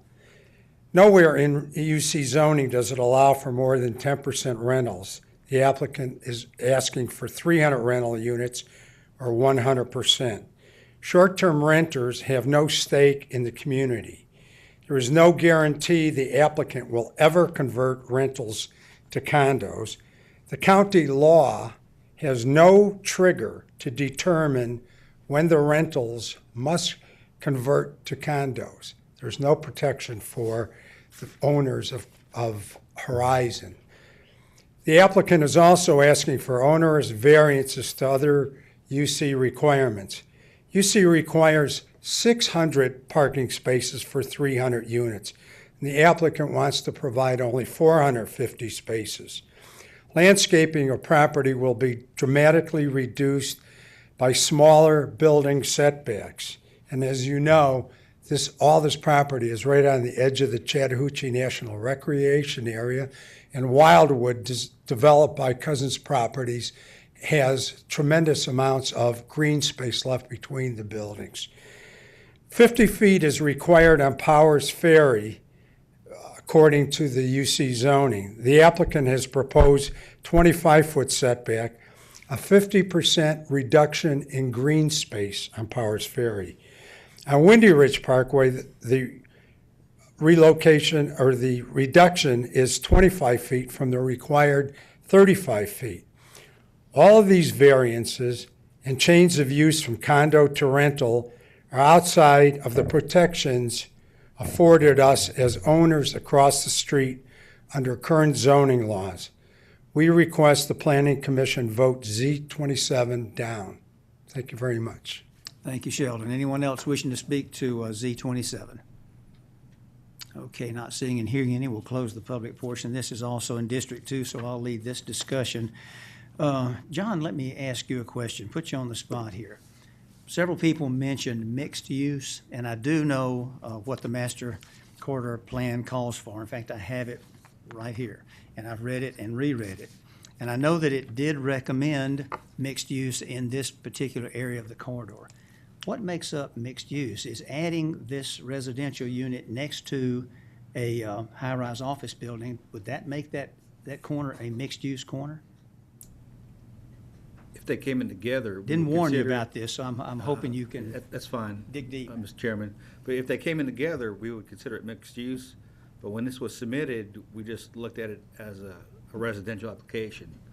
And that's the way that we've always approached this application right here, as one single use. Okay, now, having said that, so this is not really, by definition, a mixed use. And that's what I suspected, so I wanted to have the expert confirm that for me. Having said that, though, I have read several times, in fact, the Powers Ferry Master Plan, and while it does mention mixed use, the master plan is not the law. It's not an ordinance. It's not code. It is a recommendation. We do have recommendations in that plan for these types of structures to be on the northern end and offices to be on the southern end of Powers Ferry. And that's what we'd prefer to see here. However, it is a recommendation. It's not a guideline that we must go by. But yes, you're right. Commissioner Ott does tell people if you'll come in knowing what's in the plan and use that as your guideline, chances are pretty good you're going to be well received by the Planning Commission, the BOC, and the neighborhood. But having said that, there are indications that I have heard of and have seen. There's a demand for this type of housing in this corridor. We do have a condo unit directly across the street that's very beautiful, quite successful, but it's a condo unit and the condos are owned. That seems to be the rub as far as I can tell. I think the numbers that were quoted to us are exactly right. A recent study that we have says that 72% of all residential units in this very area are rental. Only 28% are owned. That's not good. That's really bad. We would like to see it 70, 30, 60, just something different than this. But 72% of the residential units are rental. That says to me we don't need more units like that. We need units that are for sale. And that was staff's recommendation. I asked the staff why they said that, and that's exactly what they said. We really don't need more apartments here, and that's really what this is. We've seen this used before where they say that they'll convert these over to for-sale condo units at some point. We've done a whole bunch of those over the years. I haven't ever seen one that converts. They just stay and they remain as apartments. And frankly, I'm not sure apartments is what we need in this particular area. I think we need for sale units. I do have concerns as well about the site itself. I know that it was an 8-acre site to begin with. 5 acres was developed. Now we're left with the 3 acres. That 3-acre site, though, was carved out. And when I say carved out, I mean literally. It is 20 or 30 feet deep. It is a hole in the ground. It's going to require many, many hundreds of loads of fill dirt to bring it up to grade so that you can build on it. Now, that's doable. I know engineers will tell us we can do that. One person even said, I think we can get the dirt from the Braves, and that may be true too.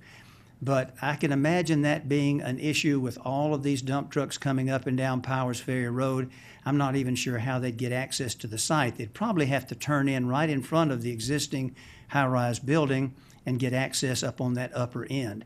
I can imagine that being messy, doable. Yeah, it probably is. I'm not concerned about the parking. I think there is adequate parking based on the plan that was shown, so that doesn't concern me. But on the lower side of this, there is a retention pond that has been there since the late 90s. It is a retention pond. It's standing full of water today as we speak. And it really fills up anytime it rains because it catches all the runoff from this entire area.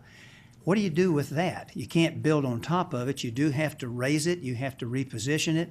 I'm told by engineers again that that's doable, but it won't be easy. This is a complicated site. I think over the years people have come to recognize the site for what it is. It's a hole in the ground that catches all the rainwater.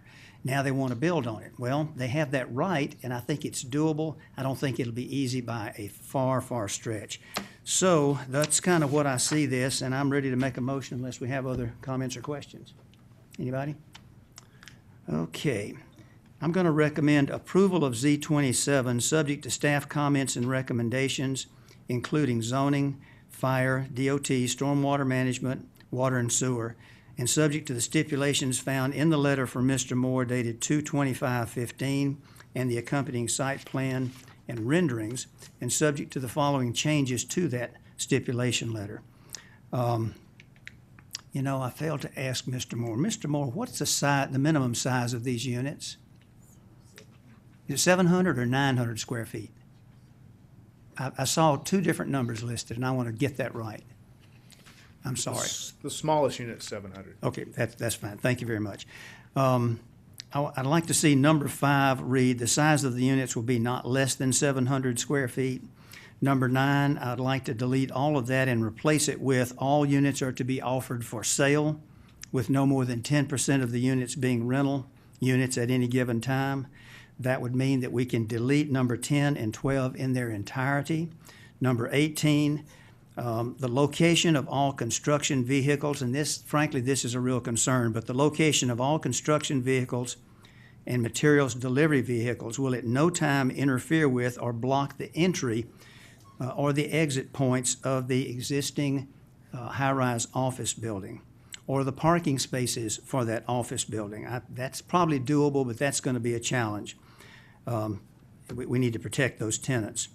And let's see, all such construction vehicles must be parked on the site and in a designated construction parking area, which frankly in the beginning will probably have to be in one of the high-rise parking areas, and never on Powers Ferry Road, Windy Ridge Parkway, or any of the residential or business properties nearby. Number 28 has to do with repairing sidewalks. They shall be repaired or replaced within 30 days of the damage occurrence. Number 26, add to the end, that has to do with minor modifications, or would be in direct contradiction to or conflict with county code, ordinances, or the agreed-to stipulations expressed here. And that would be my motion. Can we get a second for discussion? Okay, we have a second from Skip. Any other comments, questions? Okay, I call for the question. All in favor? So that is approved 5-0. Again, we're hoping that you will build it. We just wish that they would be for sale. Okay. Okay, thanks, everyone. What's next, John? Yes, sir, Mr. Chairman. Rezoning case Z10, Cornerstone Associates Incorporated, request rezoning from CRC and HI to RM8 for the purpose of townhouses in land lots 934 and 935 of the 16th District. The property is located on the north side of Old 41 Highway at the terminus of Kennesaw Avenue. The applicant's representative is present. Is there anyone here opposed to rezoning case Z10? Let the record show there's no one opposed.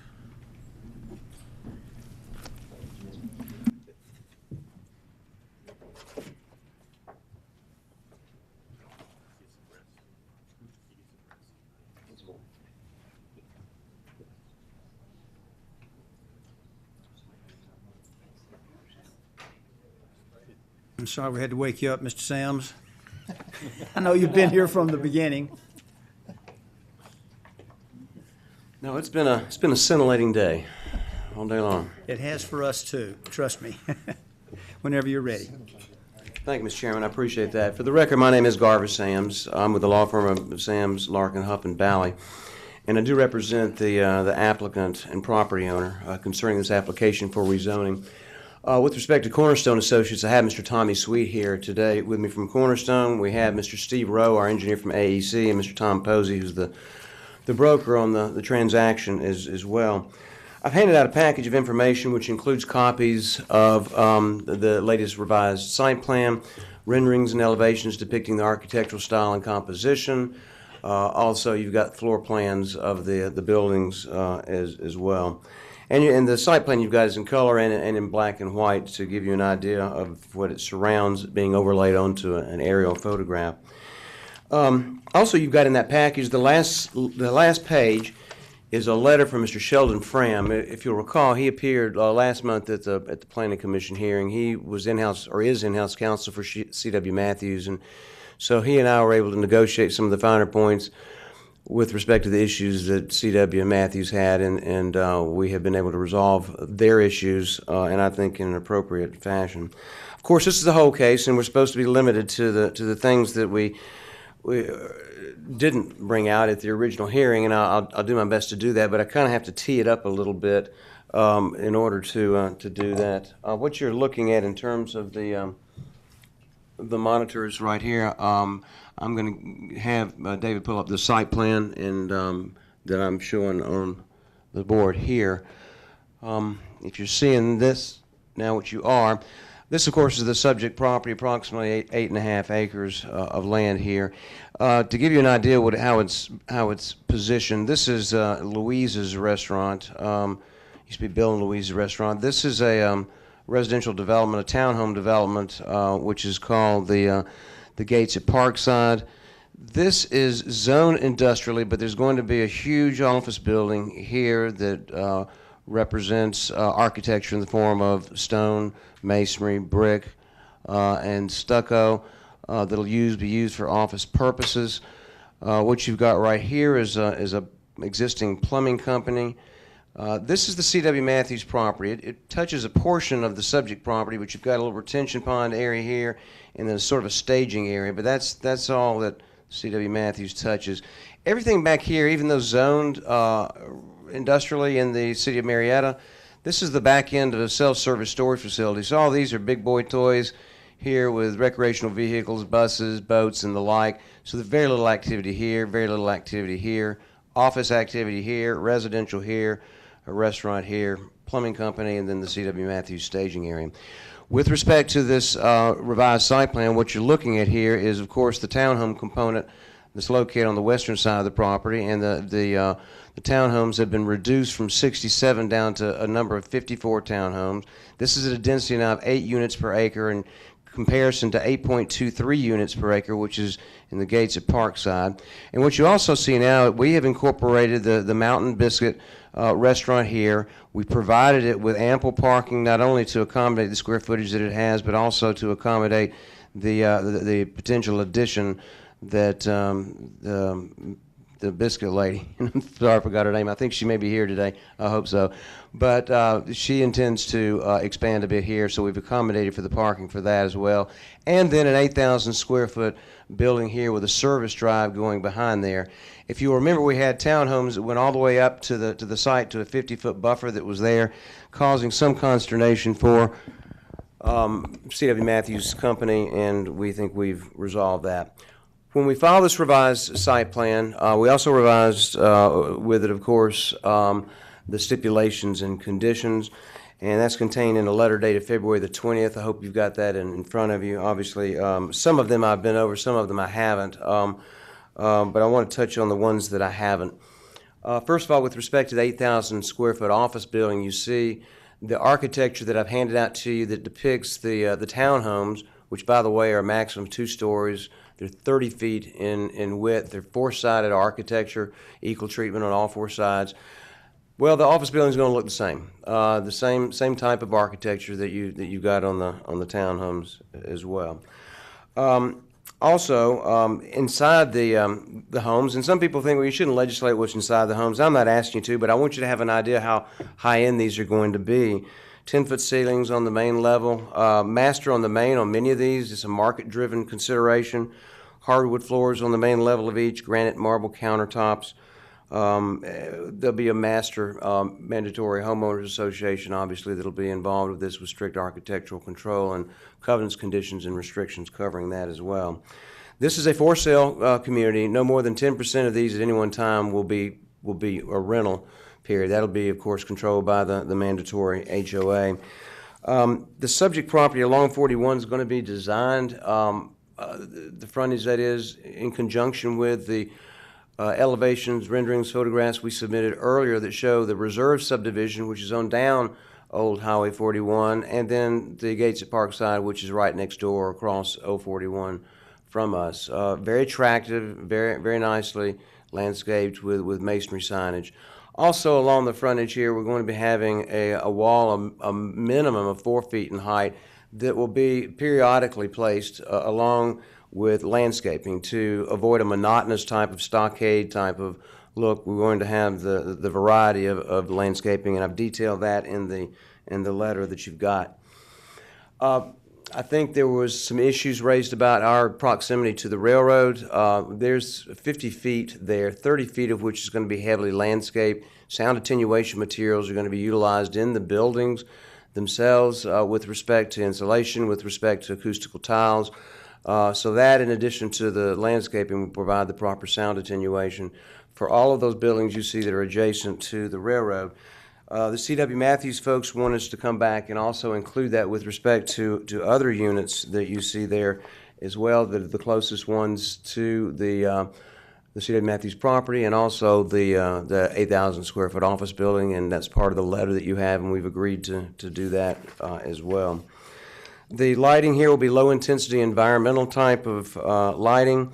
We've agreed to recitals that will be contained in the contractual documents, in the deeds of conveyance, in the marketing materials that make people very much aware of the fact that there are some commercial and industrial uses nearby, although they are limited, as you can see after me explaining it to you, simply to the east side of the property. And if you've been to the plumbing company, it's simply that. It looks like a small office on the front with their equipment to the back, so it's not an onerous commercial utilization of the property. But what it does, it places any purchasers on notice that they are moving into an area that's transitional in nature, so they'll be aware of that, and it won't, well, I guess anybody can complain later on, but they'll be aware of it, and that's something that wasn't done with the gates at Parkside. There were no warnings that the people that will be moving there will be moving into an industrial/commercial area. But if you've been into the gates at Parkside, it's lovely. Trayton built that years ago, and I'm not here to put in an advertisement for Trayton, but they've been done very nicely. These will be done very nicely too, at very same or similar price points. Now, the county ultimately plans probably to have a roundabout here at the intersection of Kennesaw Avenue and 041 Highway. I don't know where that is, on the front part of a back burner or the back part of a front burner, but it's somewhere waiting for funding and waiting for approval. It's probably at least 2019 out before that is considered. They're also looking, DOT is looking at a similar roundabout at the intersection of Stylesboro and O Highway 41 as well. Mr. Myers here, he's much more conversant with that than I am. But I'm telling you that because we've already looked at those. We've overlaid a roundabout on a site plan. We did share that with Ms. Trombetti. And it's really premature to get into those issues, but I just want you to know that my guys are thinking way down the line about how to position their buildings and how this will be compatible with that in terms of that ultimate traffic calming device. And also to let you know that the traffic situation with respect to the stacking and queuing up there will be improved significantly, we think, with a roundabout. But again, I'll defer to DOT on that. Just to state specifically, because I told Mr. Fram that I would, his letter, or my letter to him confirming his letter to me, mine's dated February the 26th. The sound attenuation devices will also be in buildings 22 through 37 and 38 through 42 in the 8,000 square foot office. The landscaping between us and C.W. Matthews, we're going to utilize, and these were his words, utilize your best efforts to give me something that is sound attenuating and that also has visual screening effects as well. And so what we've done is agree that be subject to the arborist review and approval. You've got my word, and if you want to make it a stipulation, I'll make sure that Mr. Fram's involved in the process and has input into it as well, although he's not expressed a desire to do that. My time is out, Mr. Chairman, so I'll stop there and just say we do respectfully request that you follow your staff's recommendation. One heck of a lot of work has gone into this since the last time it was before you. We have thought outside the box on this piece of property, and this has been a puzzlement this piece of property has for some 25 years now. We think we've got it solved. Thanks, sir. Thank you, Mr. Sams. Anyone else wishing to speak to Z10? Okay, not seeing any, it's back to this board. This is Ms. Trombetti's. Thank you. I think it's clear that the applicant really listened and heard what we were trying to say last month. The change that we're looking at now with the additional commercial uses, keeping Mountain Biscuits, is a great solution, in my opinion. We were very concerned about placing townhomes adjacent to a use as heavy as C.W. Matthews. At the same time, we were conflicted because there are existing residential uses in the area, and we don't want to promote adding more necessarily heavy industrial uses in this location. It's truly a transitional piece of property.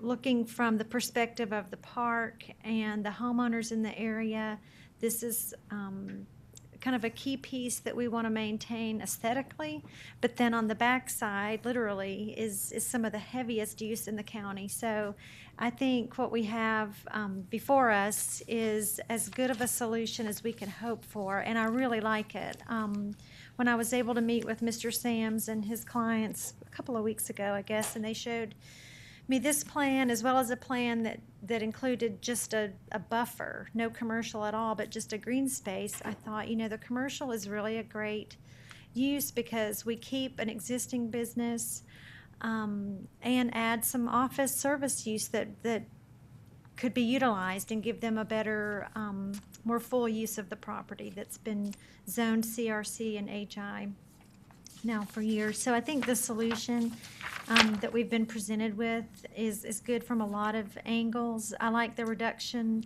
in the number of townhomes as that could relate to traffic concerns. The landscaping, the entrance, some of the quality features that they've proposed, I think, are very much appreciated. I did notice that the townhomes have a master on the main option, so that's very nice. I think they aren't necessarily geared towards seniors, but it's something where, conceivably someone who is looking to downsize and have a master on the main could live in here. There's a couple of questions I had with regard to the landscaping, Garps. Two questions, I guess, specifically.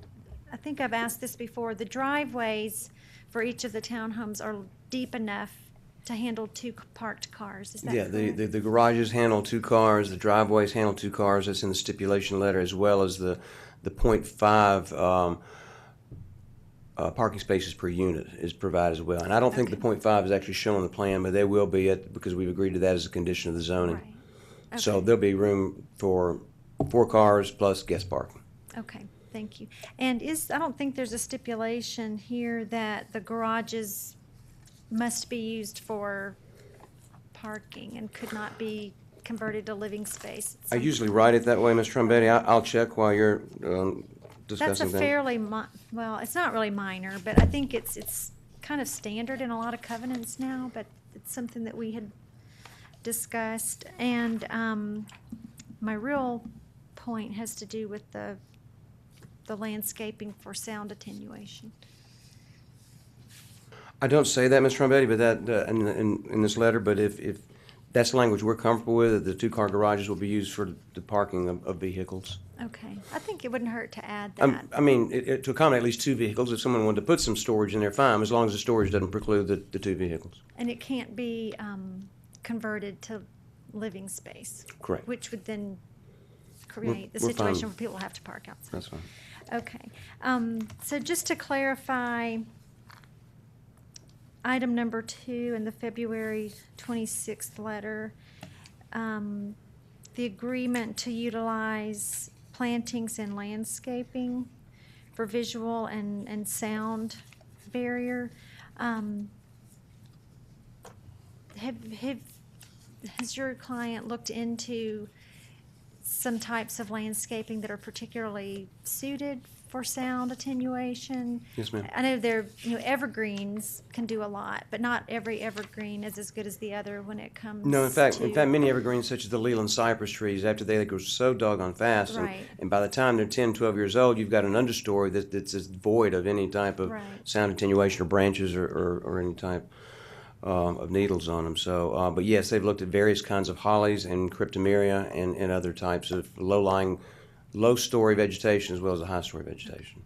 I don't know if this needs to be added for clarification and how much space you'll have to work with there, but I think layers, like staggered rows of Yes, ma'am. landscaping from what I've been able to find, as well as the dense woody types of evergreens, probably the hollies and some others. I'm not an arborist, but I think layers and different heights and those kinds of plants that have a lot of density, I In guess is paragraph the right word. 9D, Ms. Trombetti, we talk about plantings anticipated, this is along the frontage, but Okay. being a mixture of southern magnolias, Brody cedars, cryptomeria, various hollies and pines. That's something we thought we would also utilize along the C.W. Matthews side as well as the frontage, but I want Mr. Fram to have an option or some input into that before we turn it over to the Sure. arborist. Okay. Any berm? No, no, ma'am, we're not. With the service drive that's being there behind the office building, Ms. Williams, we really don't have room for a berm. And to be quite candid with you, one of the reasons we didn't, and Ms. Trombetti, I think, we didn't like the 100-foot buffer that we showed in an alternate plan is there are, for lack of a better word, some urban outdoorsmen that camp around there. And for security reasons, you put a berm up and they can get on the other side of it. And I don't want to spoil anybody's spring coming up if they want to camp out, but we'd prefer it not be between ours and CW's property. I think that's another good reason to have a building. I mean, it's a use of the property and it's a building in this place instead of just a wide swath of green space. And it's a building that'll be sound attenuated as well as the buildings next to the railroad track. Exactly, because that building itself will help block some of the sound, I hope. But I just wanted to clarify that with the landscaping because I've tried to do a little bit of research of my own, and I know visual barrier and sound barrier can be 2 different types of treatments. And Yes, ma'am. so I wanted to make sure that was top of mind. Those were the only questions I had right now. Anyone else? Okay, Christie, go ahead. I'd just like to ask the green space between the Matthews property and this, can you specify a number of feet, like 30-foot buffer, or it doesn't look like 30 foot on the plan, I No, can't tell. it's closer to 10 foot. Yeah, 10 would really only allow for 1 row of planting, not staggered No, planting. not necessarily. We think typically. we can do staggered plantings there. Okay. I just also wondered, the service drive looks like it kind of goes to nowhere. It does. It provides access to the backs of those buildings if they're used as an office service type utilization, which is allowed under CRC. Then we expect that some of those buildings may be office service type buildings with a retail use on the front and then some sort of utilization for a garage on the back. So that's a turnaround. It does go somewhere. It allows for turning movements, and I would suspect the fire department would be pleased that they have an ability to turn around in that cul-de-sac. Yeah, okay. Good enough. Anyone Thanks. else? Okay, Christie. Okay. Well, I'd just like to say thanks again for all the work on this. It really, I think, is a good solution, and we were very conflicted last month as to what to do, with neighbors supporting more residential, but knowing that we didn't want to add to the conflicts that exist in the area. So I think this is a great plan. I'll make a motion that we recommend approval of Z10, subject to staff comments and recommendations. We're not in conflict with the letter dated February 26th, 2015 from Garba Sams, the letter of February 20th, as well as the packet presented today dated March 3rd. May I make a suggestion? If I'm out of order, you can call me down, but there was some discussion that this might be appropriate for a consent agenda for the Board of Commissioners in view of the lack of opposition and the concurrence with staff with the new plan. That's good. Yeah, that's good. That, I had not forgotten about that. Okay, I'm So, sorry, I didn't mean to interrupt. Yes. Are we including? And I think this is a candidate for consent. Are as we well. including, Mr. Sams and Christie, are we including the February 26th stipulations that you worked out with C.W. Matthews? So that's Yes, part of it? yes. Okay. I'm good on that. Okay. Okay, we have a motion. I see, you made your motion. We have a motion. Do we have a second? Second from Judy. Any further discussion? Galt? Yeah, just wondered if you'd like to add the piece about the garages not being converted to living area as a stipulation? Yes, I think that's important enough to go ahead and add, and I did ask about it, so thanks for the reminder. Okay, second, okay with that. Okay, we have a motion, a second. We have some adjustment, which is agreed to. All in favor of the motion? That passes 5-0. Thank you, Mr. Chairman. Thank you. Save the biscuit. Yeah, will do. We'd have been a lot quicker with this if she'd brought us some biscuits, especially hot ones. Okay, John, what's next? Moving into our other business agenda, there's Right. one item that Mr. Johnson We have is another gonna business present. item. What'd I do with that? Yeah, we do. Got one more. Mr. Johnson, we have another business item, which I'm sure you're going to explain to us. Please go ahead. Thank you. For the record, my name is Dana Johnson with Cobb County Community Development. I am here asking for your recommendation on an additional amendment that had not been heard when you originally made your recommendation on the entire code amendments. This is for a change to 134-1 on the definition of building line, which the recommendation is for the last sentence of that particular definition to be stricken. Okay, for the record, we did consider code amendments a few weeks ago, and this was not a part of that. So, Dana, do I need to ask if there are any public comments? That is protocol. Okay, I to think we receive should. that. I don't know that there will be any, but is anyone here wishing to comment on this code amendment change to 134-1? Okay, not seeing and hearing any, that it is back to this. Did I hear somebody? No? No, okay. It's back to this board. I would recommend that we send this on to the Board of Commissioners for their consideration, so I'd recommend approval to them. Get a second.